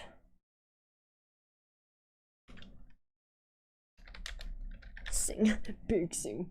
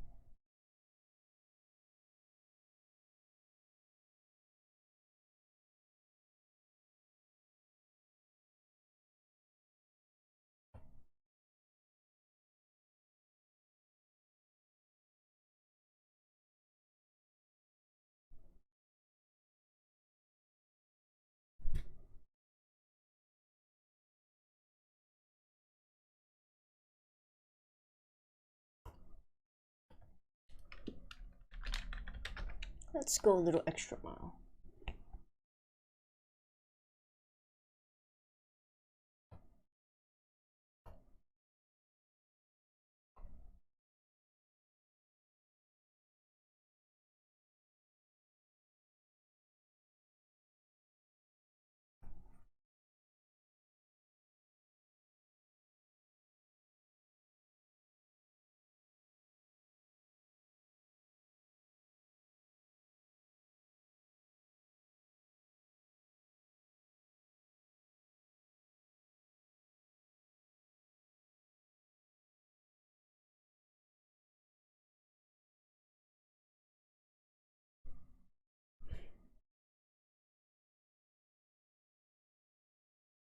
Let's see, number one should be blank.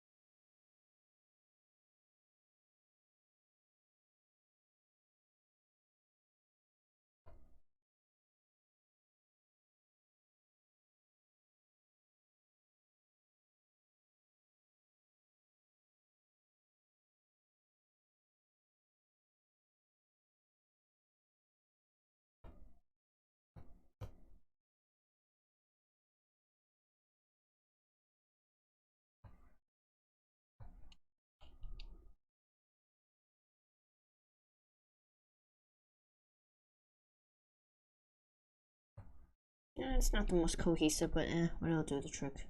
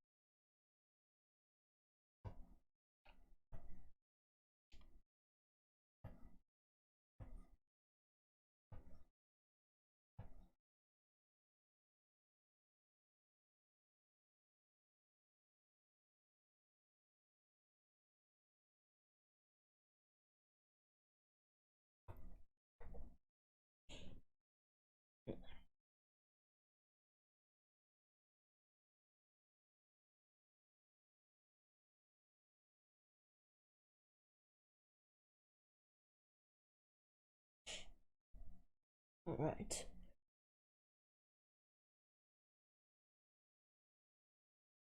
Now it would be a little bit too much extra to go the extra mile of. Let's go with the shadow.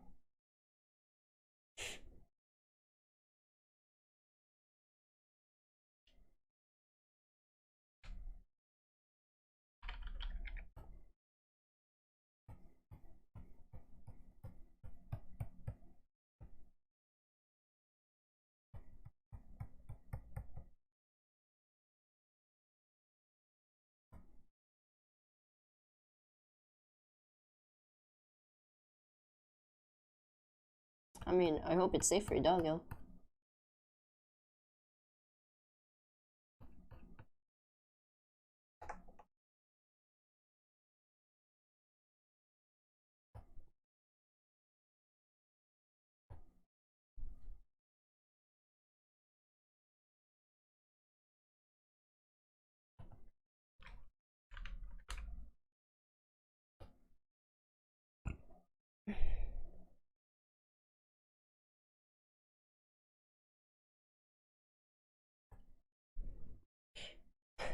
Me going extra on the background.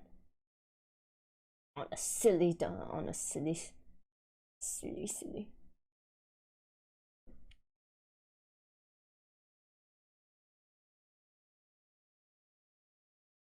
I swear to God, if this ends up being an NFT, I would be so fucking pissed.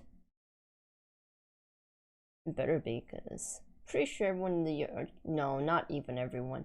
Some people actually are okay with it, so. Oh, shit. Asshole.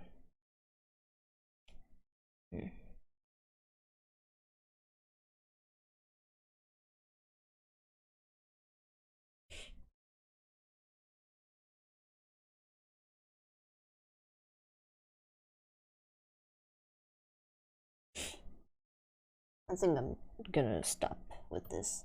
Now let me see if I should add my. Should I add my signature?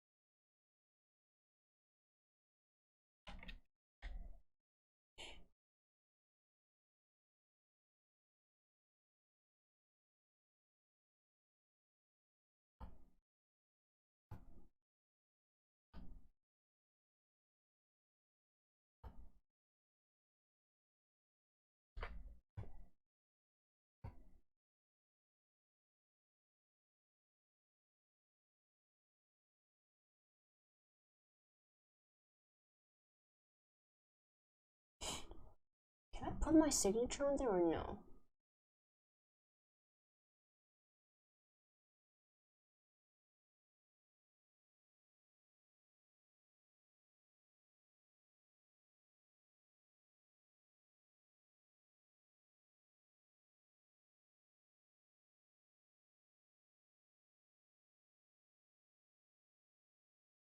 Oh, whoops.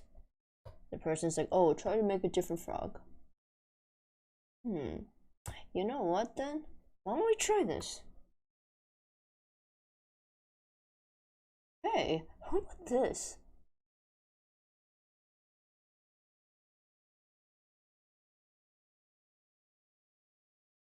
I think, however, for this, if I want that particular one,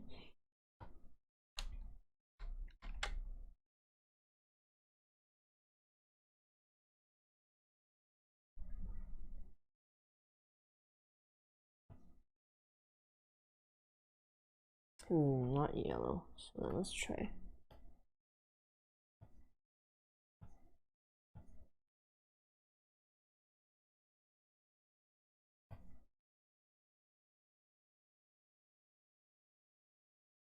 For some reason, I get Yoshi vibes. Maybe it's the color palette.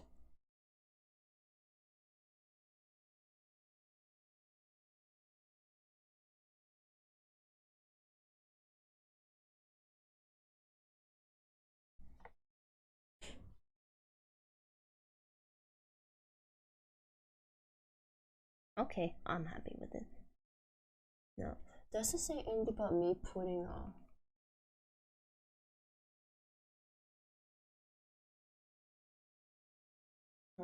yes.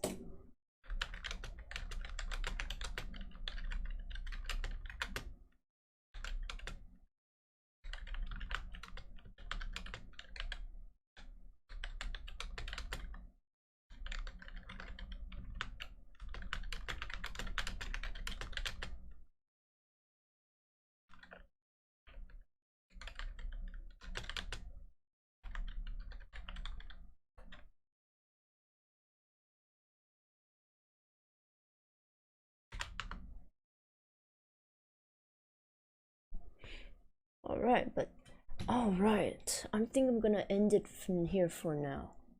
But thank you so much for tuning by. Now, I don't know if I'm gonna add more stuff, but I think this is a good place to stop because any more it's just gonna get so ridiculous.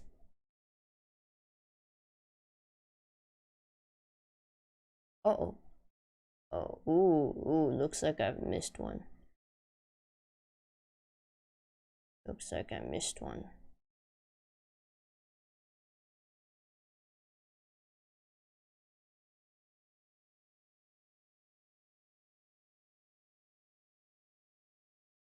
Yikes, yikes.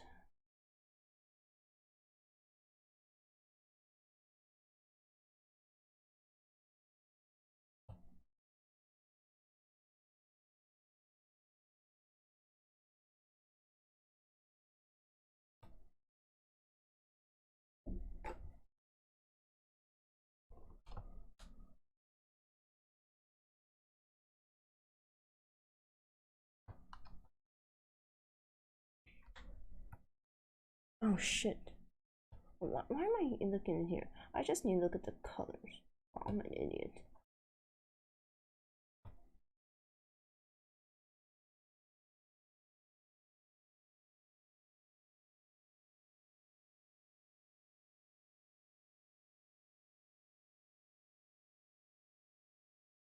I guess putting the onion skin made it really hard to look over.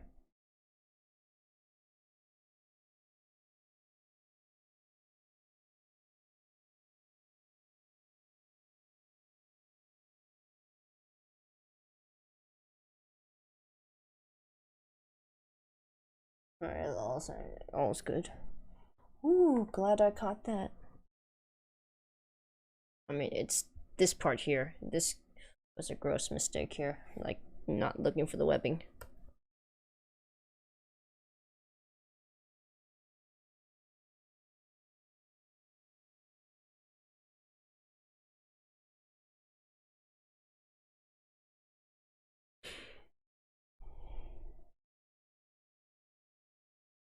No, let's take this little step further.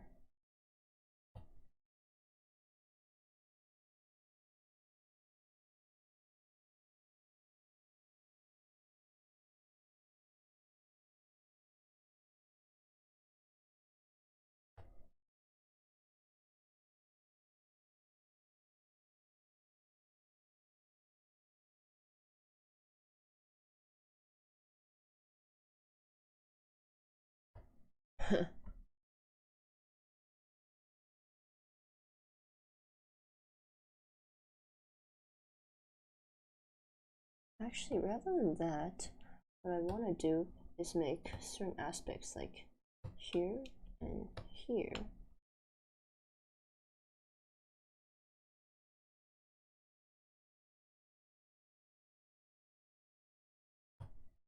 What happens if I do this?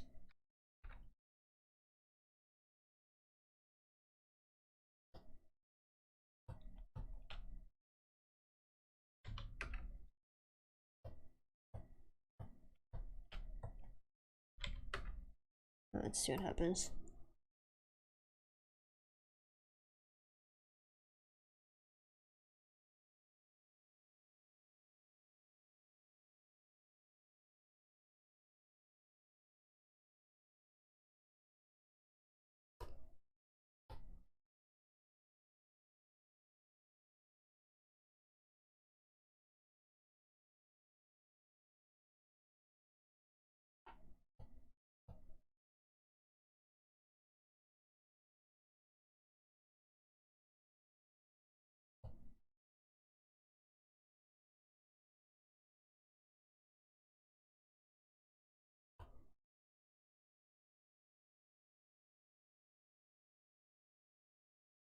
Oh, wait.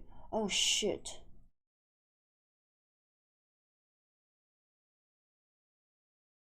Ah, damn it. I just realized what was bugging me. This... I did not mean.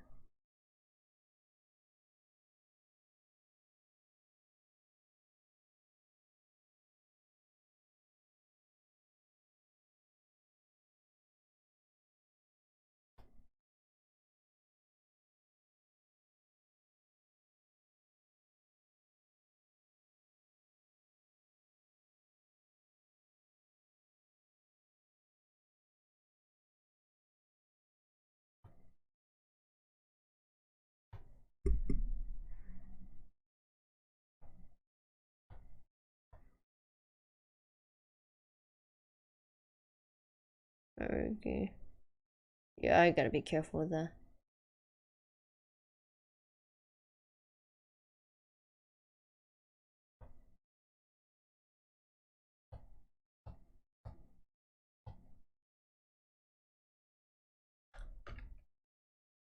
No.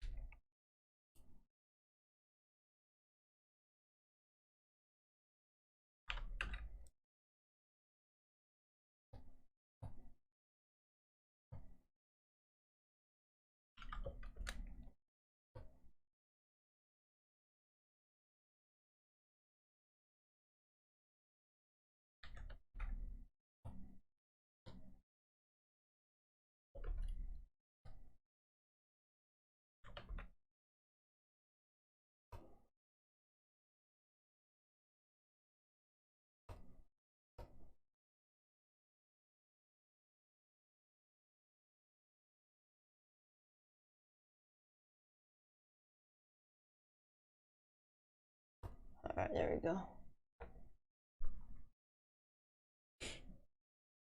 Thank you, everyone. I'm gonna go ahead and stop here for now. Now, I don't know when I can actually post this, but I think this is supposed to be like a,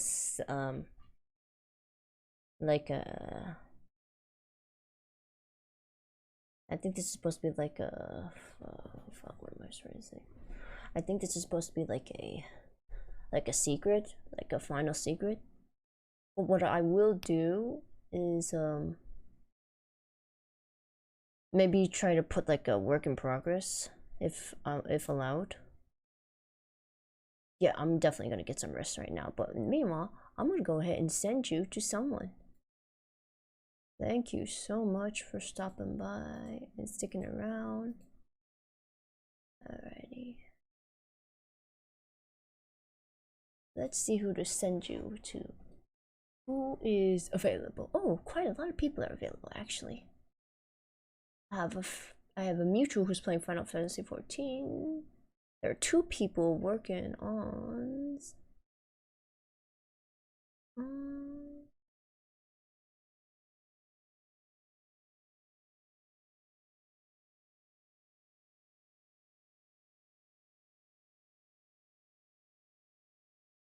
let me send you it.